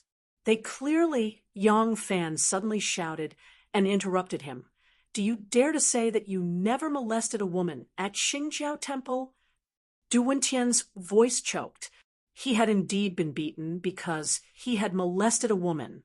Later on, all kinds of grievances had arisen because of this. But how could he admit it now? He wanted to refute, but Yang Fan's shout had exposed his scandal. His tone paused, and his expression changed. The surrounding guests had all seen the world. Just by looking at his guilty expression, they knew that Yang Fan was telling the truth. They couldn't help whispering to each other and revealing looks of disdain. Du Jingting had never thought that his son, who had always been well-behaved in front of him, would do such a shameful thing outside. He angrily scolded, "You unfilial son, you've really disgraced our Du family." Du Jingting rushed towards Du Wentian as he spoke, but was pulled back by Yang Fan. Yang Fan stretched out his hand and pinched Du Wentian's numb tendon with his thumb. Du Wentian felt half of his body go numb.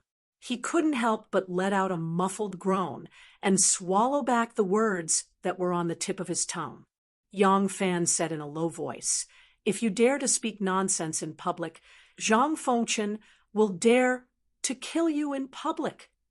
Du Wentian felt a chill in his heart when he saw the shining swords in the hands of the imperial bodyguards. He didn't have the courage to shout out the truth in public. Yang Fan's words were swift and quick. Moreover, he had used the opportunity of bending down to support Du Wentian to whisper in his ear, so no one else noticed. Yang Fan helped Du Wentian up and said to Zhang Changzong in a clear voice, "Sixth Lang, today is Prince Consort Wu's day to entertain guests. You should at least give Prince Consort Wu some face. Let's forget about this matter." Just now, Zhang Changzong was also angry. That was why he attacked without considering the consequences. At this time, seeing Yang Fan secretly giving him a meaningful glance, he suddenly came to his senses. He was also afraid that Du Wentian would be forced into a corner and embarrass him in front of everyone, so he heavily snorted and didn't say anything. Yang Fan laughed and said to Du Jingting, "The matter that day was because your son was young and suddenly lost his head when he saw the woman he liked. It's just that Zhang Fengchen has always been righteous, so he got into a conflict with your son when he interfered. That's why he wasn't able to suppress his anger today. Since everyone is familiar with each other, let's not look into this matter in detail." He had just said that Du Wentian was a lecher who had molested an innocent woman in Xingjiao Temple, but now he was saying that Du Wentian had only lost his head. His explanation was completely insincere. Not only was Du Wentian confused, but even Du Jingting didn't know how to respond. Li Guo secretly sneered. "Do you think that using Zhang Changzong to threaten him will work? That rumor has long been spread out. Just wait for me to force Shangguan to show up and let all the guests see her with their own eyes. At that time, whether you are innocent or not, you won't be able to defend yourself."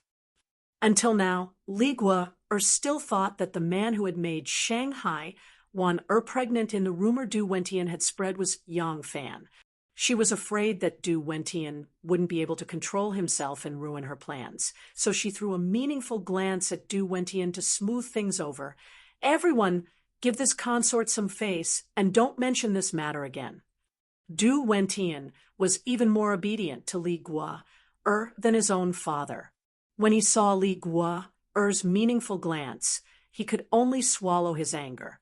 Seeing this, Du Jingting was even more certain that his son had molested an innocent woman. Although it wasn't a serious crime, it was still a disgrace to the family and would make it seem like he wasn't strict enough with his son. Du Jingting was filled with shame, but he couldn't discipline his son in public. He could only glare at him and scold. "You little beast, for the sake of the princess and the prince consort, I'll let you off for now. When we return to the residence, this old man will properly settle the score with you." Wu Chongxuan hurriedly grabbed Zhang Changzong's arm and introduced him to the guests. No one wanted to embarrass Du Jingting too much, so they all pretended not to know about the matter and greeted Zhang Changzong loudly. Then, like the stars surrounding the moon, they led Zhang Changzong to the main hall. Du Wentian looked at Zhang Changzong's receding figure and spat out a mouthful of bloody spittle. The loyal servant Chen Jia quickly offered him a handkerchief. Du Wentian wiped the blood from his nose, the hatred in his heart growing. When Li Guo had asked him to do that, he had been somewhat hesitant, but now he no longer had any scruples. The banquet began in the main hall. Everyone talked cheerfully and wittily, deliberately avoiding the matter just now. However, it could be imagined that the news of Fan Chuan's son molesting a woman and being beaten up by Zhang Changzong would definitely spread throughout Chang, and after the banquet. Du Jingting's face was dark. He only sat for a moment before saying that he wasn't feeling well and bidding farewell to the princess and the prince consort. Wu Chongxuan knew that he wasn't feeling well, so he didn't urge him to stay. Du Jingting left the main hall. He had wanted to find his son to teach him another lesson, but when he asked a few servants, no one knew where he had gone. Du Jingting thought that his son was too ashamed to see anyone else and had already left. He angrily boarded his carriage and left.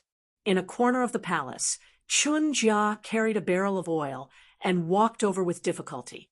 She pulled out the cork, then hesitantly turned around and asked, "Young master, do you really want some?" There was a clear palm print on Du Wentian's face as he limped over. He kicked the oil barrel and threw a torch forward fiercely. A raging flame ignited with a pung sound. The fire raged, reflecting his ferocious face. Only then did he grit his teeth and say, "Light." Princess and Lu and Wu Chongxuan were the guests at today's banquet, but neither the Prince of Xiang's 5 sons nor Wu Chongxuan and his wife were here for this banquet. Since Zhang Changzong had arrived, it would be difficult for him not to usurp the host's position. Everyone took turns toasting him. Yang Fan waited for a long time before finally finding an opportunity to walk up to him. Zhang Changzong glanced at him and said, "Sit." Yang Fan folded his feet and sat down next to him. Zhang Changzong raised his wine cup and stared at the 2 groups of dancers dancing in the hall. He whispered, "Why did you stop me just now? Wouldn't it have been over if I had killed him with one strike of my sword? So, what if it's the Du clan? I've already killed him, so what can they do to me?" Yang Fan took a sip of wine and smiled at the beautiful leading dancer, who was waving her green sleeve at him. He whispered, "Does 6th Lang think that this matter is as simple as young Master Du harboring a grudge and slandering someone?" Zhang Changzong's expression changed. He slowly turned his head and asked, "What do you mean?" Yang Fan replied, "That Letcher really has the guts to make 6th Lang his enemy? Moreover, even if this matter were to spread among the common people, how could it reach the ears of the emperor, who resides deep in the imperial palace? If the emperor doesn't know, what harm can it do to you, Erlang? But does he have the ability to face the emperor?" Zhang Changzong's pupils suddenly constricted as he realized, "You mean he has someone behind him?" Yang Fan didn't say anything and only took another sip of wine. Zhang Changzong's expression changed. He suddenly turned his head to look at Wu Chongxuan, his eyes full of murderous intent. Wu Chongxuan was carefully picking out the fish bones and attentively placing a piece of fish meat on a plate. He didn't notice Zhang Changzong's fierce gaze at all. Zhang Changzong withdrew his gaze and asked in a low voice, "What other conspiracy do you think they have?" Yang Fan said, "I don't know either, so we have to wait." Before he finished speaking, a burst of smoke suddenly rolled in from the back of the hall. There were many layers of curtains in the palace, and most of the buildings were made of wood. In addition, there was oil to fuel the fire and the wind to help it burn, so it burned very quickly. Yang Fan suddenly turned his head and saw the tongue of fire was already in front of him. Chapter 10:36. The palace that Princess and Lu used to entertain her guests was called Baiyu Palace. It was the largest palace building in Xingyuan. Not a single nail was used in the entire palace. Everything was built using mortise and tenon joints. This palace had been built since the 2nd year of Rinshou of the Great Sui. It had hosted Emperor Wen Yangjian, Emperor Yang Guang, Emperor Gaozu Li Yuan, Emperor Taizong Li Shimin, Emperor Gaozong Li Ji, and countless concubines and even relatives of the emperor. It had always been in perfect condition, but now it had become a blazing volcano. The flames soared and the heat burned their noses and mouths. Everyone could only retreat again and again. The eunuchs and eunuchs of the Changle, Eastern, and Western eunuchs who were in charge of the Forbidden Garden heard the news and rushed over. They drew water from the jade pool nearby to extinguish the fire, but the palace was made of wood. Once it started to burn, the fire could not be contained. Under the rising flames, No one could stand within 100 feet. A few daring eunuchs tried to force their way closer. Their hair was immediately burnt and curled up. They could not even open their eyes. How could they put out the fire like this? They could only watch as the fire engulfed the entire palace. Zhang Chongzong looked at the flames that were as tall as a small mountain. He clapped his hands and praised, "What a big fire! It's a pity that it's not as spectacular as the Ming Tang and Heaven fires in Luoyang." Yang Fan looked at him from the corner of his eyes. He thought, does this guy think he's setting off fireworks? Such a big and magnificent palace is gone just like that. It's as if he still wants to see more. Yang Fan turned around and looked at the palace that was completely engulfed in flames. He sighed with regret. Suddenly, he felt a pair of eyes staring at him. Yang Fan's eyes flashed as he looked at that pair of eyes. Li Guer hurriedly withdrew her gaze and turned her head away, as if she had never seen him before. However, even though she withdrew her gaze quickly, Yang Fan still caught a glimpse of it. It was an excited and bewitching gaze. Baiyu Palace is on fire. Why is she looking at me? Why is her gaze so strange? Yang Fan frowned slightly. An uneasy feeling rose in his heart. Boom! A huge pillar fell down, sending up countless sparks. The flames first dimmed, then burned even more fiercely. One of the palace walls was on the verge of collapsing, and finally collapsed in the fire. The raging flames that came rushing towards them forced them to step back again and again. They had to retreat more than 100 feet before they could regain their balance. The majestic palace had finally been reduced to a pile of rubble. Although the fire was still burning, the blazing flames had already begun to die down. Luo Shanqian, the head steward of the Forbidden Garden, who had rushed over, saw this scene, and his legs went soft. He fell to the ground on his butt. His white and plump double chin trembled, as if he was mourning the death of his parents. "It's over, it's over. The Aquamarine Palace is finished. How can I, your husband, bear such a great sin?" Yang Qingfeng, the head steward of perpetual music, had a dark and pale expression on his face. Like a little ghost that had crawled out of a pit, he moved in front of Luo Shanqian and said miserably, "Eunuch Luo, the Aquamarine Palace is on fire. What should we do now?" Luo Shanqian did not know where he got the strength from. His round and fat body actually crawled up from the ground with a grunt. He stared hard with his puffy eyes and shouted in a shrill voice, "You ask me? Who should I ask? You bastard! How could you cause the Aquamarine Palace to catch fire in broad daylight?" Yang Qingfeng cried out in grievance, "Eunuch Luo, you can't blame me for this. It's true that I am in charge of Daxing Garden, but I can't always be in the Aquamarine Palace." Luo Shanqian gave him a big slap, causing Yang Qingfeng to spin twice on the spot. Luo Shanqian rebuked in a shrill voice, "So you're saying that you're in the right? Why would the Aquamarine Palace catch fire out of nowhere? Was it caused by the dry weather? You have to give me an explanation. Otherwise you, Yang Qingfeng, won't be able to escape responsibility." As Luo Shanqian spoke, he winked at him. His round, white, and clean face was like a large pig's head that had shed its fur. With a slight shake of his neck, his double chin would tremble incessantly. His pair of puffy eyes still had to make a suggestive expression of pursing his lips and knitting his eyebrows. It was truly difficult for him. When Yang Qingfeng saw Luo Shanqian's squinting eyes and crooked mouth, she thought that he had suffered a stroke from the fire in the Aquamarine Palace. She was stunned for a moment before suddenly coming to her senses. She hurriedly shouted, "It just rained here yesterday. How could it be dry? This is clearly the result of the carelessness of the cooks. They lost the fire seed and caused the fire." Luo Shanqian secretly heaved a sigh of relief. This fellow was not too stupid after all. Luo Shanxian ran to Princess Annel's side like a round meatball. He bowed with his hands in front of him and said, "Princess, why would the Aquamarine Palace catch fire out of nowhere?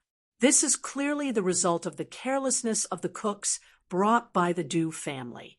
If the imperial court investigates this matter, please bear witness for this servant."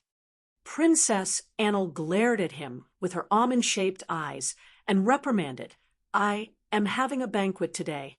It was supposed to be a joyous occasion, but now it has been ruined by this fire. You eunuchs caused the fire because of your carelessness and nearly cost me my life. Now you still want to push the blame onto others?" Eunuch Luo was wrapped in a tight green robe. His back was already drenched in sweat. Now that he heard that Princess Annel seemed to want to cover up for the Du family's cooks and put the blame on them, he was both anxious and afraid. He sweated profusely. "Your Highness, this Aquamarine Palace has been here for many years. Nothing has ever happened before. Now that there is a fire for no reason, it is naturally the result of the carelessness of the cooks. Your Highness must uphold justice for this servant." Hearing this, Du Wentian was unable to restrain his anger. He stepped forward and said, "According to Eunuch Luo, this fire should be blamed on the cooks. But looking at the source of the fire, it is clearly not under the cooks." Yang Qingfeng said, "There are curtains hanging everywhere in this grand hall. They are all flammable and can be ignited with just a spark. Although the source of the fire is not under the cooks, can it be caused by the scattered fire seed under the cooks? It is daytime now, and there are no candles. The only fire seed in the Aquamarine Palace is under the cooks. If it is not under the cooks, who else could it be?" There were also a few steward eunuchs who attended the banquet today. They were more or less friends with Eunuch Luo and Eunuch Yang. Even if they were not friends, they knew that if this matter was placed on Eunuch Luo's head, it would be a great sin. They all worked in the palace and would naturally stand on Eunuch Luo's side. Immediately, a few steward eunuchs came forward and helped Eunuch Yang argue. Chun Jia mixed in with the group of cooks and said in a low voice, "Did you hear that? These eunuchs want to push the blame onto you. If this crime is confirmed, it is a crime punishable by beheading." When the 20 or so cooks hired from several large restaurants heard Chun Jia say that this group of cowardly eunuchs wanted to push the blame of the fire on them, they couldn't help but be shocked and angry. "This is ridiculous. You are drinking and having fun in the hall while we are smoking and sweating in the kitchen. Now that something has happened, you want to push the blame onto us?" A group of sorrowful and angry cooks immediately rushed to Princess Annel's side and argued with the group of cowardly eunuchs.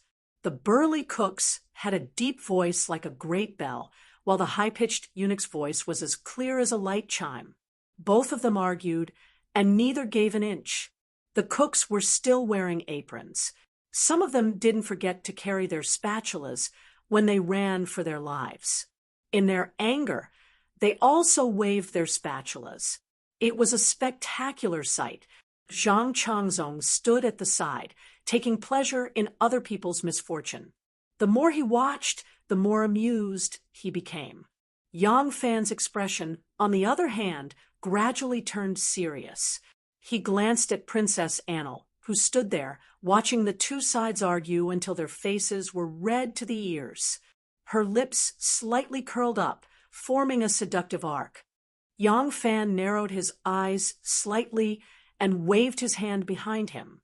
Ren Wei immediately walked to his side.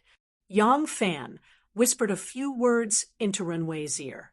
Ren Wei was startled at first, but then nodded and hurriedly walked out of the crowd, spurring his horse to gallop away.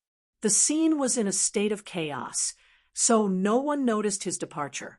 Seeing that a lawsuit had broken out at the scene of the fire, the guests were somewhat at a loss. The influential figures of the aristocratic families gathered together to discuss. Du Guyu represented everyone, and came before Wu Chongxuan. Dugu Yu cupped his hands towards Wu Chongxuan and Princess Anil, saying, Princess son-in-law, we are greatly honored by your warm hospitality today. We didn't expect such an unexpected turn of events. It is truly a pity. Now that things are like this, we cannot stay for long. We will take our leave now. Dear guests, please take your time.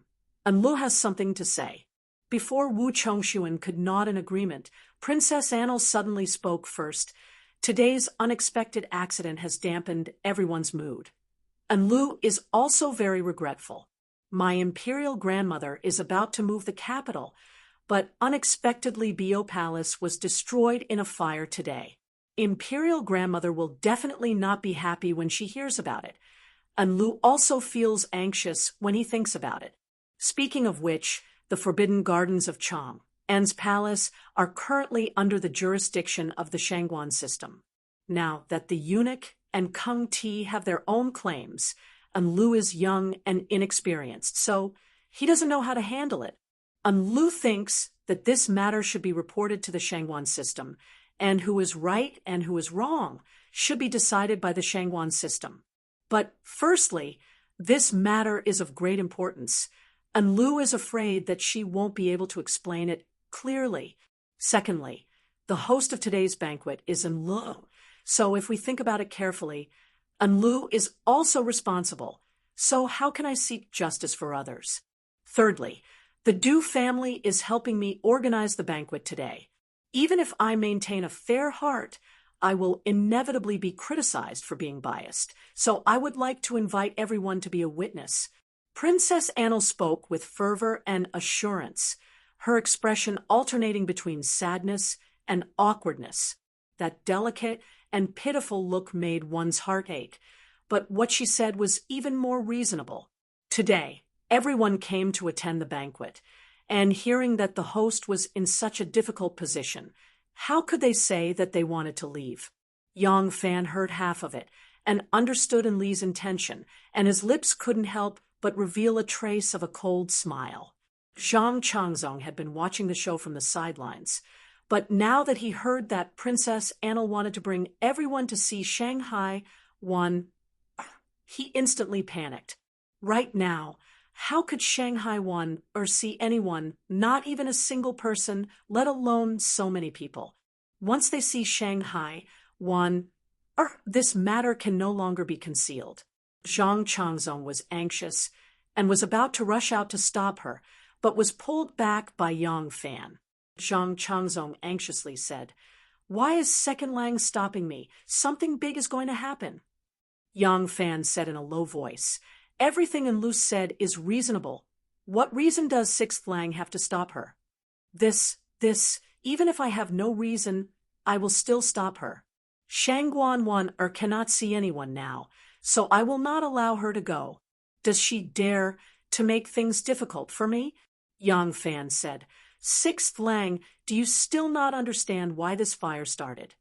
Zhang Changzong was stunned at first, then shocked. Could it be that she burned Bayou Palace to force Shangguan Wan to see her? Yang Fan said, From the looks of it, I'm afraid so. Sixth Lang, if it was any other time, I also believe that she would not dare to offend you. But now it seems that the mastermind is clearly Enlu. In order to take revenge on you for her brother and sister, she painstakingly did not hesitate to burn down Bayou Palace. Now that the dagger has been revealed, do you think that she will give up this great opportunity to force Shangguan Wan to see her just because she is worried about angering you? Zhang Changzong was shocked and angry. Then what should we do? Yang Fan suddenly whispered something into his ear. Zhang Changzong's eyes brightened, and he asked in pleasant surprise, Is this true? Yang Fan smiled slightly and said calmly, Sixth Lang, when have I ever disappointed you? When I have worked with you on important matters? Zhang Changzong laughed, but just as the laughter rushed out of his throat, he hurriedly held it back. Luckily, he held it back in time and only made an explosive sound. This place was so smoky that others would think that he was choking on his throat. Zhang Changzong coughed, lowered his voice, and said excitedly, "Then I will endure for a while. As long as I can get through this. Humph." Chapter 10:37. It was the first time that so many dignitaries gathered in Longqing Square, and it was the first time that Longqing Pool was so lively.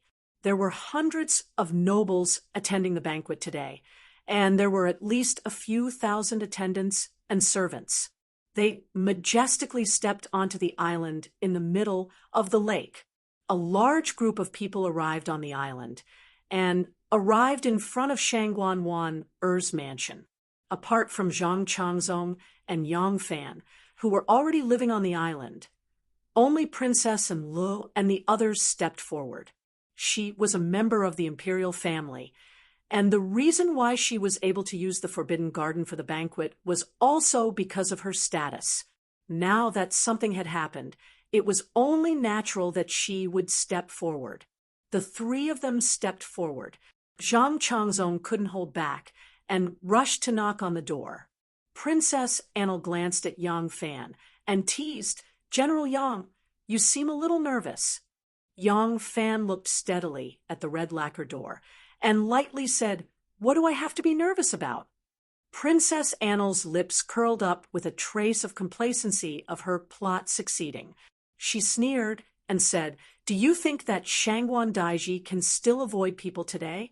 As long as she comes out, who can hide her big belly from?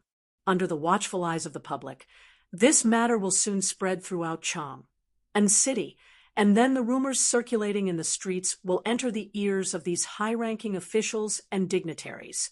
At that time, do you think that my imperial grandmother will investigate the scribes of the CI officials and make this scandal known to everyone in order to protect you, or will she quickly behead you and Shangguan or—" Yang Fan suddenly turned his head to look at her, and his eyes were full of surprise and surprise that couldn't be concealed. Li Guerre saw it in his eyes and thought that it was his shocked and frightened look. She felt even happier and proudly sneered. "Do you think that I let people spread the news that you have an affair with Shangguan just to ruin your reputation? If you think so, then you are wrong. Very wrong. I, Li Guerre, have never been such a magnanimous person. Since you've offended me, I want you to die. I want you to die without a burial." Yang Fan did not hear the last of her harsh words. His thoughts were abnormally chaotic. What is going on? The rumor said that Wan'er and Zhang Changzong had an affair. Why did she say it was me? Could it be that she did not want to avenge her brother and sister, but deliberately wanted to deal with me? But how could the rumor? Yang Fan suddenly thought of something and turned his head to look. In the crowd, Du Wentian was staring at Zhang Changzong's back, with his fingerprints all over his face. His face was filled with a smug sneer. In an instant, Yang Fan understood everything. Zhang Changzong quickly walked down the stairs. Li Guerre immediately greeted him and said, "Zhang Fengchen, what did Shangguan Weiji say?" Zhang Changzong had already received a hint from Yang Fan before, but after all, he did not participate in the whole process. He was afraid that things might not be as easy as Yang Fan said, so he was still a little nervous. He first looked at Yang Fan and then said, "Shangguan Weiji is at the back of the mountain." What? Li Guerre was also stunned. A pregnant woman could ride a horse to the bow? Obviously not. Could it be that Du Wentian's information was wrong? But no matter what, she had to see Shangguan with her own eyes. Li Guerre was startled and immediately said, "Okay, then let's go to the back of the mountain." Li Guerre turned around and quickly walked a few steps with her dress in her hand. She said to the many Chang and officials and nobles who were waiting quietly in front of her, "Shangguan Weiji is at the back of the mountain. We will go directly to the back of the mountain to see her. Young Master Du, please come forward. I have something to ask you." Du Wentian hurriedly ran in front of her and bowed. "Your Highness."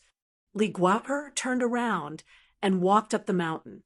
She asked coldly, "Are you sure that the pregnant woman you saw that day was Shangguan Wan. Du Wentian hesitated for a moment and replied, I really don't know what Shangguan Wan looks like. However, the woman who donated the sesame oil money in the name of Zhang Wan was indeed pregnant. Moreover, the other two men who accompanied her under pseudonyms were indeed Yang Fan and Zhang Changzong. From the words and deeds of the three people, the woman's status was definitely not below Zhang Changzong's. Who else could it be other than Shangguan Wan? Li Guer was slightly relieved after hearing this. She whispered, When you see Shangguan Wan, look carefully for me. See if she is the person you have seen before. Du Wentian was just about to nod in agreement when a hand suddenly stretched out from behind and put on his shoulder. He was violently pulled out. Du Wentian was not prepared and almost fell. Wu Chongshuan squeezed over and whispered to Li Guer, Enlil, what are you doing? We had a banquet in the Aquamarine Palace and accidentally caused a big fire. The sage will certainly be unhappy if he hears this. But what should we do now has already been burned. What can we do? Whether the imperial court is investigating the dereliction of duty of the eunuchs or those hired by the Du family for the fire, you are a dignified princess. Do you need to be the judge? Look, all the bigwigs in Chang and have been invited to the island in the middle of the lake by you. This is too big a scene. Li Guer glared at him and scolded, It's my business. Don't interfere.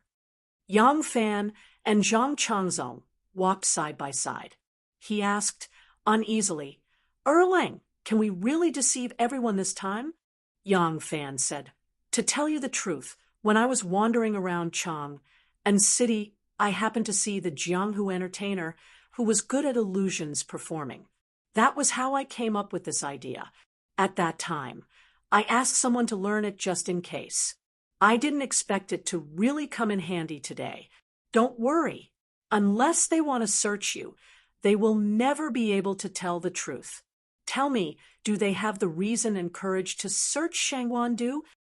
Zhang Changzong sighed quietly and said, That's for the best. The so-called mountain on the island was just a high slope.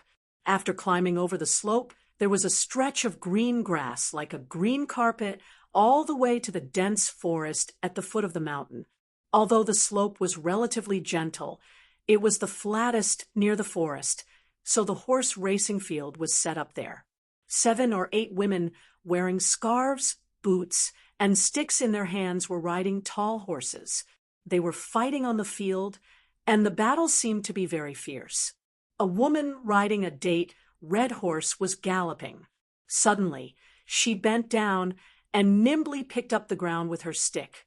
She turned sideways and threw a ball backward. The red ball slid in an arc and flew 7 or 8 feet away. It bounced and rolled on the ground. Several women who had just managed to get there immediately scrambled to get it. As soon as Li Guer climbed over the hill, she saw the crowd and immediately looked for Shangguan Wan. When she saw the beautiful woman on the maroon horse, she immediately stopped in her tracks and stood there in a daze. The moment she stopped, the thousands of people following behind her immediately stopped as well. Although they were still far away, the woman riding on the purplish-red horse was clearly Shangguan Wan. Her clothes fluttered in the wind as she urged the horse to gallop. Looking at her strong and agile figure, as well as her slender waist, who would dare to say that she was pregnant? Li Guer suddenly turned her head to look at Du Wentian. Du Wentian was also a little confused. The woman who was bowing on the horse did look very much like the big-bellied woman he saw the other day, although they were standing on the slope and were still far from the horse racing field, so they could not see the features clearly, but there were 7 or 8 people on the field. Other than this woman, there was no one else who looked like the woman he saw the other day. At this time, Li Guer had no time to confirm with him. Since things had come to this, whether what Du Wentian said was true or false, she had to continue the show. Li Guer took a deep breath and walked down the slope. As she walked, she secretly rejoiced in her heart. Luckily, I found an excuse first and left a way out. I did not publicly shed all pretense of cordiality with her. Otherwise, I'm afraid today's matter would be difficult. Under the fighting of the women, the red ball was suddenly hit in front of Shangguan Wanner. Shangguan Wanner waved her staff and urged her horse to snatch it.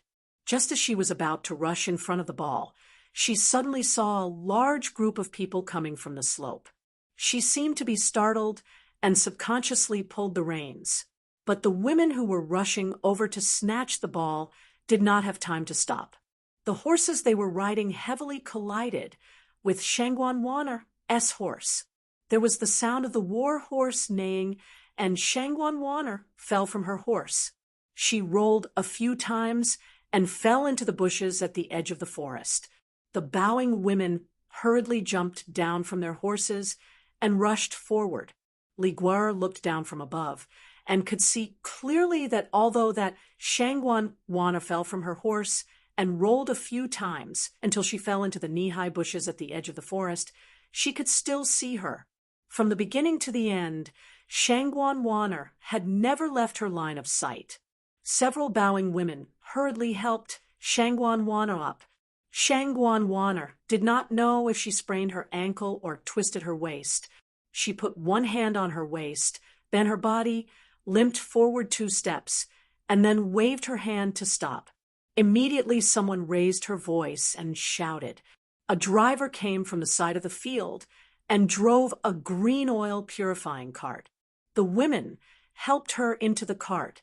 When Li Guer hurriedly rushed over with her people, Shanghai Wanner was already sitting in the carriage. It was summer. The curtains of the carriage were rolled up high. The inside of the carriage was transparent, and she could see everything clearly. Just now, the person who rode the bowing horse was indeed her. The person who fell from the horse and was helped into the carriage was also her. Her appearance. There was no mistake about it. It was indeed Shangguan Wanner. Shangguan Wanner seemed to be in some pain. She had one hand on her waist and the other on the armrest by the window. Her eyebrows were slightly furrowed, as if she did not understand why Li Guer brought so many people to the island. Princess Annel, Prince Consort Wu, Zhang Fengchen, Prince Shouchuan, Prince Hingyang. You brothers have also come. Wanner greeted them. Wanner just fell down, and my internal breathing is interrupted. I cannot get off the carriage to meet you. Please forgive Wanner for being rude. Zhang Changzong and Wu Chongxuan quickly cupped their hands and said that there was no harm in being straightforward. Li Qingqi and his brother's attitude towards Shanghai Wanner was even more respectful. They cupped their hands and bowed deeply to her. Their etiquette was very considerate.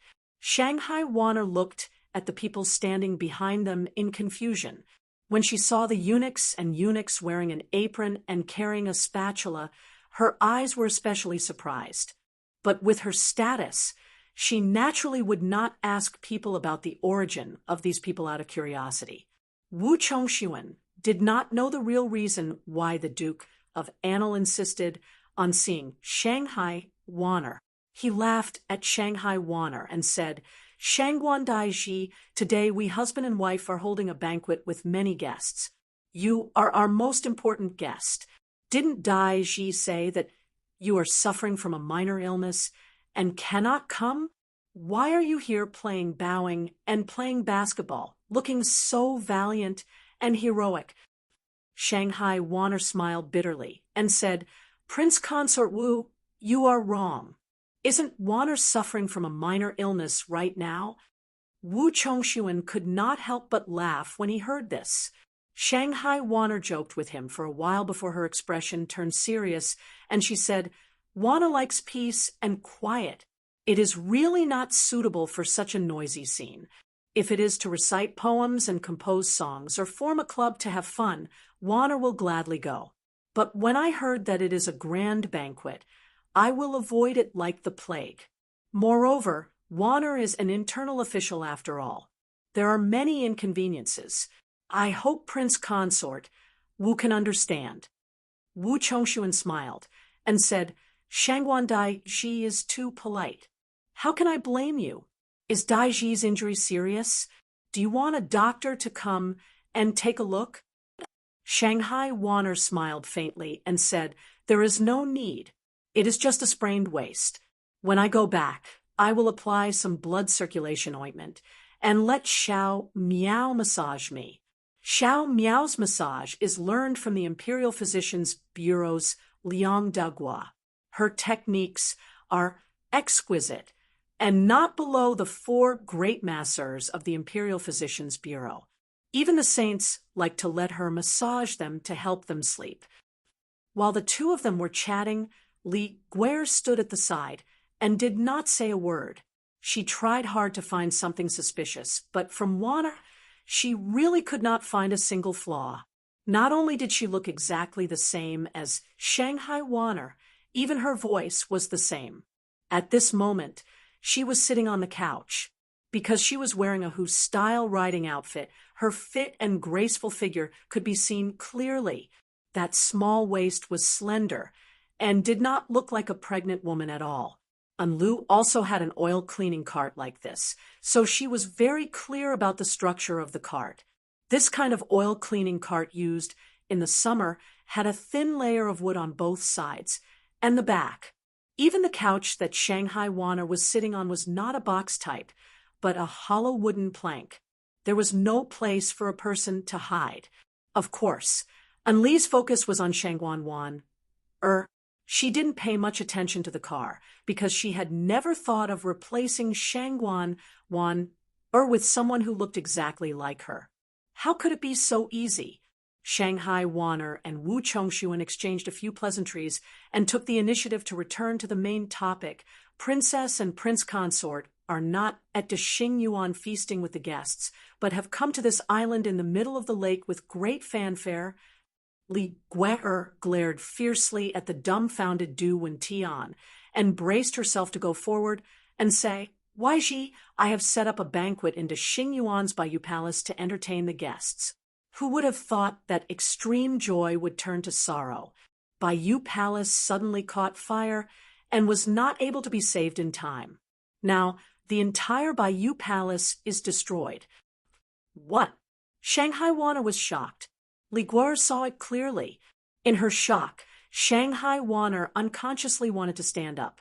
But when she lifted her buttocks, it affected her waist injury. Only then did she let out an ouch and sat back down. She nervously said, Princess said that Bayou Palace has been destroyed. The entire Bayou Palace has been destroyed. Seeing this, Li Guer knew that there was absolutely no problem with Shanghai Wanner. In her heart, she was really angry and hated Du Wentian. She could only reluctantly answer, Yes. Right now, the Forbidden Gardens supervisors and the hired pit demons each have their own version of events. The garden supervisor says that it was because a fire seed was scattered under the stove that caused the disaster. The pit demons say that it was because the eunuchs did not take good care of it and accidentally burned the palace. This matter is of great importance. Anlu does not dare to be arbitrary and can only come to seek an audience with Shangguan Weiji. Right now, all the places in the palace are being managed by Shangguan Weiji. I hope that Weiji can judge this case. Shanghai Wanner sighed and said, The fire in Bayou Palace is something that no one wishes to see. Now that the palace has been burnt down, Princess should not think too much about it. Wanner will report this matter to the saint. The saint has always been merciful and will definitely deal with this lightly. However, the cause of the fire still needs to be investigated clearly, and the responsibility for this. Wanner has sprained her waist, and it is not suitable for her to rush to the scene of the fire.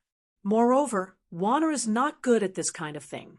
As far as I know, the Forbidden Gardens supervisors are under the jurisdiction of the Sinong Temple, right? The Forbidden Gardens supervisor, Luo Shanqian, hurriedly stepped forward and said, Yes, The Forbidden Gardens supervisors are under the jurisdiction of the Sinong Temple. Shanghai Wana nodded and said, "Good. Then let the Sinong Temple come forward to investigate the scene of the fire and investigate the cause of the fire. Since this matter also involves the hired pit demons in order to seek justice, is there anyone from the Ministry of Justice and the Luoyang government here?" Chun Dong and Lu Chetian immediately stepped forward and cupped their hands in greeting. "Greetings to Shangguan Weiji." Shanghai Wana nodded and said, "I thank the Ministry of Justice, the Luoyang government, and the Sinong Temple for working together to investigate the scene of the fire, investigate the cause of the fire, and clarify the responsibility." The two of them hurriedly agreed. Du Wentian stood in the crowd, almost unable to believe his eyes. He recognized Warner sitting in the carriage. She was indeed the woman he saw at the Sinong Temple that day, but why was her stomach gone? Du Wentian paced back and forth, getting closer and closer, wanting to take a closer look. Yang Fan had been staring at him. At this moment, he secretly gave Xu Xiaomao, who was dressed in riding attire, a look. Xu Xiaomao suddenly jumped out and pretended to be suddenly enlightened. Isn't this the lecher who dared to take liberties with me at Xingjiao Temple?" Du Wentian was shocked. He did not think that the other would dare to expose this matter. Before he could react, Xu Xiaomao had already said angrily, "That day you ran away quickly. Let's see where you can run to today. Sisters, beat him up." Lan Yiqing, Gao Ying, and the other women raised their staffs in their hands and hit him in the face. Du Wentian still wanted to explain, but the women did not give him the chance. This round of beating caused Du Wentian's head to bleed. He covered his head and fled like a rat. The women did not let him go and chased him all the way. Only then did the onlookers understand why Zhang Changzong would fight Du Wentian when he saw him at Daxing Garden. At first, they were wondering why he was so chivalrous. It turned out that it was because he had a deep friendship with Shangguan Weiji. Du Wentian was blind and took liberties with the people around Shangguan Weiji, so he was beaten. Shanghai Wanner's face darkened. She asked Wu Chongshuan, "Prince Consort Wu, who was that just now?" At this time, Du Wentian had already covered his head and fled up the slope. Gowing hit him on both legs, and he cried out in pain as he rolled down. Du Wentian's character was despicable, and he took liberties with women. This originally had nothing to do with Wu Chongshuan, but he was considered Wu Chongshuan's guest today. Moreover, Wu Chongshuan was staying in his residence, so he felt that his reputation had nothing to do with it. Wu Chongshuan awkwardly explained Du Wentian's identity. Shangguan Wanner said coolly, "Although it's easy to make friends with the emperor's son-in-law, it's better to keep a distance from such a despicable person. Wanner is injured and needs to go back to the residence to rest. I will not send you off." Originally, everyone had only come to be a witness. Originally, they felt that Li Guerre was making a big fuss over a small matter, so they disapproved of it. Now that Wanner had already taken measures to deal with it, and because they saw the lecher who took liberties with her servant girl, they were displeased. Why would they still stand here and look for trouble? Many of these people had friendly relations with Yang Fan. Zhang Changzong, with his status, did not see anyone off. However, Yang Fan had to see them off. He saw them off to the exit of the island before returning. Yang Fan did not return to his own residence, but went directly to Wanner's residence. This time, he was using the pretense of inquiring about her injury, so naturally he could openly enter her residence. Yang Fan arrived at the rear residence. Just as he walked out of the bamboo forest, he saw Zhang Changzong bump into him. Yang Fan hurriedly supported him and said with a smile, "Sixth Lang, why are you always so flustered?" Zhang Changzong gasped for breath. "Oh no, oh no, Shangguan Daiji's torment seems to have affected the fetus. She is about to give birth." Chapter 1038. Gao Ying and Lan Yiqing were guarding the door of the backyard. 7 or 8 palace maids were going in and out of the room. Sometimes they remembered to take something. Sometimes they forgot to take something. They were like a group of headless flies bumping around everywhere. It was not their fault. They were a group of unmarried girls. How could they understand these things? Things happened too suddenly, so naturally they were messed up. Warner and Gu Zhuting performed a special double act on the bowing field. The person on the horse was Gu Zhuting. She could only act 60 or 70% like Warner, but it was enough to pass it off as real from a distance. There was a mezzanine in the oil cleaning car, which used the same design as the props used in the illusion show. It could make people make a visual mistake. Warner had hidden in the car in advance. Gu Zhuting pretended to be injured when she fell off the horse. After she was helped into the carriage, the two of them joined hands to perform an exquisite head swapping. Everyone saw that the body was Gu Zhuting's, while the head was Shangguan Er's. It was a seamless and flawless disguise. It was difficult for Gu Zhuting to master such a difficult illusion in a short period of time, but her jiu-jitsu and escape skills made up for it. But the space in the compartment of the carriage was limited. Warner already had a big belly, and she had spent too much time in there. She was already on the verge of giving birth, and this unavoidably affected the baby. The baby in her belly could not wait to come out. Now, the person who performed the magic skill to help her deliver the baby was Gu Zhuting. Gu Zhuting did not even have time to change her clothes before she rushed into the car. At this moment, she was sweating profusely. Warner had a natural birth, so it was not as dangerous as Xiao Mang. However, when Gu Zhuting delivered Xiao Mang last time, it had nothing to do with the Yang family. She did not care about the life or death of the baby. She just tried her best. This time was different. She was already a member of the Yang family. If something happened to the mother and the baby, it would be her fault. As the saying goes, care makes one confused. In addition, the weather in June was really hot. The sweat on Gu Zhuting's forehead was no less than that of Warner, who was in labor. Yang Fan and Zhang Changzong sat under the grape trellis in the courtyard. There was wine, yogurt, and sour plum soup on the table, but Yang Fan didn't touch a single mouthful. In front of Zhang Changzong, Yang Fan could not show any special concern or worry, but his heart had already flown into the room. With every faint movement in the room, with every palace maid hurrying in and out, his heart would sometimes tighten and sometimes relax. Zhang Changzong crossed his legs and used a pair of silver tongs to pick up 2 pieces of ice fish and threw them into the glass. He gently swirled the dark red grape wine and said, "We have finally passed this hurdle. Now Shangguan Weiji is in labor. Once the child is born, there will be no more evidence for others to use against us." Yang Fan took a deep look at the door and couldn't help but say what was in his heart. "I hope she and her son are safe." Zhang Changzong waved his hand indifferently and said, "Although there is an old saying that women passing the hurdle of life and death when they give birth, it won't happen so coincidentally to Shangguan Weiji, right? So many women give birth, and they are all safe and sound. Oh, right. Erlang, tell me, isn't this heaven's blessing us?" Zhang Changzong suddenly slapped the stone table, his face full of excitement. Yang Fan didn't understand what he was talking about and asked with some surprise, "What did heaven bless us with?" Zhang Changzong said with a smile, "Look, let them witness Shangguan Weiji's injury with their own eyes.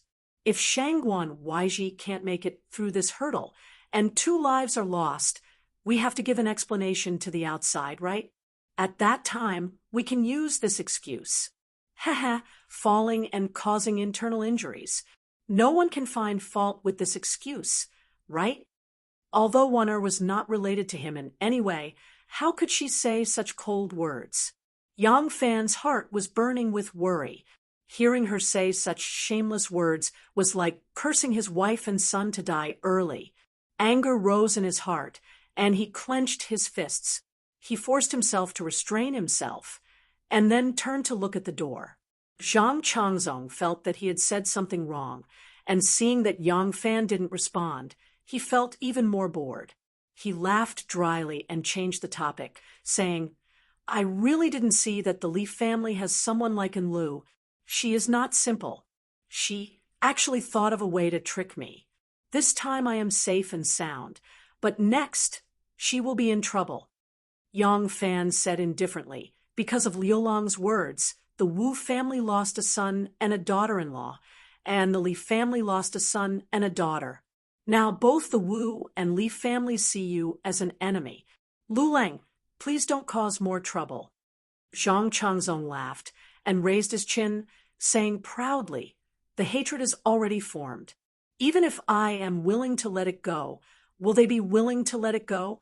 The officialdom is different from the business world.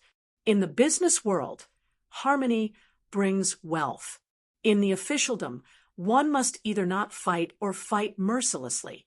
Only when the opponent is completely defeated will there be no future trouble." Zhang Changzong glanced at the side of Yang Fan's figure and lowered his voice.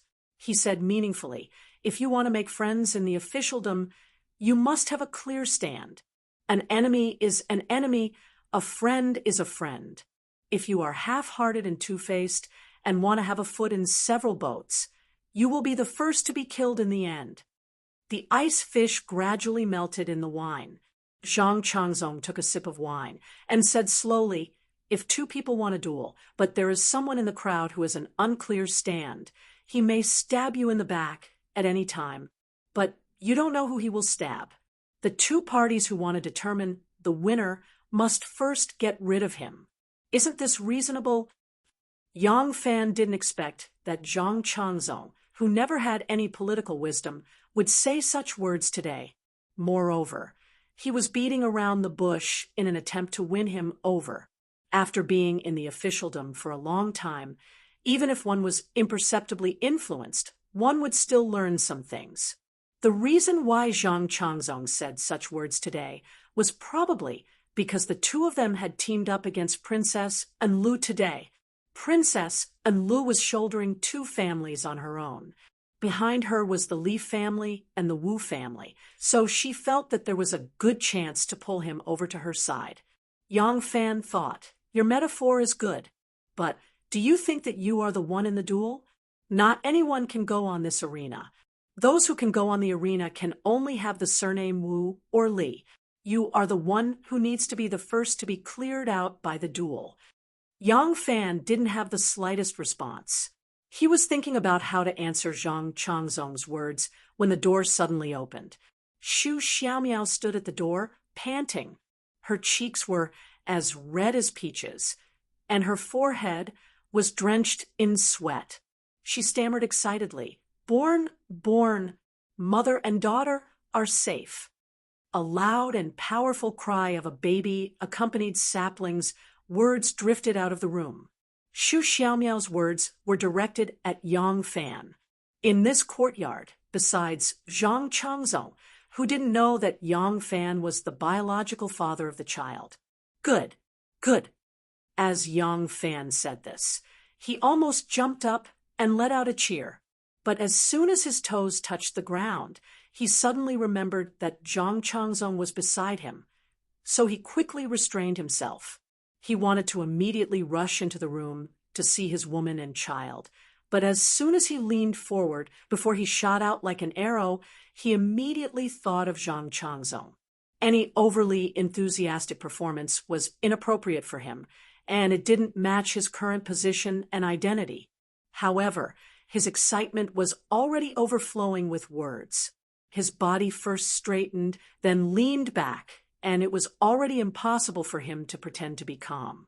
High official Yang's quick-wittedness was on full display at this time. His body spun like a windmill, and he grabbed Zhang Changzong's hand.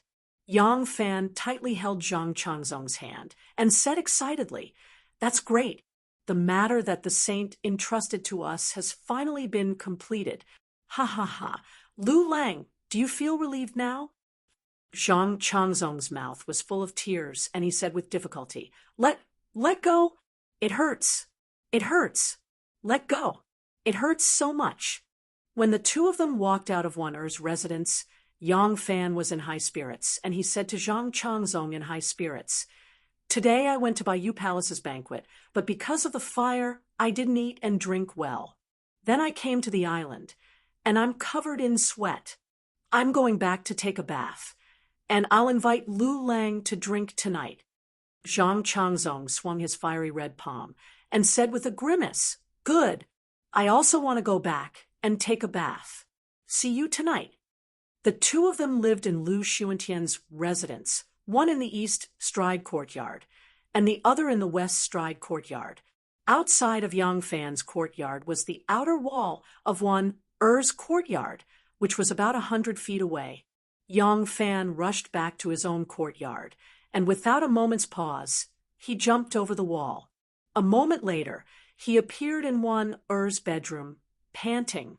Although the bedroom was still messy, it had been cleaned up. Gu Zhuting stood in the room, looking at Yang Fan, and said with a smile, Sister Wan Er and her daughter are safe. Yang Fan opened his mouth to say something, but for a moment he couldn't say anything. He just opened his arms and tightly hugged Gu Zhuting, so hard that she almost couldn't breathe. Only then did he let go of her and looked towards the bed. He saw Wan Er lying on the bed, and her face was a little haggard, but she was smiling sweetly, and her smile was incomparably serene and contented. Yang Fan walked over, sat down by the bed, and held her hand. Her hand was a little cold and unusually soft. Gu Zhuting smiled and walked out, and on the way, gently closed the barrier door. Yang Fan stretched out his hand and tenderly wiped Wan Er's forehead. Someone had already wiped her face, but there was still a thin layer of sweat seeping out.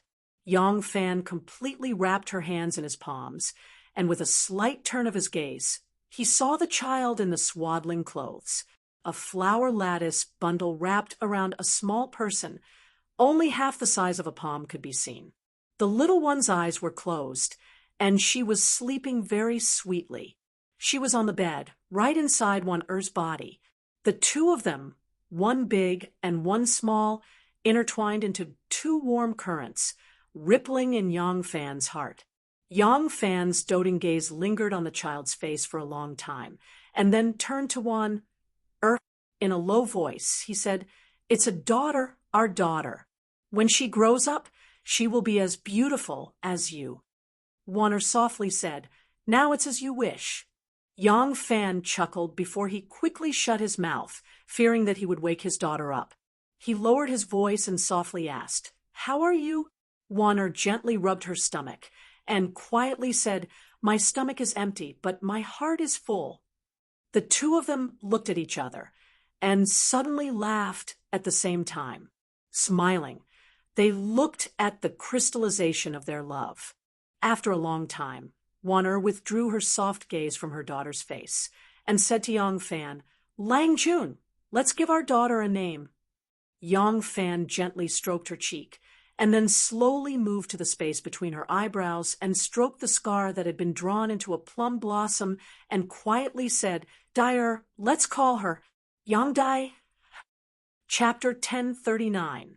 Zhang Changzong returned to his residence and wrote a short secret letter. He wrote down the news that Wan Er had given birth to a daughter and ordered someone to secretly report it to the emperor.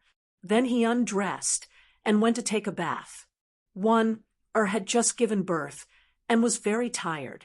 After talking with Yang Fan for a while, her excitement faded and she became tired. Dai Er was very quiet. She was probably tired from crying when she was born. She lay beside her mother and did not wake up. Seeing this, Yang Fan let the mother and daughter rest well and got up to return to his residence. After Gu Zhuting left, she immediately disguised herself and went to the residence of the famous doctor in Chang And Mu Hui. She still blindfolded Mu Hui and invited him into the carriage. They drove around the city a few times and confirmed that no one was following them before returning to the island in the middle of the lake.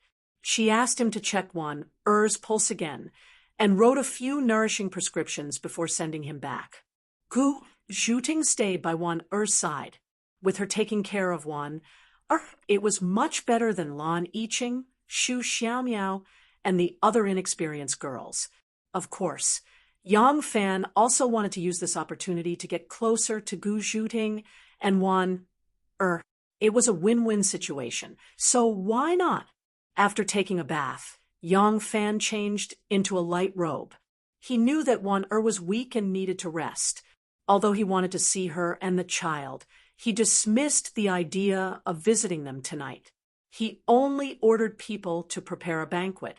He wanted to drink to his heart's content with Zhang Changzong. Yang Fan held a banquet today to celebrate the birth of his beloved daughter and the safety of both mother and daughter. It was just that this reason could not be announced to the public. He had just ordered the kitchen to prepare the banquet when he saw Ren Wei walk in quickly from outside. Looking at his expression, it seemed that something had happened. Yang Fan stopped and asked, "What is it?" Ren Wei moved closer to Yang Fan with a strange expression and said in a low voice, Lang, about the matter you asked me to do, my men have found some clues." This random sentence made Yang Fan frown and ask, "What did I ask you to do?" Ren Wei said, "It's just that there seems to be something unclear going on between Du Wentian and Princess Annal. Today, Du Wentian had suffered a beating from Miss Gao, Miss Lan, and the others. After he escaped back, he invited a doctor to treat him. Logically speaking, he had just been injured, so he should be resting in the residence. Who knew that he would actually leave the residence and go to a restaurant to drink to drown his sorrows? This lowly subordinate felt that there was something fishy about this matter, so he bribed a wine expert with a large sum of money and impersonated him to be by his side. When Du Wentian was in a drunken stupor, he said a lot of drunken complaints. Although he did not mention the name Enlu, the woman he was talking about was obviously her. From his tone, it seemed that he had messed up his task and was scolded by Princess Enlu. As he drank, he grumbled, saying that he had done his best for that woman. He had given her a mansion to live in and was willing to be a servant. He had shopped for her, prepared banquets, and spent close to $1 million. In the end, he had become the biggest joke in Chang'an. Even his father did not like him, but he was still treated coldly.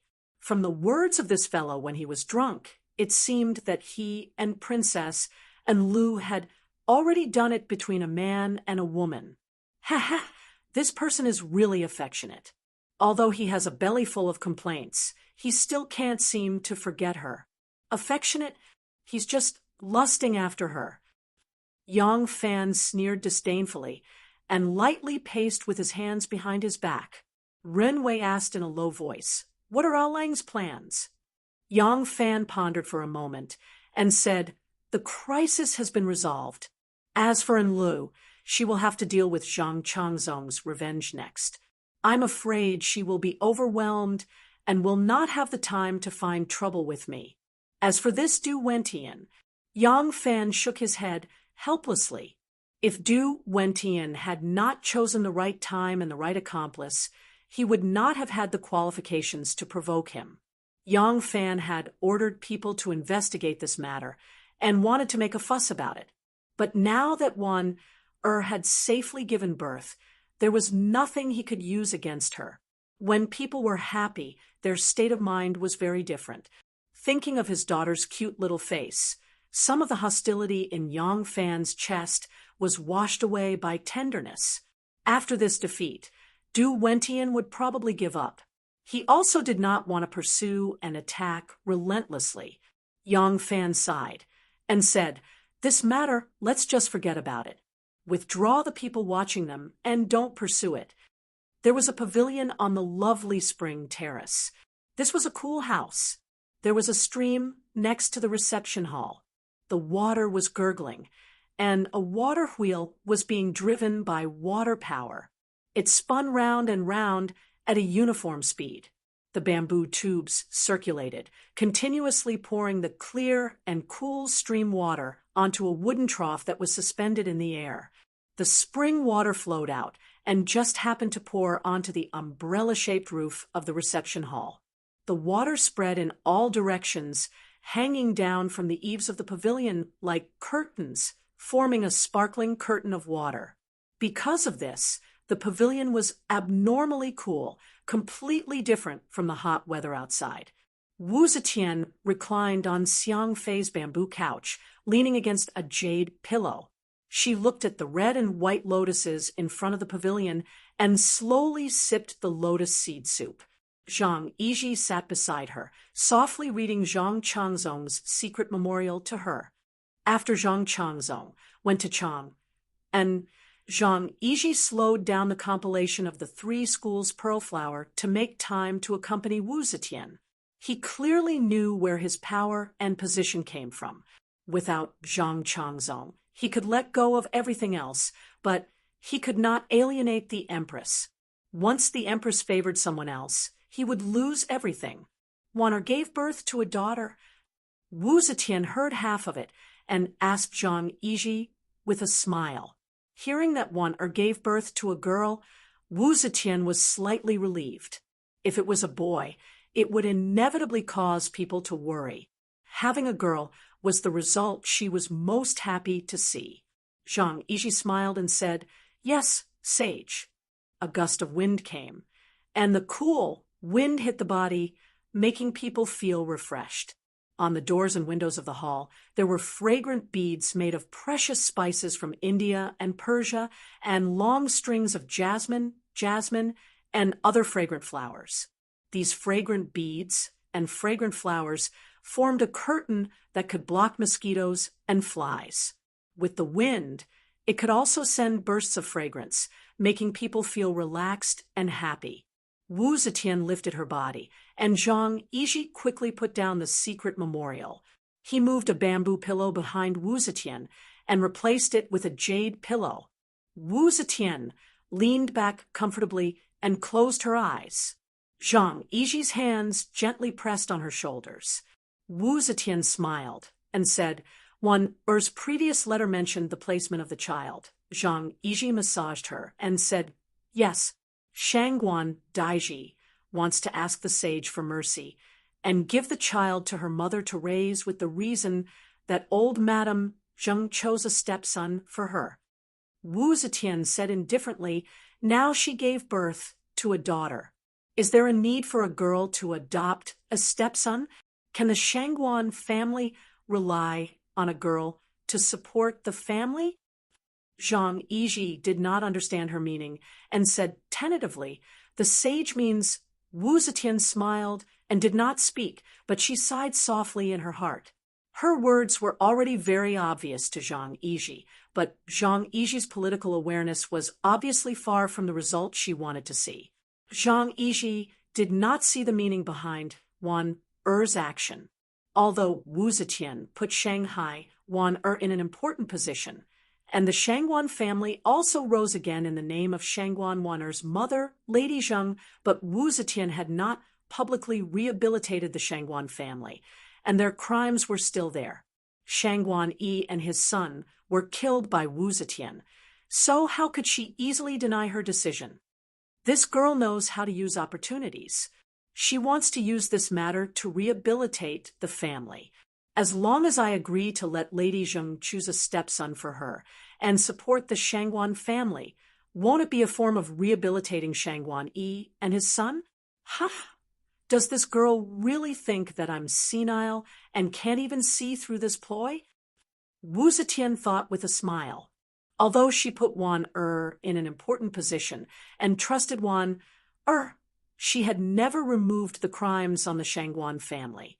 This crime was still there, and it was like a sharp knife hanging over the Shangguan family's head. As long as she wanted, this knife could fall at any time, and everything the Shangguan family had taken back would be taken away again.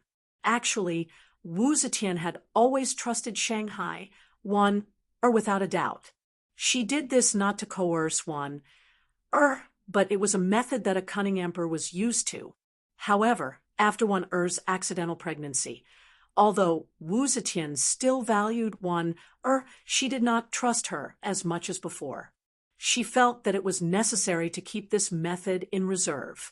Wu Zetian did not say this to Zhang Yiji. She had already given him some pointers. Since Zhang Yiji could not figure it out, then even if she explained it more clearly, it would not help him improve. Wu Zetian smiled faintly and said casually, "Nothing, I am just curious.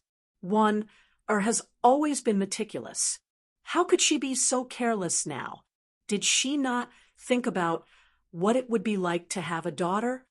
Actually, Wu Zetian knew very well that having a daughter did not involve the problem of supporting the family. It would be easier to solve. If Shanghai wanted to adopt a son, she could even allow it. Having a daughter was even easier. Did not have to specifically mention how to have a son and how to have a daughter in the secret memorial. Zhang Yiji smiled and said, "Presumably, Shangguan also thinks that if he has a son, then he can painstakingly arrange a future for him. If he has a daughter, why can't he raise her? So there is no need to worry too much. A daughter is always less troublesome than a son."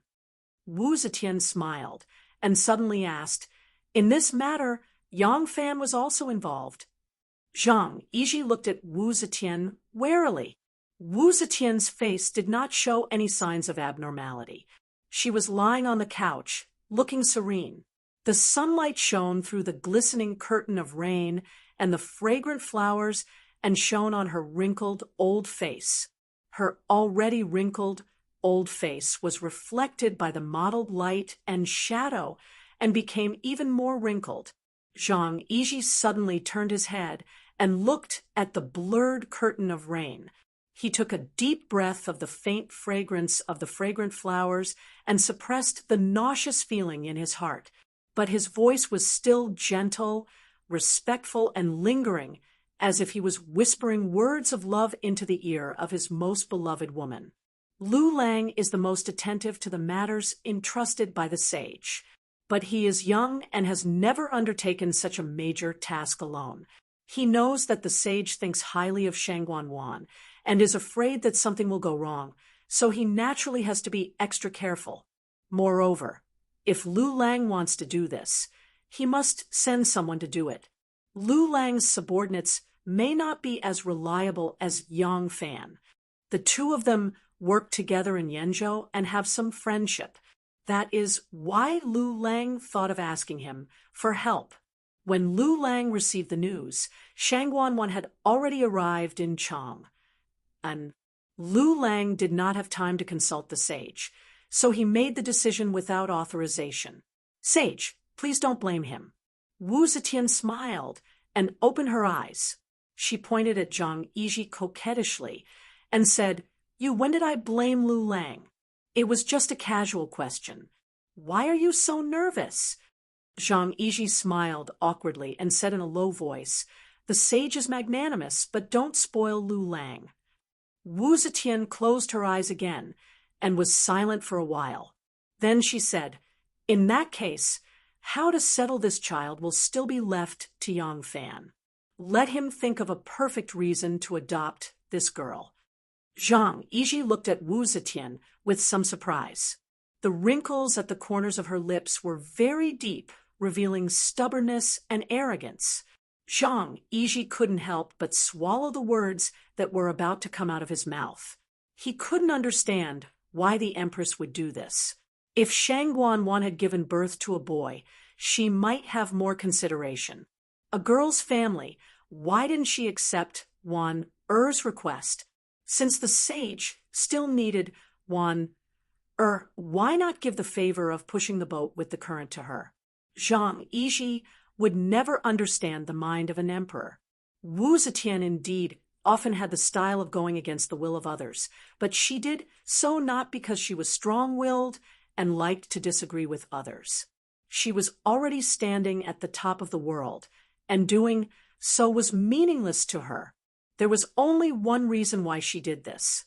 As the wielder of the highest authority, she did not want anyone to think that she would go along with the ideas of others.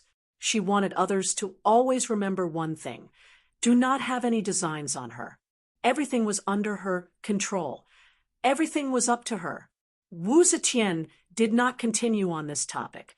Instead, she asked, "I heard that Chongshuan and Chengqi's children have all chosen to build their residences in Longqing Square. Are they now neighbors?" Zhang Yiji came to his senses and hurriedly replied, "Yes." Wu Zetian asked no more, but the corners of her lips softened. She hoped that the Wu and Li clans could bury the hatchet and work together to continue the empire of the Great Zhou.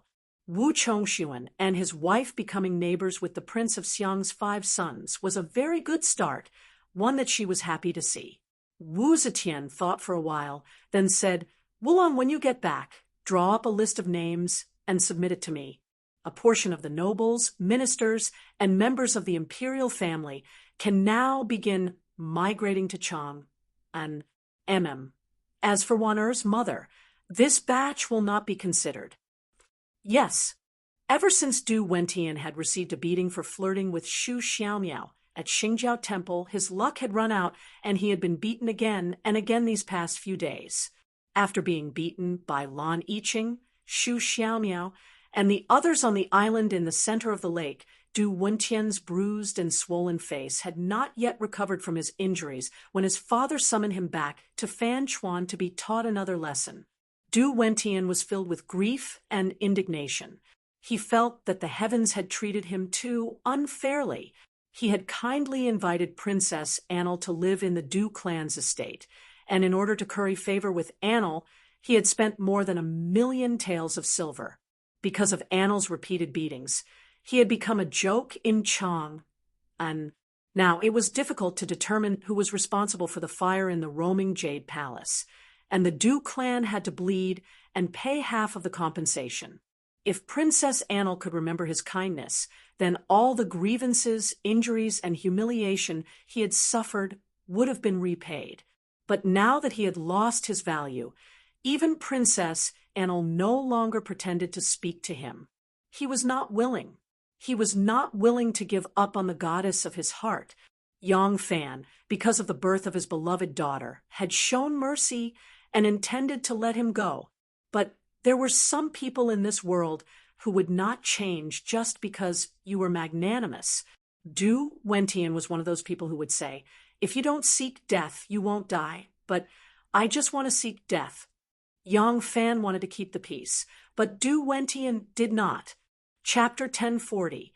At noon, 5 or 6 well-dressed young masters appeared in front of Exine Chang restaurant. There were dozens of servants accompanying them. The 2 beauties standing in front of the door scratching their heads to attract business saw the clothing of this group and discovered that the jade pendants on the waists of some of the young masters were worth thousands of gold. They knew that they were noble young masters and did not dare to slight them. They hurried forward and greeted the people in the restaurant. This group of people consisted of Wei, Du, Lu, and Su.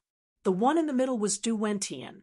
As the eldest son of the Du family in Guanlong, Du Wentian naturally had his own group of friends. He had been unlucky recently, and these friends knew that he was in a bad mood. Today, they specially invited him out to relax. These friends only knew that Du Wentian had flirted with a beautiful girl in Xingjiao Temple.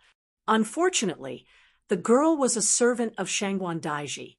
Du Wentian had been taught a lesson by Zhang Changzong and Shangguan Daiji twice. After that, he helped Wu Chongshuan and his wife organize a banquet in Bayou Palace. In the end, he was implicated by the fire, and the Du family had to pay a large sum of money. Thus, he was in a bad mood. But the true bitterness in Du Wentian's heart could not be told to others. After leaving Longqing Lane that day, Princess Annel's attitude towards him was completely different from before. Du Wentian had suffered so much, but Princess Annel did not comfort him. Instead, she started to distance herself from him. On the other hand, Prince Consort Wu, who did not know the truth, felt that the Du family lent him a mansion to live in and covered all the expenses of the banquet in Bayou Palace. They were helping him maintain his image. In the end, he was implicated and had to bear half of the expenses of rebuilding Bayou Palace. This was a shocking sum of money. He felt sorry, and his attitude towards Du Wentian changed greatly. Du Wentian did not give up. He always felt that he had done so much for Princess Annel, and that she should return the favor. But in the end, Princess Annel no longer treated him with respect. These days, Du Wentian seemed to be suffering from lovesickness. Even when he was escorted to the top of the building, he was still in a daze. At this time, there were not many customers on the second floor. There were only a few tables by the window. The middle seats were all reserved by Du Wentian, and the others. Du Wentian drowned his sorrows with wine. The wine made his worries worse. His alcohol tolerance was average. Today he indulged himself, and soon he was dead drunk. Today, all the young masters had gathered together to accompany him to relieve his boredom. Who would have thought that not long after, he would be drunk to the point of staggering left and right? The Zhu family's young master, Zhu Hongjun, said, "Give Wentian some hangover soup. Don't let him drink it." The Zhu family wasn't considered a powerful family among the Guanlong nobles, but among these friends, Zhu Hongjun was the oldest. Moreover, he had a calm temperament and was very thorough in his work. Over time, he took care of all the things that the young masters needed to do, and everyone was willing to listen to his arrangements. As soon as Zhu Hongjun said this, Hu Ji, who was serving Du Wentian, hurriedly asked someone to bring a bowl of soup to sober up. She fed Du Wentian half of the soup and told him to lean on her lap to dissipate the alcohol. The young masters sat there and talked about all sorts of things. Suddenly, someone mentioned the rumors about Zhang Changzong and Shangguan Wan. After a while, this rumor finally spread from the streets to the rich and powerful families. As soon as Zhu Hongjun heard this topic, he immediately said to the man, "Xiao Hun, don't spread this kind of rumor. Be careful not to bring unnecessary trouble to yourself." His surname was Wu, and his name was Wu Xiaowei, although his family was well off, and he had an uncle who was an official in another city. He was only a third-rate family compared to these rich and powerful aristocratic families. However, not all of the friends that the young master of a rich and powerful family often hung out with were of equal social status. Among them, there had to be a few people who had good eyes and knew how to talk to make everyone happy. Wu Xiaowei played such a role. He often followed these noble young masters to eat and drink, and these young masters made fun of him. That was why they called him a homonym, little rascal. Wei Derui was young, but he was a sensible youth. He immediately followed Zhu Hongjun's words and said seriously, "Brother Zhu is right." That day, Prince Consort Wu held a banquet at Bayou Palace. I accompanied my father to the banquet. Later, because it was difficult to determine the cause of the fire, Princess Annel invited me to meet Shangguan Daiji at Longqing Lane. I saw it with my own eyes. Shangguan Daiji and the palace maid were riding horses. How could a pregnant woman ride a horse and do that? What's more, I saw clearly that Shangguan Daiji's slender waist was definitely not a pregnant woman. This kind of false rumor must not be echoed by others. Zhu Hongjun was respected as the eldest brother, but his family's status was not high. He was tactful with others. Wei Derui was young, but his status was high. The leaders of the Guanlong family were the Fan Chuan, Wei, and Du families. His Wei family's status was higher than the Du family's, so he didn't speak so politely to Wu Xiaohun. Wu Xiaohun blushed at his words. I was just joking around, he said shyly. Wei Durui said, seriously, how can you joke about something like this? This is a matter of ruining someone's reputation. If it's more serious, it might bring disaster to someone. There are many officials in our families, so we should be more cautious. Besides, Shangguan Daiji belongs to my Guanlong family. We are all in the same boat. Shouldn't we protect him? His words made Wu Xiaohuan's face turn red, and he was speechless. Unexpectedly, Du Wentian, who was lying on a beauty's thigh and was half drunk and half awake, heard their conversation. Du Wentian had always thought that his goddess ignored him because he had provided false information. But he saw it with his own eyes that day. He still didn't believe that he was wrong. She was still the same person. If she wasn't pregnant, would the one, be so bored that she stuffed a pillow in her stomach? He was the one who spread the news. But Wei Durui said that it was nonsense. Du Wentian didn't like to hear that. He sat up and slammed the table, saying loudly, Xiaohun is right.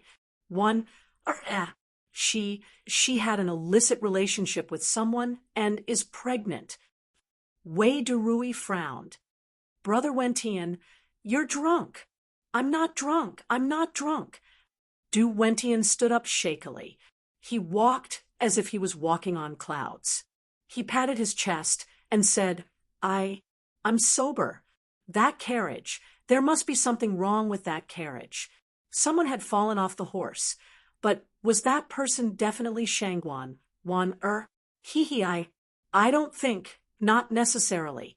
I thought about it over and over again. The more I thought about it, the more I felt something was wrong. Do you think they rode a horse to the bowing ground? Why is there a carriage next to the bowing ground? Zhang Changzong, and one is young and the other is charming. They both live in the palace for a long time. It's normal to fall in love with each other. Du Wentian sneered as he spun half a circle. His laughter suddenly stopped, and his expression changed. A man and a woman were standing at the top of the stairs. The man was Zhang Changzong, and the woman was Wan went to Bayou Palace to check on the damage. She didn't want to show her face in front of people before. But now she wasn't afraid. She used the fire in Bayou Palace to appear in front of the world. On the way back, she accepted Zhang Changzong's invitation and went to Xian Chang restaurant to eat. Who would have thought that she would run into Du Wentian and hear his nonsense? Du Wentian saw that Zhang Changzong's face was distorted with anger. He couldn't help but shiver. He woke up from his drunkenness and secretly complained, "Oh no! How did I run into them?" Zhang Changzong suddenly let out a creepy laugh. It made Du Wentian's legs go soft. If it wasn't because there were too many friends here and he couldn't put down his face, his legs would have gone soft, and he would have knelt on the ground. Zhang Changzong looked at Du Wentian with a smile, but his eyes were as cold as ice. Young Master Du, this Zhang and Shangguan Daiji are standing in front of you. Please explain clearly. You say that this Zhang has an affair with Shangguan Daiji, and that Shangguan Daiji is pregnant? Du Wentian didn't say a word. Er's pretty face was pale. She didn't say a word and walked away with a flick of her sleeve. Yang Fan was still standing at the bottom of the stairs. Because the width of the stairs was limited, it was only suitable for two people to walk side by side. Yang Fan's status was not as high as Zhang Changzong, and so he fell behind. Yang Fan didn't walk with he walked past and walked to Zhang Changzong's side. He shook his head and sighed at Du Wentian. Young Master Du, that day I invited Zhang Fengqin and Shangguan Daiji to Xingjiao Temple. In order to not make too much noise and affect the mood, we all wore casual clothes. You didn't know our real identities and used your Du clan's power to flirt with Shangguan Daiji's maids. Zhang Fengchen taught you a lesson. I didn't expect you to hold a grudge against me. Xingjiao Temple is in Fanchuan. Your Du clan is also in Fanchuan. I was wondering why you, a young master of the Du clan, suffered a great loss in your Du clan's territory. Now, I finally understand. When you suffered a loss, you might have called your minions to take revenge. You just didn't dare to show your face because you saw through our real identities. I think such rumors in the marketplace should have been spread by your people, right? You held a grudge against Zhang Fengchen, but you couldn't take revenge. So you used such rumors to slander Zhang Fengchen and Shangguan Daiji. Young Master Du, you came from a prestigious family. You are really shameless. The highest level of lying was to mix the truth with falsehood and falsehood with truth, making it difficult for people to tell the truth from the lies. Zhang Changzong glanced at Yang Fan, his heart filled with admiration.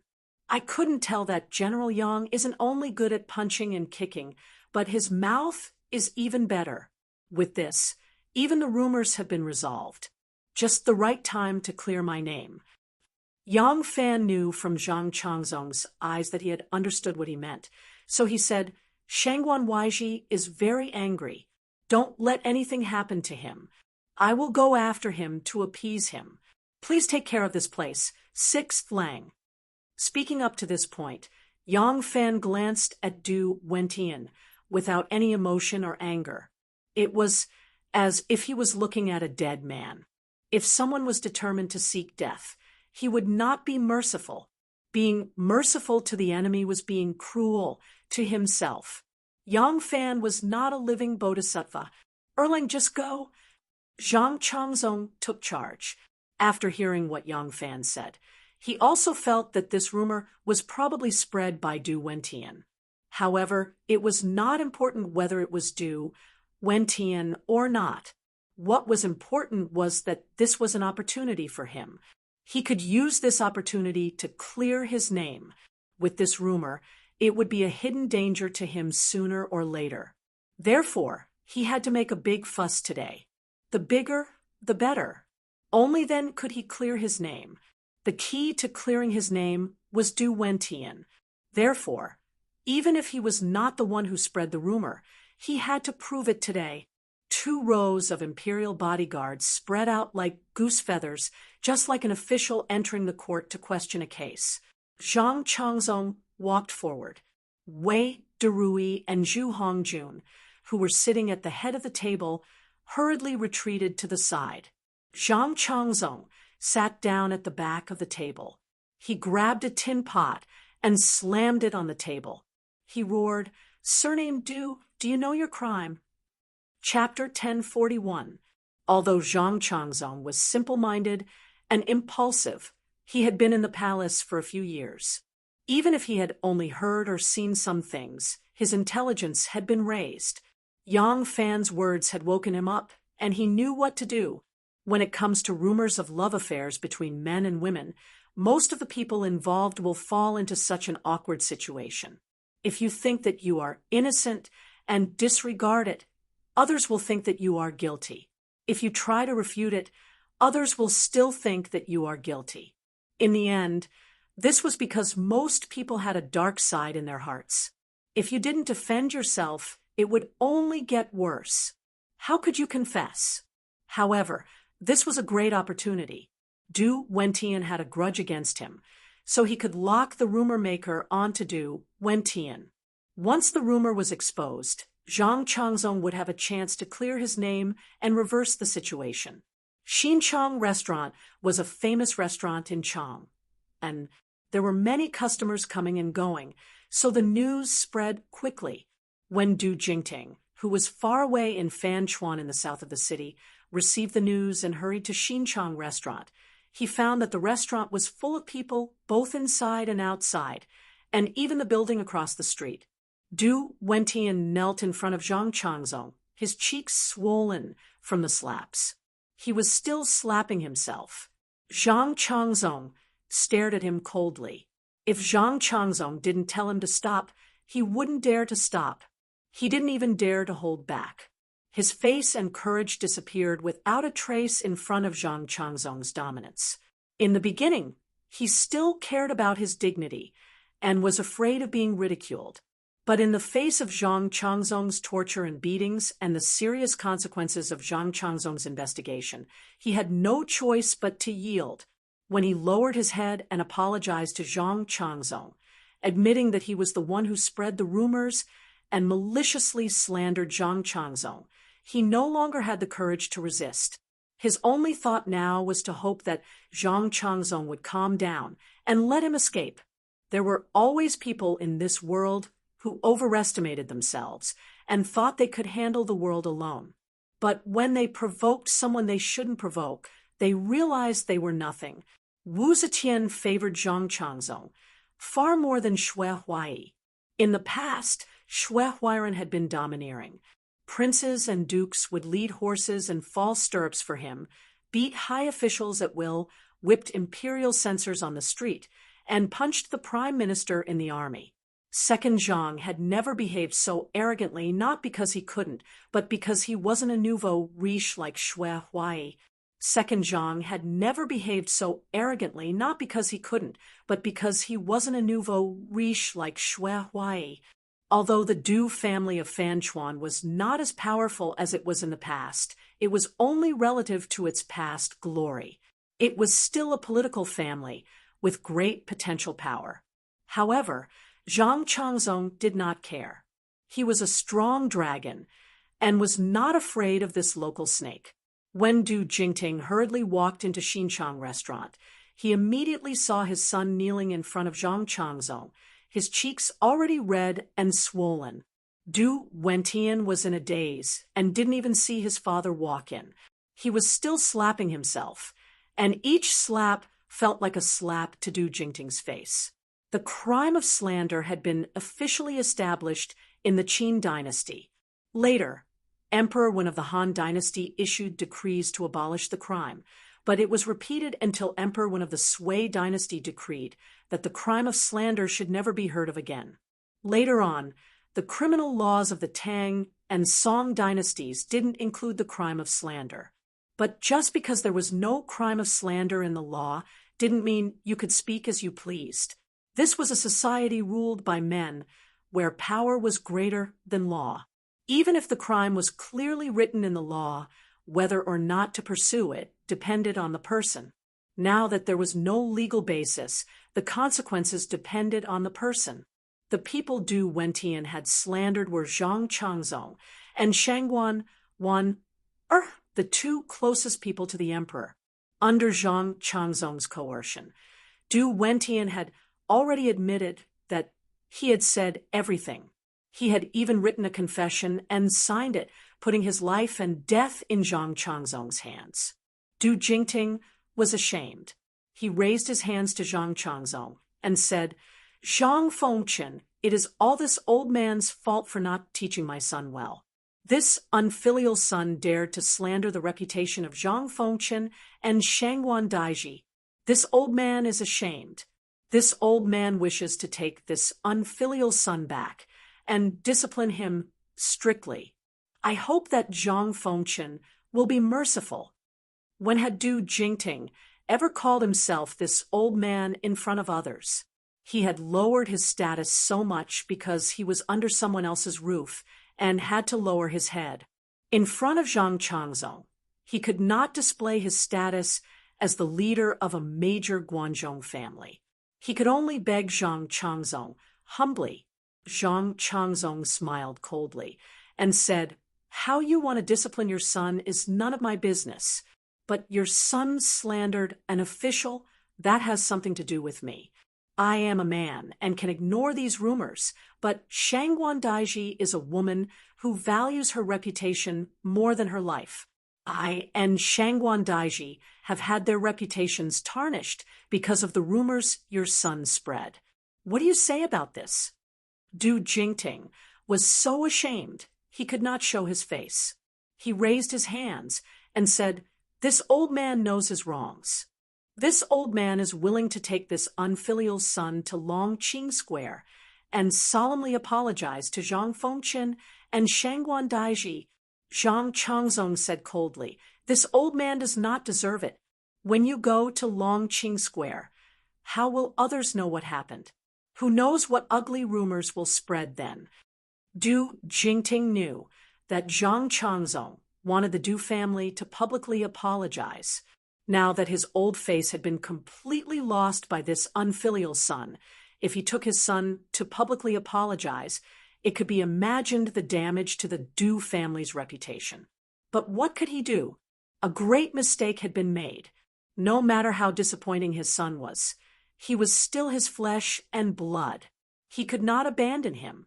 Du Jingting could only swallow his anger and say, "This old man is willing to invite the nobles of Chang and the nobles to come out and be witnesses to correct the name of Zhang Fengqian and Shangguan Daiji." Zhang Changzong laughed at the sky and said, "Fine, this old man is not an unforgiving person, but the island in the center of the lake cannot accommodate so many of you. If another fire happens, this old man has no money to compensate the Liu family magistrate. How about this? Doesn't your Du family have a large residence in Ani Square? Let's choose that place." Du Jingting was shocked. That residence had already been lent to Prince Consort Wu, and this matter had been mentioned at the banquet a few days ago. Zhang Changzong was there at the time, so he knew very well. Why did he want to hold a feast there to apologize? After a moment's thought, Du Jingting understood. He had offended this Zhang Fengqian long ago and was now using this as a pretext to make a fuss. The relationship between the second Zhang and Wu and Li was like fire and water. The Du family was trying to curry favor with the Wu family. Wasn't this clearly going against Zhang Changzong? For a moment, Du Jingting was filled with regret and hatred. Actually, his choice was not wrong. Those with foresight could see that while the second Zhang was insufferably powerful now, the future of the world could only be decided by the Wu family or the Li family. Currying favor with Wu Chongxuan was equivalent to boarding the Wu family's ship and tying the Li family's ship. It could be said to be a clever move. However, although his calculations were good, he had missed one point. The second Zhang, who was bound to fall in the future, was still more powerful than the Wu and Li families. He had chosen too early. It wasn't that his choice was wrong, but that he hadn't grasped the timing well. He shouldn't have made his position clear so early. If time could be reversed, Du Jingting definitely wouldn't have made such a clear choice so early. However, it was too late for him to say anything now. If he did as Zhang Changzong instructed, he would have to kick Prince Consort Wu and his wife out of the house. This would definitely offend Prince Consort Wu. If he didn't do this, Prince Consort Wu would be the current owner of that residence. What was the point of holding a banquet there to apologize? He would still offend Prince Consort Wu. Du Jingting was so worried that he didn't know how to answer. However, Zhang Changzong didn't give him much room to choose. He stood up and arrogantly walked to Du Wentian's side. Suddenly, he kicked Du Wentian to the ground and coldly said, "This Zhang's patience isn't that good. 3 days. I'll give you 3 days. After 3 days, if you can't hold a banquet to clear this Zhang's name, I'll let you understand what it means to say that disaster comes from the mouth." Zhang Changzong swung his sleeves and left. Du Wentian crawled up and called out while trembling with fear, "Father!" Du Jingting was furious and raised his leg to kick him away. Du Wentian was so scared that he shrunk back. Du Jingting wanted to cry, but had no tears. He could only let out a long sigh and dejectedly walk down the stairs. Wanner gently pulled open her clothes, revealing a tender, snow-white breast. The little girl, who had been lying lazily in her arms with her eyes closed, smelled the scent of the milk. She suddenly stretched her slender neck forward and accurately sucked on Wanner's tender, red nipple. She sucked on it forcefully, Warner looked at her daughter's adorable appearance and couldn't help but giggle. She caressed her little face and softly said, "This little girl is really greedy." Young Dyer sucked very hard, gulping down the sweet milk in big mouthfuls. She simply had no time to pay attention to her mother's teasing. Young Fan also stopped talking and looked at his daughter with a smile. One raised her arm a little higher to make it more convenient for her daughter to eat. She raised her head and said to Young Fan, "I reckon that those rumors really were spread by him. With Zhang Changzong's temperament, he won't easily forgive him. Now it's just the right time to seize this matter and make it clear to him. He, was used by Enlu, but Enlu may not necessarily protect him at this time." Yang Fan sighed softly. Warner stared at him and asked, "What is it?" Yang Fan was silent for a moment and said, "It's true that Enlu used him, but he also used Enlu. Although this idiot has no schemes and no courage, he is arrogant and thinks himself infallible. In fact, the person that Enlu really wanted to deal with was me. It was Du Wentian who burned the fire onto Zhang Changzong." One raised her eyebrows in surprise. Yang Fan didn't wait for her to ask and repeated what Enlu said that day when he brought people to the island. He added, "Enlu wanted to use him to deal with me. He held a grudge against Zhang Changzong and also wanted to use Enlu to deal with Zhang Changzong. That's why he changed the words that Enlu told him. If it wasn't like this, Zhang Changzong wouldn't have stood up today. Then the person who put on airs at Xinchang restaurant could only be you. Your husband doesn't have the ability to make the Du family of Fan Chuan submit to me."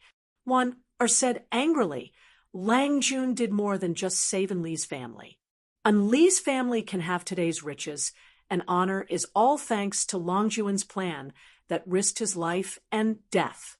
Unexpectedly, Enlu would seek revenge for the smallest grievance and treat Lang Jun like this." Yang Fan smiled and said, "Beautiful mushrooms are usually poisonous. The brighter the color of the snake, the more poisonous it is. Enlu has an outstanding appearance, but her heart isn't as beautiful as her appearance. She has the heart of a snake and a scorpion." One frowned and said, "However, her identity is special. Lang Jun can just mention her, but you shouldn't do anything against her." Yang Fan said, "If she wants to deal with me, I can tolerate it. But if she wants to hurt my family, I can't not fight back. She and that Du Wentian, I have already given them a chance. It was they who didn't know what was good for them." Warner said worriedly, "Lang Jun, what do you plan to do?" Yang Fan didn't answer. He just lowered his head and pressed his daughter's pink cheeks. He smiled and said, "Little darling, are you still not full? Why don't you accompany Daddy for a chat? You are so naughty." Young Dyer let out a hiccup, and her little head froze for a moment. She impatiently shook off her father's fingers and threw herself onto her mother's breasts.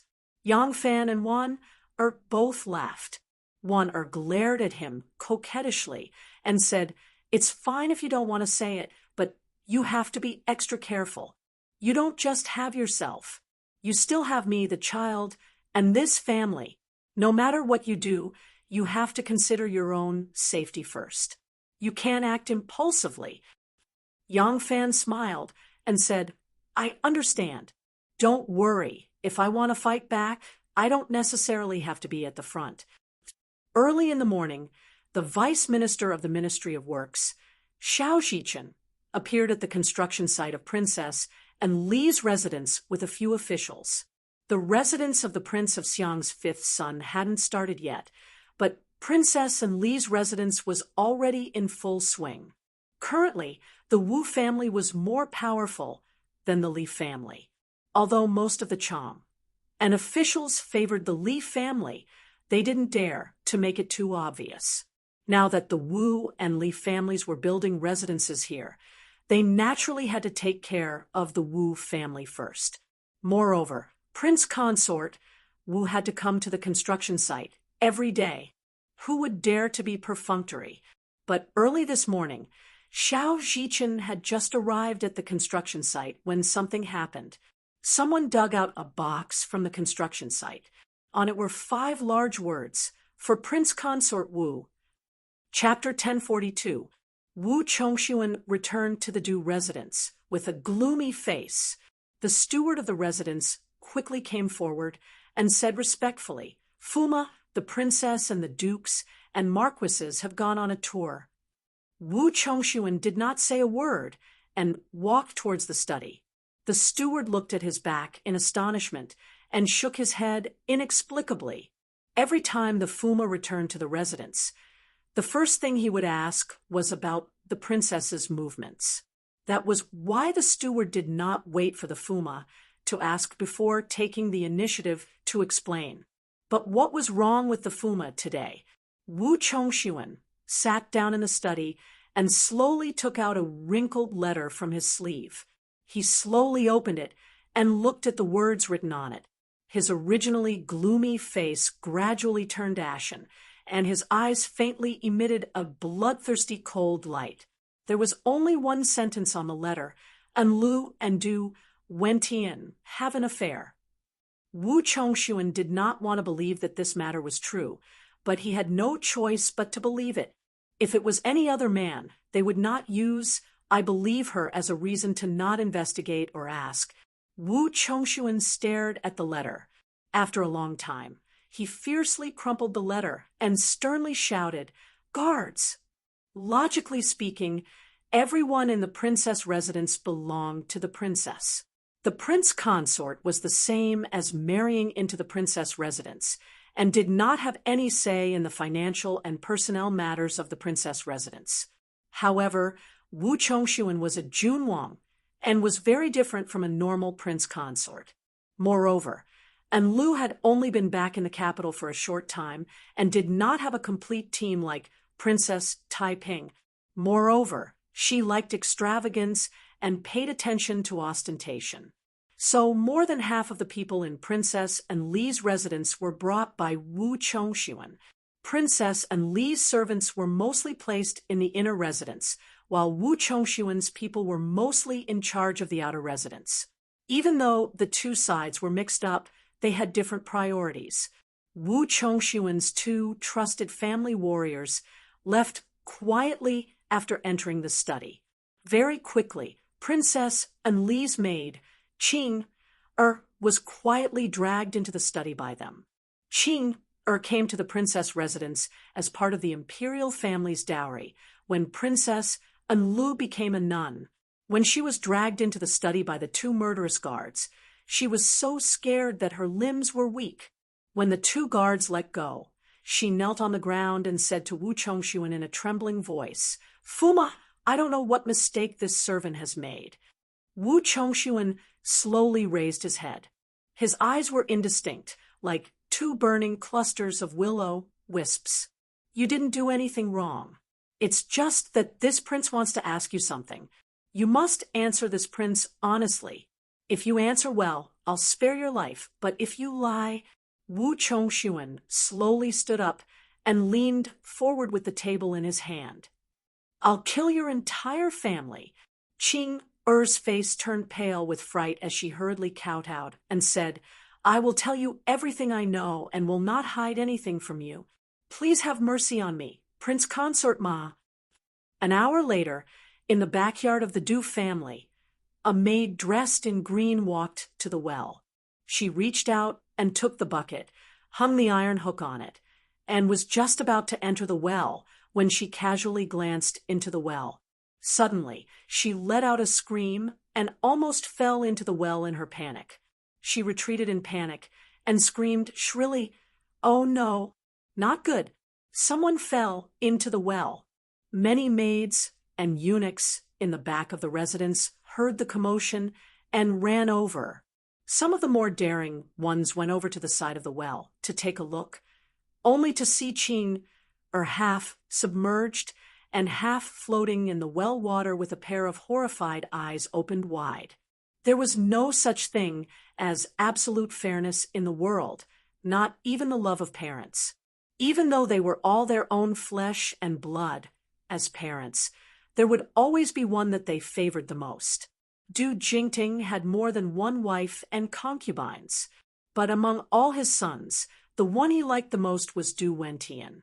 Even though Du Wentian had made the entire Du family a target of ridicule in Chang, and caused the Du family to use a quarter of this year's income to pay for the losses of the Bayou Palace, in Du Jingting's heart there was still no son that could replace Du Wentian's position. But Du Wentian had caused so much trouble, he had to give an explanation to the family. Moreover, even though Du Jingting loved Du Wentian dearly, he was still very angry. He was angry because he expected better from Du Wentian. As if in response to the rumors, Shanghai Wan had been making frequent appearances recently. Last time at Xinchang restaurant, many people had seen her with their own eyes. The rumors about her pregnancy had been dispelled, and Du Wentian didn't dare to continue stubbornly insisting on this matter. What he needed to do now was not to attack others, but to clear his name. It was easy for him to deal with his father. In this world, there would always be some people who appeared to be very incompetent and stupid when dealing with outsiders. They would be fooled around like fools. But when he returned home, he could use flowery words to deceive his parents. His parents, who were very shrewd in front of outsiders, seemed to have drunk a bewitching potion. Du Wentian admitted to his father that he had indeed seen a beautiful and charming girl at Xingjiao Temple and had a good impression of her. But he had not done anything despicable or said anything. He had only gone up to chat with her because he had a good impression of her, but he had been beaten up by Zhang Changzong without any explanation. Du Jingting believed him. He believed in his son's character, and that his son would not lie to him. On the contrary, he had already experienced Zhang Changzong's savagery. He believed that his son had indeed been wronged in this matter. Du Wentian also said that the rumors about Zhang Changzong and Shangguan Wan in the workshop had nothing to do with him. He had only heard about these rumors from others, and he had no intention of spreading them to slander them. It was only because Zhang Changzong had been relentless in the Bio Palace. Beating him up was a small matter, but it had caused the Du family to lose face. Du Wentian was furious, and in order to vent his anger, he said these words. Du Jingting believed him again. He felt that his son had always been sensible and righteous. It was impossible for him to commit such despicable acts. It was all because Zhang Changzong was too savage, and his son was unable to seek justice from the powerful Zhang Changzong. That was why he had spoken disrespectfully. It was to vent his anger and also to protect the family. After Du Jingting's anger subsided, he listened to his son's reasonable explanation. Instead, he felt that his son had been wronged, and as a father, he was unable to redress his son's grievances. He felt apologetic. However, as a strict father, Du Jingting would never let his son know how he felt. He still made Du Wentian kneel for 6 hours in front of the ancestral shrine as an apology. Only then did he have someone bring Du Wentian to him. Du Jingting's heart softened when he saw that his son had knelt for too long. His footsteps were unsteady, and he had to be supported by 2 people to enter the study. When he saw that Du Wentian was about to kneel, he hurriedly said, "Forget it. You must firmly remember today's lesson. There's no need to kneel." Du Jingting had 2 family members bring a chair for his son and ordered them to withdraw. Only then did he say to Du Wentian, "Zhang Changzong wanted us father and son to gather guests from all over the world to apologize to him. He specified that the place would be the residence in E Square. That house has already been lent to Prince Consort Wu. Although the house belongs to my Du family, Prince Consort Wu is the current owner of that house.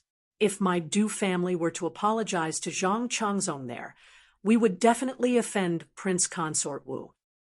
Du Wentian calmed down when he saw that his father wasn't going to continue scolding him. Instead, he had something to discuss with him. He said, "Since that's the case, why don't we choose another residence? Why can't we invite him to Fan Chuan for the banquet?" Du Jingting sighed and said, "My dear son, can't you tell? Zhang Changzong isn't making things difficult for you just because of your criticism of him. Ever since our Du family welcomed Prince Consort Wu and his wife to Yi Square, we've already offended him." Du Wentian suddenly understood. Du Jingting continued, "Second Zhang's arrogance won't last long. However, the current Second Zhang isn't someone our Du family can handle. Therefore, we have no choice but to agree to Zhang Changzong's request. But if we agree just like this and offend the Wu family, our Du family's losses will outweigh our gains." Du Wentian didn't know what to do after hearing this and couldn't help but ask, "Then what should we do?" Du Jingting stroked his beard and said softly, "I've thought about it carefully and have come up with a plan. If we ask Prince Consort Wu to be the host and host this apology banquet under the guise of mediating, then wouldn't it be reasonable to hold the banquet in East Square? This way, not only would it not make Prince Consort Wu lose face, it could also be considered an explanation to Zhang Changzong. How could he let his father shamelessly do such a shameful thing? Naturally, he, as his son, had to take responsibility for it." Du Wentian understood and immediately said, "Your son will return to Yi Square first thing tomorrow morning. I'll definitely make Prince Consort Wu agree." Du Jingting worriedly said, "Your injuries," Du Wentian said, "they're just some flesh wounds, nothing serious." Du Jingting nodded and got up from his seat. He walked to Du Wentian's side and lightly patted his shoulder before slowly walking out of the study. The next morning, Wu Chongshuan ordered people to prepare horses, saying that he had an appointment with Wei Derui, Zhu Hongjun, Wu Xiaohun, and the others to visit Mount Zhongnan. The steward of the residence hurriedly reminded him, "Prince Consort, didn't the Du residence send news yesterday that the Du family's young master is here today to ask Prince Consort to mediate the grudge between him and Zhang Fengchen?" Wu Chongshuan slapped his forehead with an and said, "That's right. How could I have forgotten about this? Forget it. When he arrives, I'll bring him to see the princess and let the princess decide. Quickly prepare the horses." The steward acknowledged and hurriedly left to prepare. About an hour later, Wu Chongshuan left the Du residence in Yi Square with a dozen or so guards and galloped away. About an hour after Wu Chongshuan left, Du Wentian arrived at Yi Square. When he asked about Wu Chongshuan's whereabouts, the steward of the princess residence said, "Prince Consort Wu had an appointment with someone early in the morning and went to visit Mount Zhongnan. Before he left, he instructed that if young Master Du has any matters, you can discuss it with the princess. The princess's decision is the prince consort's decision." Du Wentian had always been thinking about Princess Enlu, but ever since he returned from Longqing Square, Enlu refused to see him. Du Wentian could only sigh helplessly. Now that he heard that he had a chance to see Princess Enlu openly, Du Wentian was overjoyed and hurriedly said, "If that's the case, I'll have to trouble the steward to inform the princess that Du Wentian requests an audience." The reason why Princess Enlu seduced Du Wentian was because he was handsome, generous, and attentive, which suited her very well. Moreover, if she wanted to assassinate Yang Fan, she would need to rely on Du Wentian. Unexpectedly, this person was strong on the outside but weak on the inside. In bed, he could not be called a great man and could not do anything well. Enlu was disgusted and naturally abandoned him. After Princess, Enlu refused to see Du Wentian again. The news from the outside kept coming into her ears. Only then did she know that Du Wentian had tampered with her plan without permission and replaced the adulterer Yang Fan with Zhang Changzong. She was even more furious. But when she heard that Zhang Changzong had made things difficult for the Du family, she couldn't help but feel apprehensive. She was worried that Zhang Changzong had pressured the Du family too much, and Du Wentian would have no choice but to reveal her his accomplice. Her brother and sister had died in Zhang Changzong's hands. In the end, it was only because they had ridiculed Zhang Changzong, but she had deliberately slandered and killed Zhang Changzong. Even though this was not her intention, the person she wanted to harm was Yang Fan, and not Zhang Changzong. She had never thought of taking revenge for her brother and sister, and did not have the courage to go against Zhang Changzong. All of this was done by that ungrateful Du Wentian. But would Zhang Changzong believe her? Princess Enlu started to regret being so heartless towards Du Wentian. If he still had feelings for her, he would not have betrayed her so easily.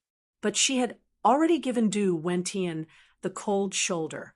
Du Wentian had been in Fan Chuan's residence for the past 2 days, and she couldn't contact him. She didn't know if he had sold her out. Princess Enlu was feeling uneasy, but when she heard that Du Wentian wanted to see her, she couldn't help but be overjoyed. She immediately got someone to invite him over. After the steward left, Princess Enlu thought for a moment, then took off her outer garment and changed into a thin, soft silk gown that was only suitable for couples in the inner chambers and private residences. She lay down on the Luohan couch and pulled the silk gown up a little, revealing a pair of sparkling and translucent jade legs.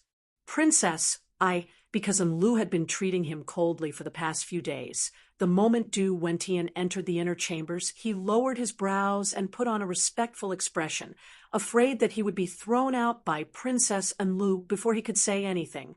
But when he raised his head and saw Enli's indescribably flirtatious appearance, his throat tightened and he was stunned. Enlu looked at his mesmerized appearance and was secretly pleased. She rolled her eyes at him and said coquettishly, "What are you looking at? It's not like you haven't seen it before." She reached out and picked up a peeled lychee from the table beside the couch and held it between her lips. She took a small bite, and the juice splashed onto her lips. She stuck out her agile tongue and licked it lightly, saying in a sweet voice, "I heard that Zhang Changzong made things difficult for you, and I was very worried. Luckily, you are fine. Come, if you have anything to say, come to my side and say it." Enlu patted the side of the couch with lustful eyes and moved her thighs slightly. Her posture was indescribably seductive. Du Wentian's face turned red, and he swallowed his saliva with difficulty. He slowly took 2 steps forward and said with a trembling voice, "Princess." Before he finished, he pounced over like a hungry wolf. The sound of hoofbeats in front of the Du residence was like the rain. Wu Chongxuan, who was said to have gone to Mount Zhongnan, suddenly appeared. Wu Chongxuan's horse had not yet stopped when 2 strong warriors jumped off their horses and went to the front of Wu Chongxuan's horse. One grabbed the reins, and the other knelt on one knee. Wu Chongxuan tilted his leg and stepped on the warrior's back. In 2 steps, he leaped up the stairs and rushed inside. His hand was still tightly holding onto the horse whip. More than 10 armed guards followed him in. When the doorman saw that the prince consort had returned, he hurriedly came forward and said with a smile, "Prince consort, didn't you go to Mount Zhongnan?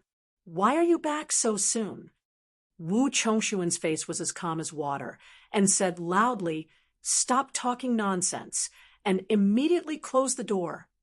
Wu Chongxuan rushed to the back of the residence with 5 or 6 guards following closely behind. The rest of the guards rushed to the west wing. Ever since the residence was lent to Wu Chongxuan, the people in the residence had changed. However, the west wing was still empty. In the past, Du Wentian and his entourage lived there. now that Du Wentian was here. His entourage also went there to rest. Chunjia and 3 other Du residence guards were sitting and chatting under a tree in the courtyard.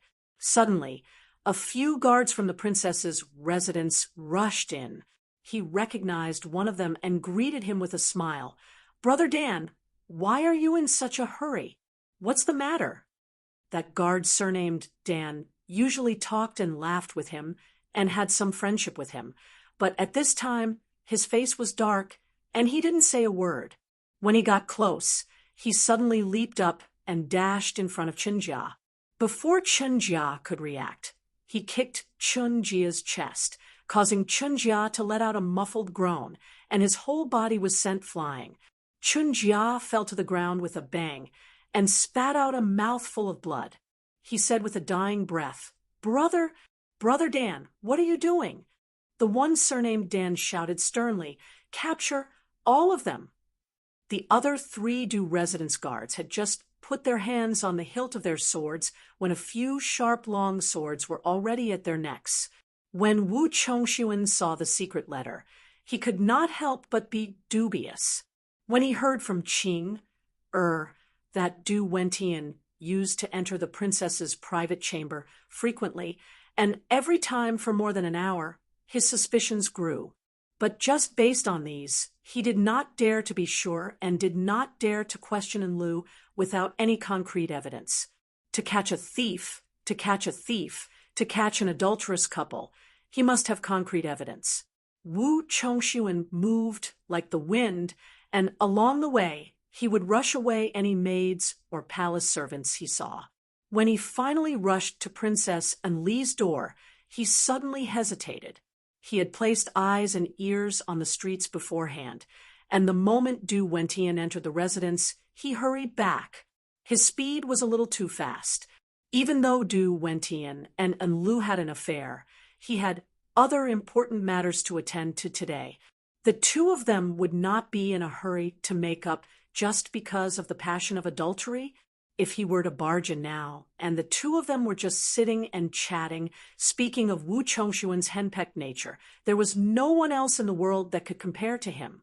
Now that he was at the crucial moment to catch the adulterous couple, he became timid, afraid that he would not be able to catch anything and would be scolded by Enlu. Just at this moment, he faintly heard an ecstatic moan coming from the room. Wu Chongxuan's heart shook, and without thinking, he pulled open the barrier door. Once Wu Chongxuan rushed in, his family warriors pulled the door open from outside and stood in front of the door. Even though they were very clear why they were here today, but this was the last hurdle that they should not barge in. They could only stand there and leave the rest to Wu Chongxuan to settle.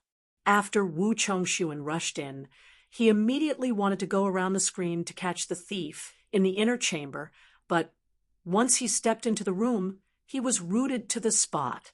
Surprisingly, they did not even enter the inner chamber. Right in this central room, right on that Arhut couch, they flipped the Luan Luan over the phoenix, entangling with each other. Du Wentian's legs were kneeling on the couch with his chest exposed. On his shoulders was a pair of white and tender feet, like 2 shy little flowers in the wind and rain. On the couch, the white robes and pink clothes were tangled together, appearing to be a mess. In the mess, the pink and curved jade thighs were half hidden, incomparably lustful and seductive. Because of Wu Chongxuan's sudden intrusion, the 2 people on the couch were stunned. They maintained the position of intercourse and did not think to separate for a moment. Ah, what a thief! Wu Chongxuan was so angry that he was about to vomit blood. He rushed up and heavily punched Du Wentian's cheek. Du Wentian's head jerked violently and 2 teeth and blood flew out in a parabola. His entire body flew out and landed heavily on the ground. Wu Chongxuan quickly caught up and swung the horsewhip in his hand. Just as Du Wentian raised his arms to protect his head, he immediately let out a blood-curdling scream. His entire body bent over, allowing Wu Chongxuan's whip to ruthlessly strike his head and back, not resisting in the slightest. Wu Chongshuan's boot was stepping on his crotch. Du Wentian felt a pain in his balls and almost suffocated from the pain. How could he care about the whip that was hitting his body? Wu Chongshuan grinned maliciously as he stepped on Du Wentian's crotch. Suddenly, a faint pu sound was heard as one of Du Wentian's balls was crushed by Wu Chongshuan. Du Wentian let out a muffled groan and fainted, while Wu Chongshuan was torturing Du Wentian. Princess Anil had already calmed down from her panic. She hurriedly climbed up and put on her dress. When Wu Chongshuan realized that Du Wentian had already fainted and turned to glare at her, Princess Anil was already extremely calm and elegant. She was like a cold and inviolable fairy. Wu Chongshuan's cheeks twitched as he closed in on her step by step. His eyes almost popped out of their sockets as he said, "Anlu, what have you done?" Anlu sneered and looked at him with disdain. She nonchalantly tidied up her clothes and said, "What have I done? Don't put on airs in front of me. Do you think that I will be afraid of you just because you are acting like this? Do you dare to say that you have never flirted with other women outside? Humph!" Wu Chongshuan angrily roared. "Ever since I married you, I have never touched another woman." Anlu tied up her hair and took a hairpin from the side of the couch to pin her hair. She glanced at him and said, "Keeping yourself pure for me? Who cares? Why are you staring at me? You have some guts to actually stare at me now." Wu Chongshuan was extremely furious. He suddenly raised his hand. Princess Anlu puffed out her chest and faced him. She proudly raised her face. Her face still had a tinge of spring pink. "What? You want to hit me? Do it. Wu Chongshuan, if you don't dare to do it, you are a tortoise bastard." Wu Chongshuan was so angry that his whole body trembled. Princess Anli's expression changed. She suddenly raised her hand and ruthlessly slapped his face. She scolded, "Bastard, where did you go when you were kneeling at my feet and begging me to take pity on you, begging me to marry you? How dare you bare your fangs and brandish your claws at me now?" The more Princess Anlu spoke, the angrier she became. She turned her hand and slapped his face again. Wu Chongshuan stood there in shock. He had a helpless look on his face. The awe-inspiring aura he had when catching an adulterer was long gone. Princess Anlu coldly said, "I am going to take a bath. If you are not convinced, go ahead and write the divorce papers. Just say that I, Anlu, am not a woman, and divorce me back to the Li family." Princess Anlu flung her sleeves and walked away. After a few steps, she stopped and said without turning her head, "Drag that Du guy out. Both of you disgust me." There was a saying in Buddhism, the cycle of karma and retribution. It was unknown if it was because Wu Zetian had tricked the Li family too much. Now, the ladies of the Li family were trying their best to defile the men of the Wu family. Princess Taiping was like this, and Princess Anlu was even more so. Wu Chongshuan angrily ran over to catch them in the act. Li Gui'er, who had been caught in the act, slapped him twice and went to take a shower as if nothing had happened. Wu Chongshuan stood there for a long time. He did not have the courage to chase after his wife and make things difficult for her. He slowly turned around, bent over and grabbed Du Wentian's hair, then dragged him out. Chapter 1043. That afternoon, a piece of news suddenly spread throughout Chang, and Prince Gaoyang Wu Chongshuan was asked by the young master of the Du family to visit Zhang Changzong at the center of the Longqing pool in an attempt to mediate the feud between Zhang Changzong and Du Wentian. However, Zhang Changzong flatly refused and returned empty-handed. Zhang Changzong then announced that the feud between him and Du Wentian had long been settled, and he was willing to let them go, but the Du family had to make a public apology to clear the names of him and Shangguan. Therefore, there was no need for anyone else to mediate. He also said that he had already made it clear at the Xinjiang restaurant that the Du family had to publicly hold a feast to apologize within 3 days at the Du family mansion in Ani Lane. This matter could not be changed. Tomorrow was the deadline. If the Du family did not comply, he would pursue the matter to the end and let the Du family know how powerful he was. It was already evening when Du Jingting received the news. The news was brought back by the servants and stewards who had gone to Chang and to deliver invitations to friends. Du Wentian himself did not send the news back in time. He did not return at all. Du Jingting was angry and anxious. He quickly drove to Chang, but the gates were already closed when he arrived. Du Jingting could have opened the gates based on his status and influence. However, the imperial army was now interfering in Chang's defense. Du Jingting had just offended Zhang Changzong and did not want to invite trouble at this time. He did not want Zhang Changzong to have more evidence against him, so he could only return unhappily.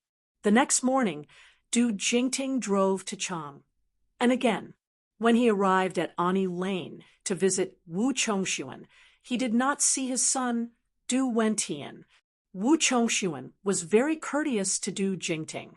He invited him to take a seat, then said, "Yesterday, your son came to this prince to explain his difficulties. This prince knows very well that Zhang Changzong's actions are not only to make things difficult for your Du family, but also to show his power to this prince. This prince has gone to Longqing Pool to visit him. This Zhang Changzong." Wu Chongxuan frowned and said, "Unhappily, Zhang Changzong is extremely arrogant. He did not agree to let me mediate at all.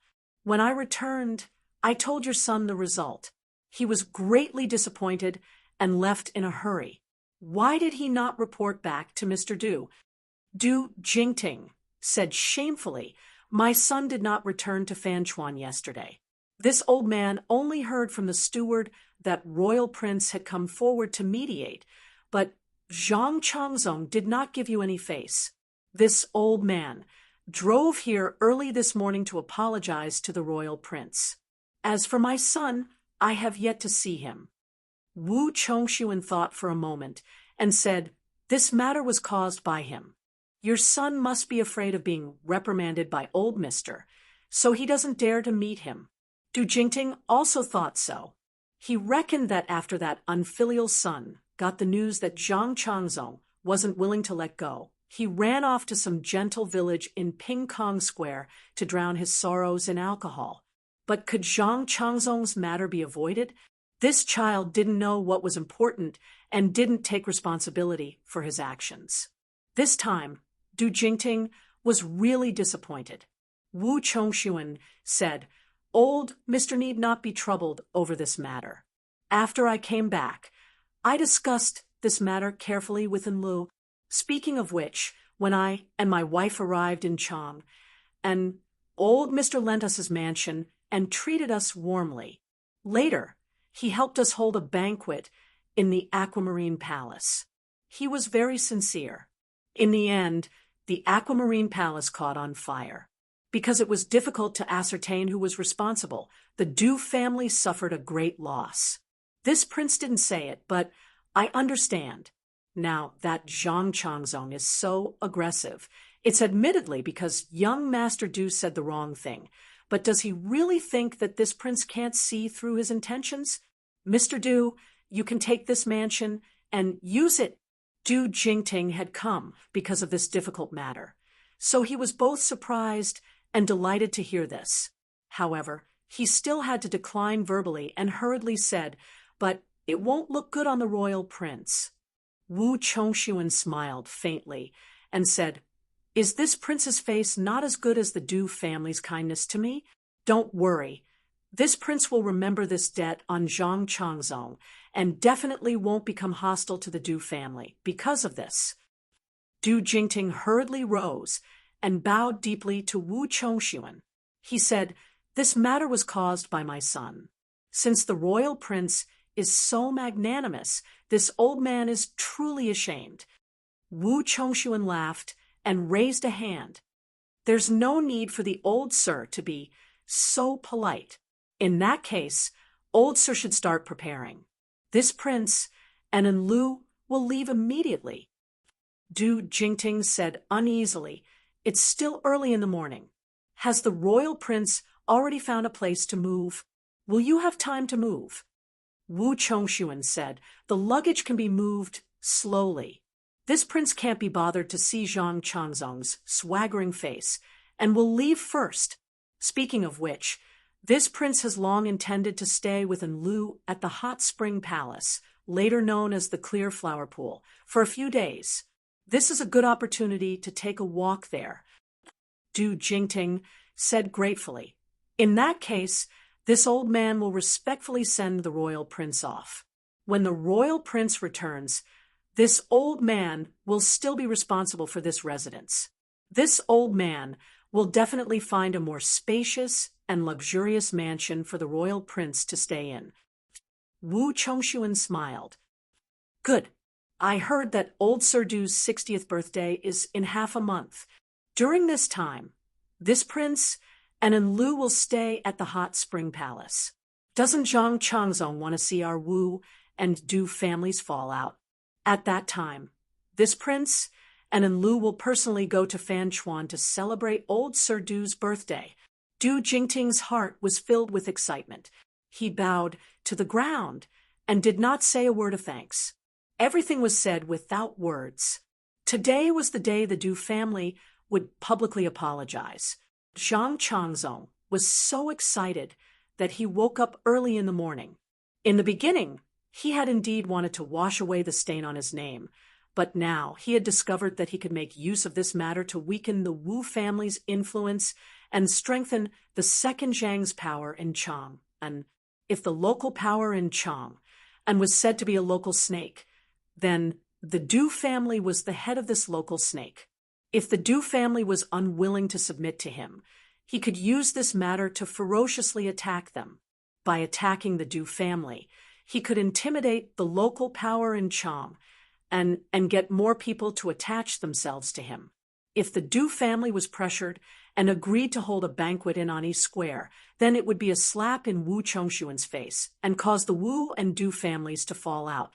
At the same time, this was tantamount to announcing to the world that in this confrontation, the Zhang family was suppressing the Wu family. Wu Chongshuan was not an ordinary Wu family descendant. He was the crown prince of Liang and the eldest son of Wu Sanxi, who had the highest status and the greatest power in the Wu family.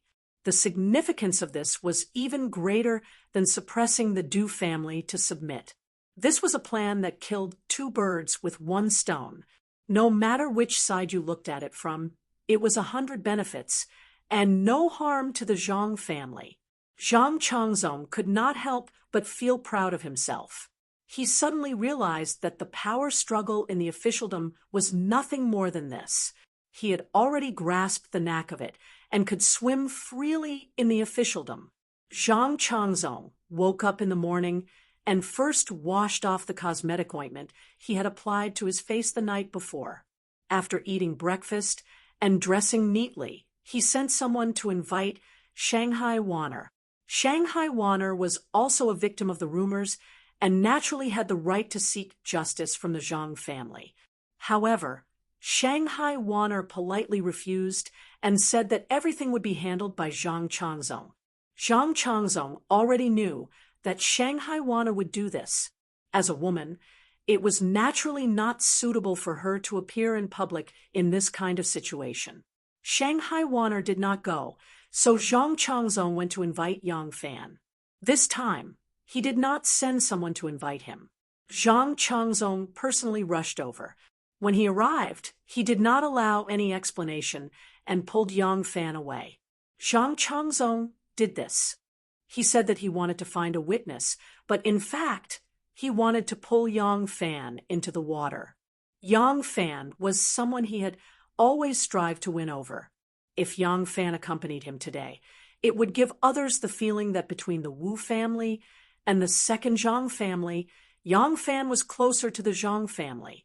This would force Yang Fan to have no choice but to lean towards him. The more Zhang Changzong thought about it, the more pleased he became. He realized that he was already a very brilliant strategist. This made him feel as if he was floating in the air when he boarded the carriage. This feeling of contentment lasted until they left the island in the middle of the lake and walked to the end of the long causeway that led to the island. There were 2 rows of large locust trees at the entrance of the long causeway. Because there were only 2 aristocratic villas on the long Qing Pond and the surrounding mansions had just begun to be built, this area was very deserted. When Zhang Changzong's honor guard walked to the intersection, someone suddenly let out a cry of surprise, and then the entire convoy stopped. Surprised, Zhang Changzong poked his head out of the window and saw that the troops had already stopped. The guards had surrounded his carriage and pulled out their swords one by one. Zhang Changzong quickly retracted his head, but he immediately realized that it didn't seem like he was being attacked. Moreover, the guards had already formed a tight defense, so there wouldn't be any danger. Zhang Changzong poked his head out again and looked in the direction that the crowd was looking at. He could not help but cry out in surprise. He found that there was a person hanging from the branches of the old locust tree on the roadside. That person had long hair and was wearing a blood-stained robe. His feet were hanging in the air and his body swayed gently with the breeze. Yang Fan quickly got out of the carriage and ordered the guards to untie the person hanging from the tree. Zhang Changzong's guards did not move from the carriage. Ren Wei jumped up and waved his sword in the air, cutting off the belt tied to the tree branch. There were another 2 guards below who accurately caught the person falling from the tree. As soon as the hanging person was caught in their hands, they knew that this person could not be saved because his body was already stiff. Yang Fan walked over under the protection of several guards. Ren Wei brushed away the long hair covering the person's face. Yang Fan leaned over to take a look and could not help but gasp. Zhang Changzong leaned out the window and raised his voice. "Erlang, can the person who hanged himself be saved? If it can't be saved, just ignore it. Go to the front and inform Basho to report to the authorities. We still have to hurry." Yang Fan walked to the side of his carriage and said with a solemn expression, "Lu Lang, I'm afraid we don't need to go to Ani Lane." Zhang Changzong asked curiously, "Why is that?" Yang Fan said, "Because the person who hanged himself is due Wentian." "What?" Zhang Changzong was shocked. He quickly got out of the carriage and parted the crowd to see the corpse. The corpse was indeed Du Wentian. The white robe on his body was already mottled with blood. Ren Wei carefully examined the corpse. Du Wentian's body was badly mutilated. His eyes were smashed, his tongue was cut off, and even his crotch was gouged into a bloody hole. He had become a dead eunuch through and through. Seeing such cruel means, Zhang Changzong's face turned pale with fright. He cried out involuntarily, "How could this be? Who is so vicious?" Yang Fan looked at him sympathetically and did not speak. Zhang Changzong slowly calmed down. He suddenly understood that his trouble had come. Chapter 1044. Wu Chongxuan took his wife to the hot spring palace, which later became known as the Huaqing Pool. Du Jingting sent Wu Chongxuan and his wife away and immediately began to prepare an apology feast. At the same time, he sent someone to look for his son. As he was preparing, the officials and nobles of Chang arrived one after another. They were all invited by the Du family, and their attitudes toward this matter could be roughly sensed from their identities. Those who had a close relationship with the Du family or were dependent on the Wu family mostly sent their nephews as a token of appreciation. This apology banquet was a humiliation to the Du clan and a slap to the Wu clan's face. Those who had friendly relations with the Du clan or relied on the Wu clan naturally wouldn't send out their clan heads or highly respected elders to support Zhang Changzong. Even those who were loyal to the Li family mostly sent their nephews as representatives.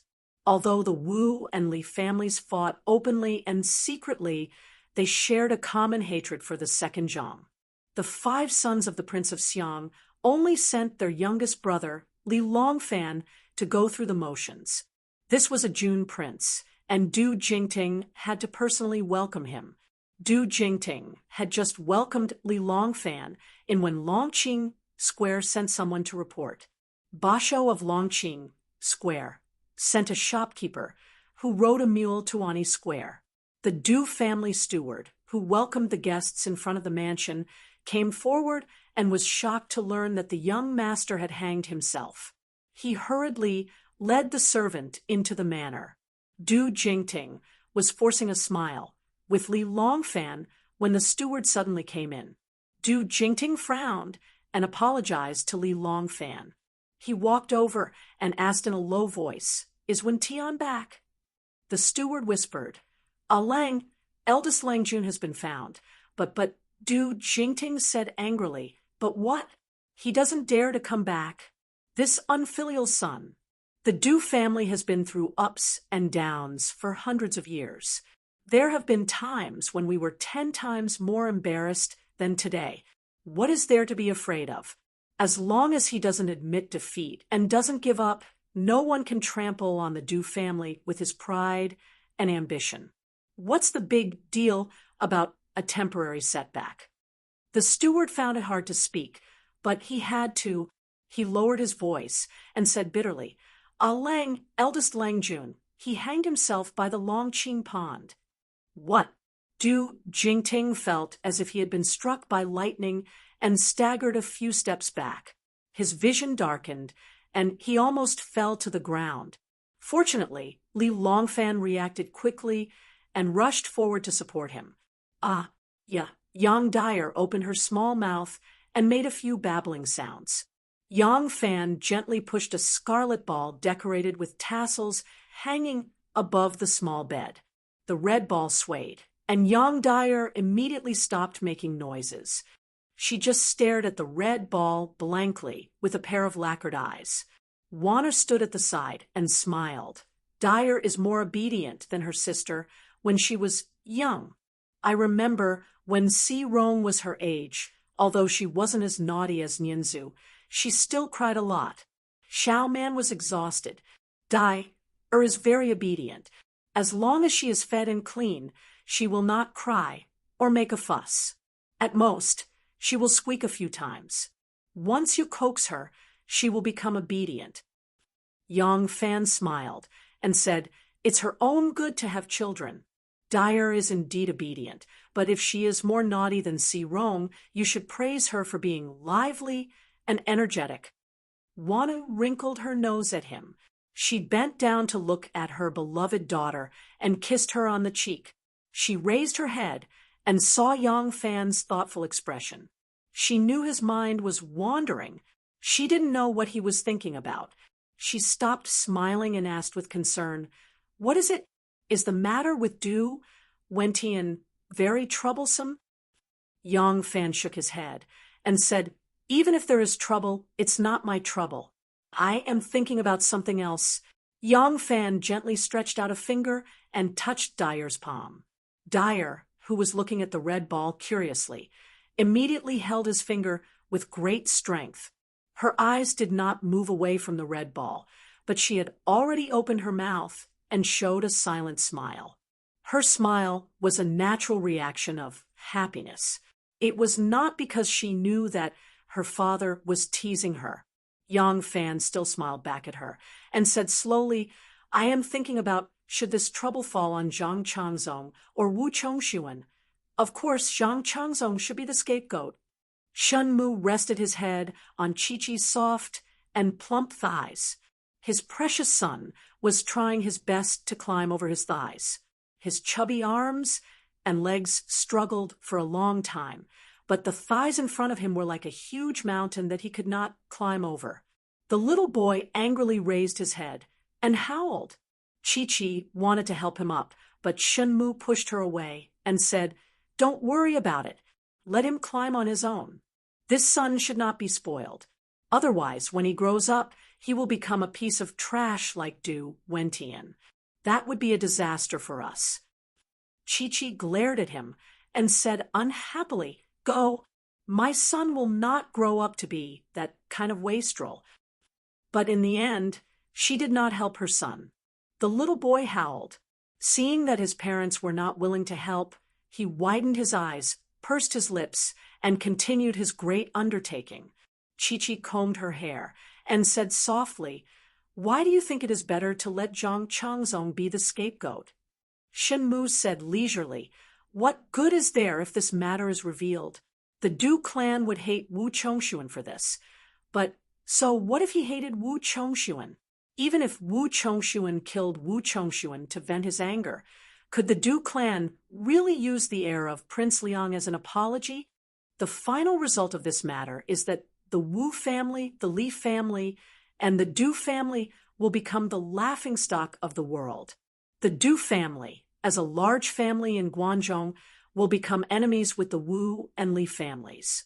The Wu and Li families will completely break off this marriage alliance because of Li's adultery, allowing the second Zhang family to reap the benefits. The second Zhang family is the biggest variable in the future and is also the variable that we cannot control. Promoting the Wu and Li families' alliance and eradicating the second Zhang family's influence is a plan that we have long formulated. We cannot change it casually. Letting him be the scapegoat is the most beneficial for us. Chi-Chi patted her son soft, but to show encouragement, and said to Shen Mu, "Are you going to tell Yang Fan this?" Shen Mu said, "I do not need to tell him anything, and he does not need my guidance or teachings. He is telling me this matter to tell me that he has already created an opportunity for us. It is not convenient for him to make an appearance, and I should add fuel to the fire. I will make use of this matter to promote the alliance between the Guangzhou local factions and the Wu and Li clans." Chi-Chi sighed and said, "I really do not understand men like you. Why can't you just say it directly? Why do you have to beat around the bush?" Shen Mu smiled and said, "Because he similarly does not want to give me the feeling that the obvious sect is still leading the hidden sect.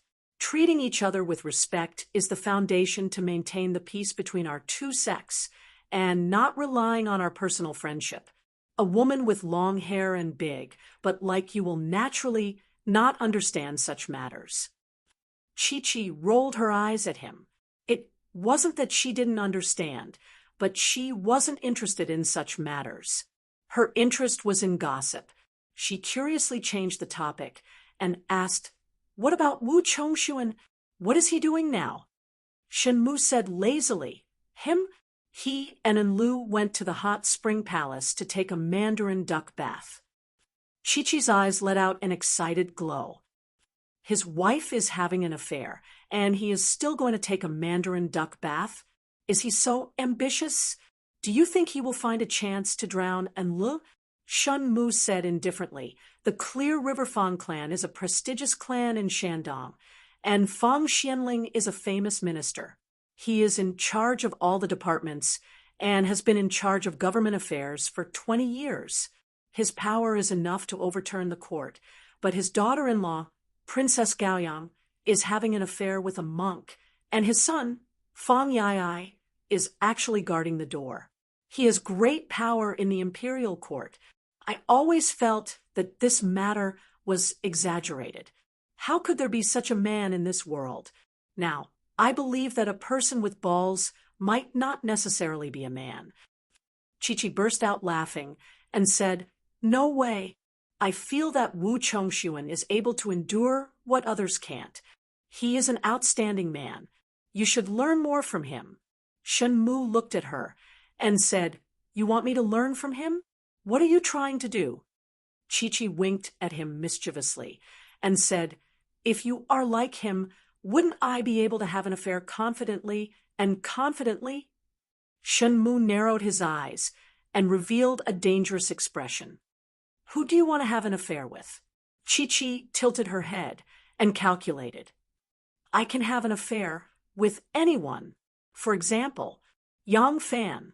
How about it? Look, he's younger than you, more handsome than you, and he's in a position of power just like you. Not only does he wield great power in the dark, but he's also more prestigious than you in the open. Such a good man. Ayaya. As Chi-Chi spoke, her eyes began to turn watery as if she had fallen in love. Shenmu snorted and said, "All right, then go ahead and give it a try." Chi-Chi pretended to be innocent and asked, "If I really try, what are you going to do? Hang Yang Fan by the Longqing pool and treat me with love?" Shenmu rolled his eyes at her and said, "I will sink you into the bottom of the Longqing pool." Chi-Chi bit her moist lips and said softly, "Are you willing to do that?" Shenmu said with a straight face, "Of course. A man with balls will definitely be willing to do that. I will bite you to death." Chi-Chi showed her power and rushed towards Shenmu with her mouth wide open. However, she only pecked him lightly on the lips in the end. Their precious son panted and finally climbed over his father's legs. He placed his hands on the bed and arched his little butt. He turned his head to look at his parents and smiled proudly. Du Wentian was dead. This cockroach that had been beaten many times, but the more he was beaten, the more tenacious he became. Finally, he died. With Du Wentian's death, there was no need to continue the Du family's apology banquet. When Zhang Changzong saw the state of Du Wentian's death, he knew that he would definitely be the scapegoat. Yesterday, Wu Chongxuan had visited the Du family, but was arrogantly rejected. He had even spread the news that if the Du family did not apologize, he would not let it go. Then, Du Wentian had been hanged by the Longqing pool. Anyone would think that this had something to do with him. Some people even came to the conclusion that after Du Wentian learned that Wu Chongxuan had tried to mediate but was rejected, he had angrily gone to the island to argue. His words had offended Wu Chongxuan, and he had been humiliated and beaten by him. Du Wentian felt that he had let down his family and had nowhere else to go, so he had hung himself. This rumor had been widely spread in Chang, but when Lu Qietian saw Du Wentian's body at the crime scene, he did not believe it. It was impossible for Du Wentian to have hung himself. When the basho of the Longqing pool heard that there was a murder case, he immediately brought people to the lakeside. When he learned that the deceased was from the Du family of Fanchuan, he knew that this was not something he could handle, so he immediately reported it to the Wannian County. When the Wannian County magistrate heard that the deceased was from the Du family, he immediately went to see the Chang and local government magistrate. Finally, the Chang and local government magistrate Lu Qietian led nearly 100 people, including the judicial military counselor, the imperial judge, the Wannian County magistrate, the Wannian County lieutenant, the patrol inspector, the errand officer, and so on, to the Longqing pool. After some investigation, they found 5 dead horses and 4 corpses in the Longqing pool. After identification, the 4 corpses were Du Wentian's attendants. It was even more impossible that they had committed suicide. Du Wentian had brought 4 bodyguards, 5 living people, and 5 horses to die by the Longqing pool. Besides Zhang Changzong, who else could have done this? This was clearly Zhang Changzong's revenge, naked revenge. But if this case was determined to be a homicide, Zhang Changzong would be implicated. Who would dare to interrogate him? Who would dare to interrogate him? Just thinking about Zhang Changzong's backer made people shudder.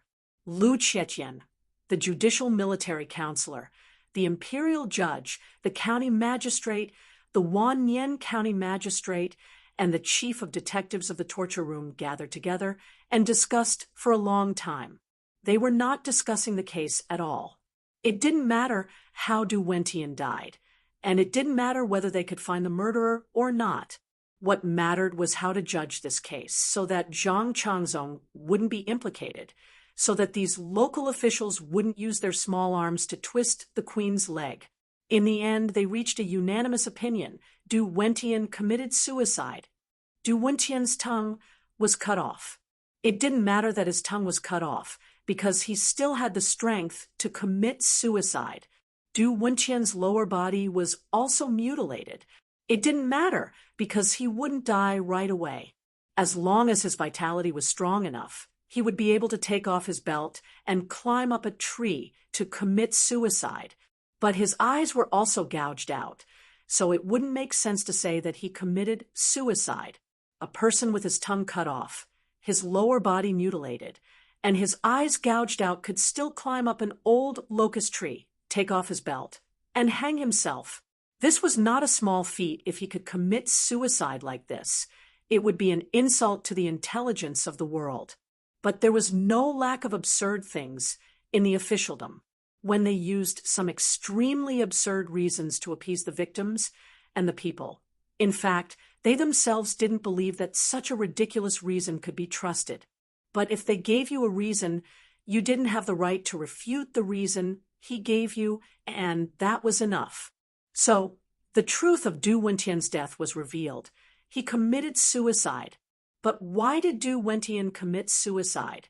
If he committed suicide because he was tortured inhumanely, then the government would still have to track down the murderer. The reason why they came up with such an absurd conclusion as suicide was because there was no murderer. Then, the problem would return to the starting point.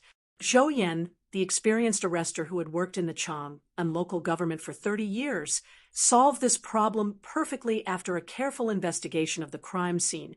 The victim's eyes were pecked blind by crows, and his tongue and lower body were eaten by wild cats and dogs. The wounds on his body were all caused by this. Conclusion: the victim was not injured before hanging himself. Lu Chietian was very satisfied with this result. He handed over the task of informing the victim's family to the magistrate. The magistrate then passed the task to the county magistrate. The county magistrate then passed the task to the county lieutenant. The county lieutenant pondered for a while and felt that it was not appropriate to announce the result right away. It would be better to delay the case for a while and then inform the victim's family of the investigation result. The case had already come to a conclusion, but still had to be investigated and tried. This was not uncommon in the officialdom. Du Jingting did not care about the county lieutenant's assurance that the murderer would be brought to justice if it was a homicide. When he saw his son's body, he had already determined that the murderer must be Zhang Changzong. He did not expect the officialdom to uphold justice for him, because it was impossible for the officialdom to bring the murderer to justice. He had to take revenge himself. Du Jingting hugged his son's body and cried, "Son, let's go home, let's go home." Du Jingting struggled to lift his son's body. Two family members rushed forward, took Du Wentian's body from his hands, and helped him into the carriage. Du Wentian sat next to his son's body, holding his hand, and swore, "Son, I will definitely avenge you." Does he think he can be safe with the emperor's support? He is delusional. Our Du family has been operating here for hundreds of years. There are some things that even the emperor can't take away unless I am willing to give them up. Zhang Changzong will pay for his arrogance and cruelty. The carriage carried an old man and a dead man, slowly leaving Longqing Lane. As the carriage was leaving, a horse galloped towards them, brushing past them. Wu Zetian sent a messenger, and the messenger went straight to Yang Fan. Yang Fan read Wu Zetian's secret edict and went to see Wan immediately. Wan read the edict and couldn't help but sigh. She said sadly, "The sage saw through my intentions after all." Yang Fan put his arm around her shoulder and said, "It's okay. Die, or will eventually return to her family. This way, there will be no more twists and turns in the future. Now that the emperor has made such an arrangement, we have a good reason to meet in the future. Isn't it easy for you to see your daughter?" As for clearing the Shangguan family's name, there will always be a chance. One nodded and asked worriedly, Lang Jun, how do you plan to bring the child back to the Yang family? We can't have a child for no reason. How about adopting him? Yang Fan said, that's not appropriate. Why would I adopt a baby out of nowhere? He paced around the room for a while and suddenly looked up at Wan, and said, don't worry, I have an idea. Yang Fan hurried back to his residence and saw Gu Zhuting sitting in the bamboo forest with her hands resting on her cheeks. Her eyes were full of tears. He didn't know what she was thinking about, but there seemed to be a flash of excitement and joy in her eyes.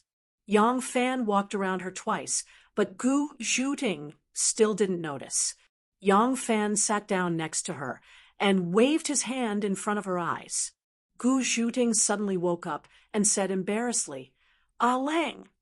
Yang Fan asked, what are you thinking about? Gu Zhuting blushed and shook her head. She said in a low voice, nothing. I'm just a little absent-minded. Yang Fan sighed and said to Gu Zhuting, there's something that only you can do now. Gu Zhuting straightened her back and asked, what is it? Yang Fan said in a low voice, pregnant. You have to pretend to be pregnant. Gu Zhuting's face suddenly showed a strange expression. She said hesitantly, pregnant? Yang Fan knew that she didn't understand why he had to do this. He was about to explain to her when Gu Zhuting said, I'm really pregnant now. This time it was Yang Fan's turn to be stunned. Really? You're pregnant? Are you sure? Gu Zhuting bit her lips and nodded shyly. She said in a low voice, My period didn't come, so I asked Divine Dr. Mu to take my pulse. Divine Dr. Mu concluded that I'm pregnant. Yang Fan was stunned for a long time. He couldn't help but laugh. Great. Anyway, Xiao Man has already given birth to twins. It's not a big deal for you to have twins. I'm talented. Ha ha.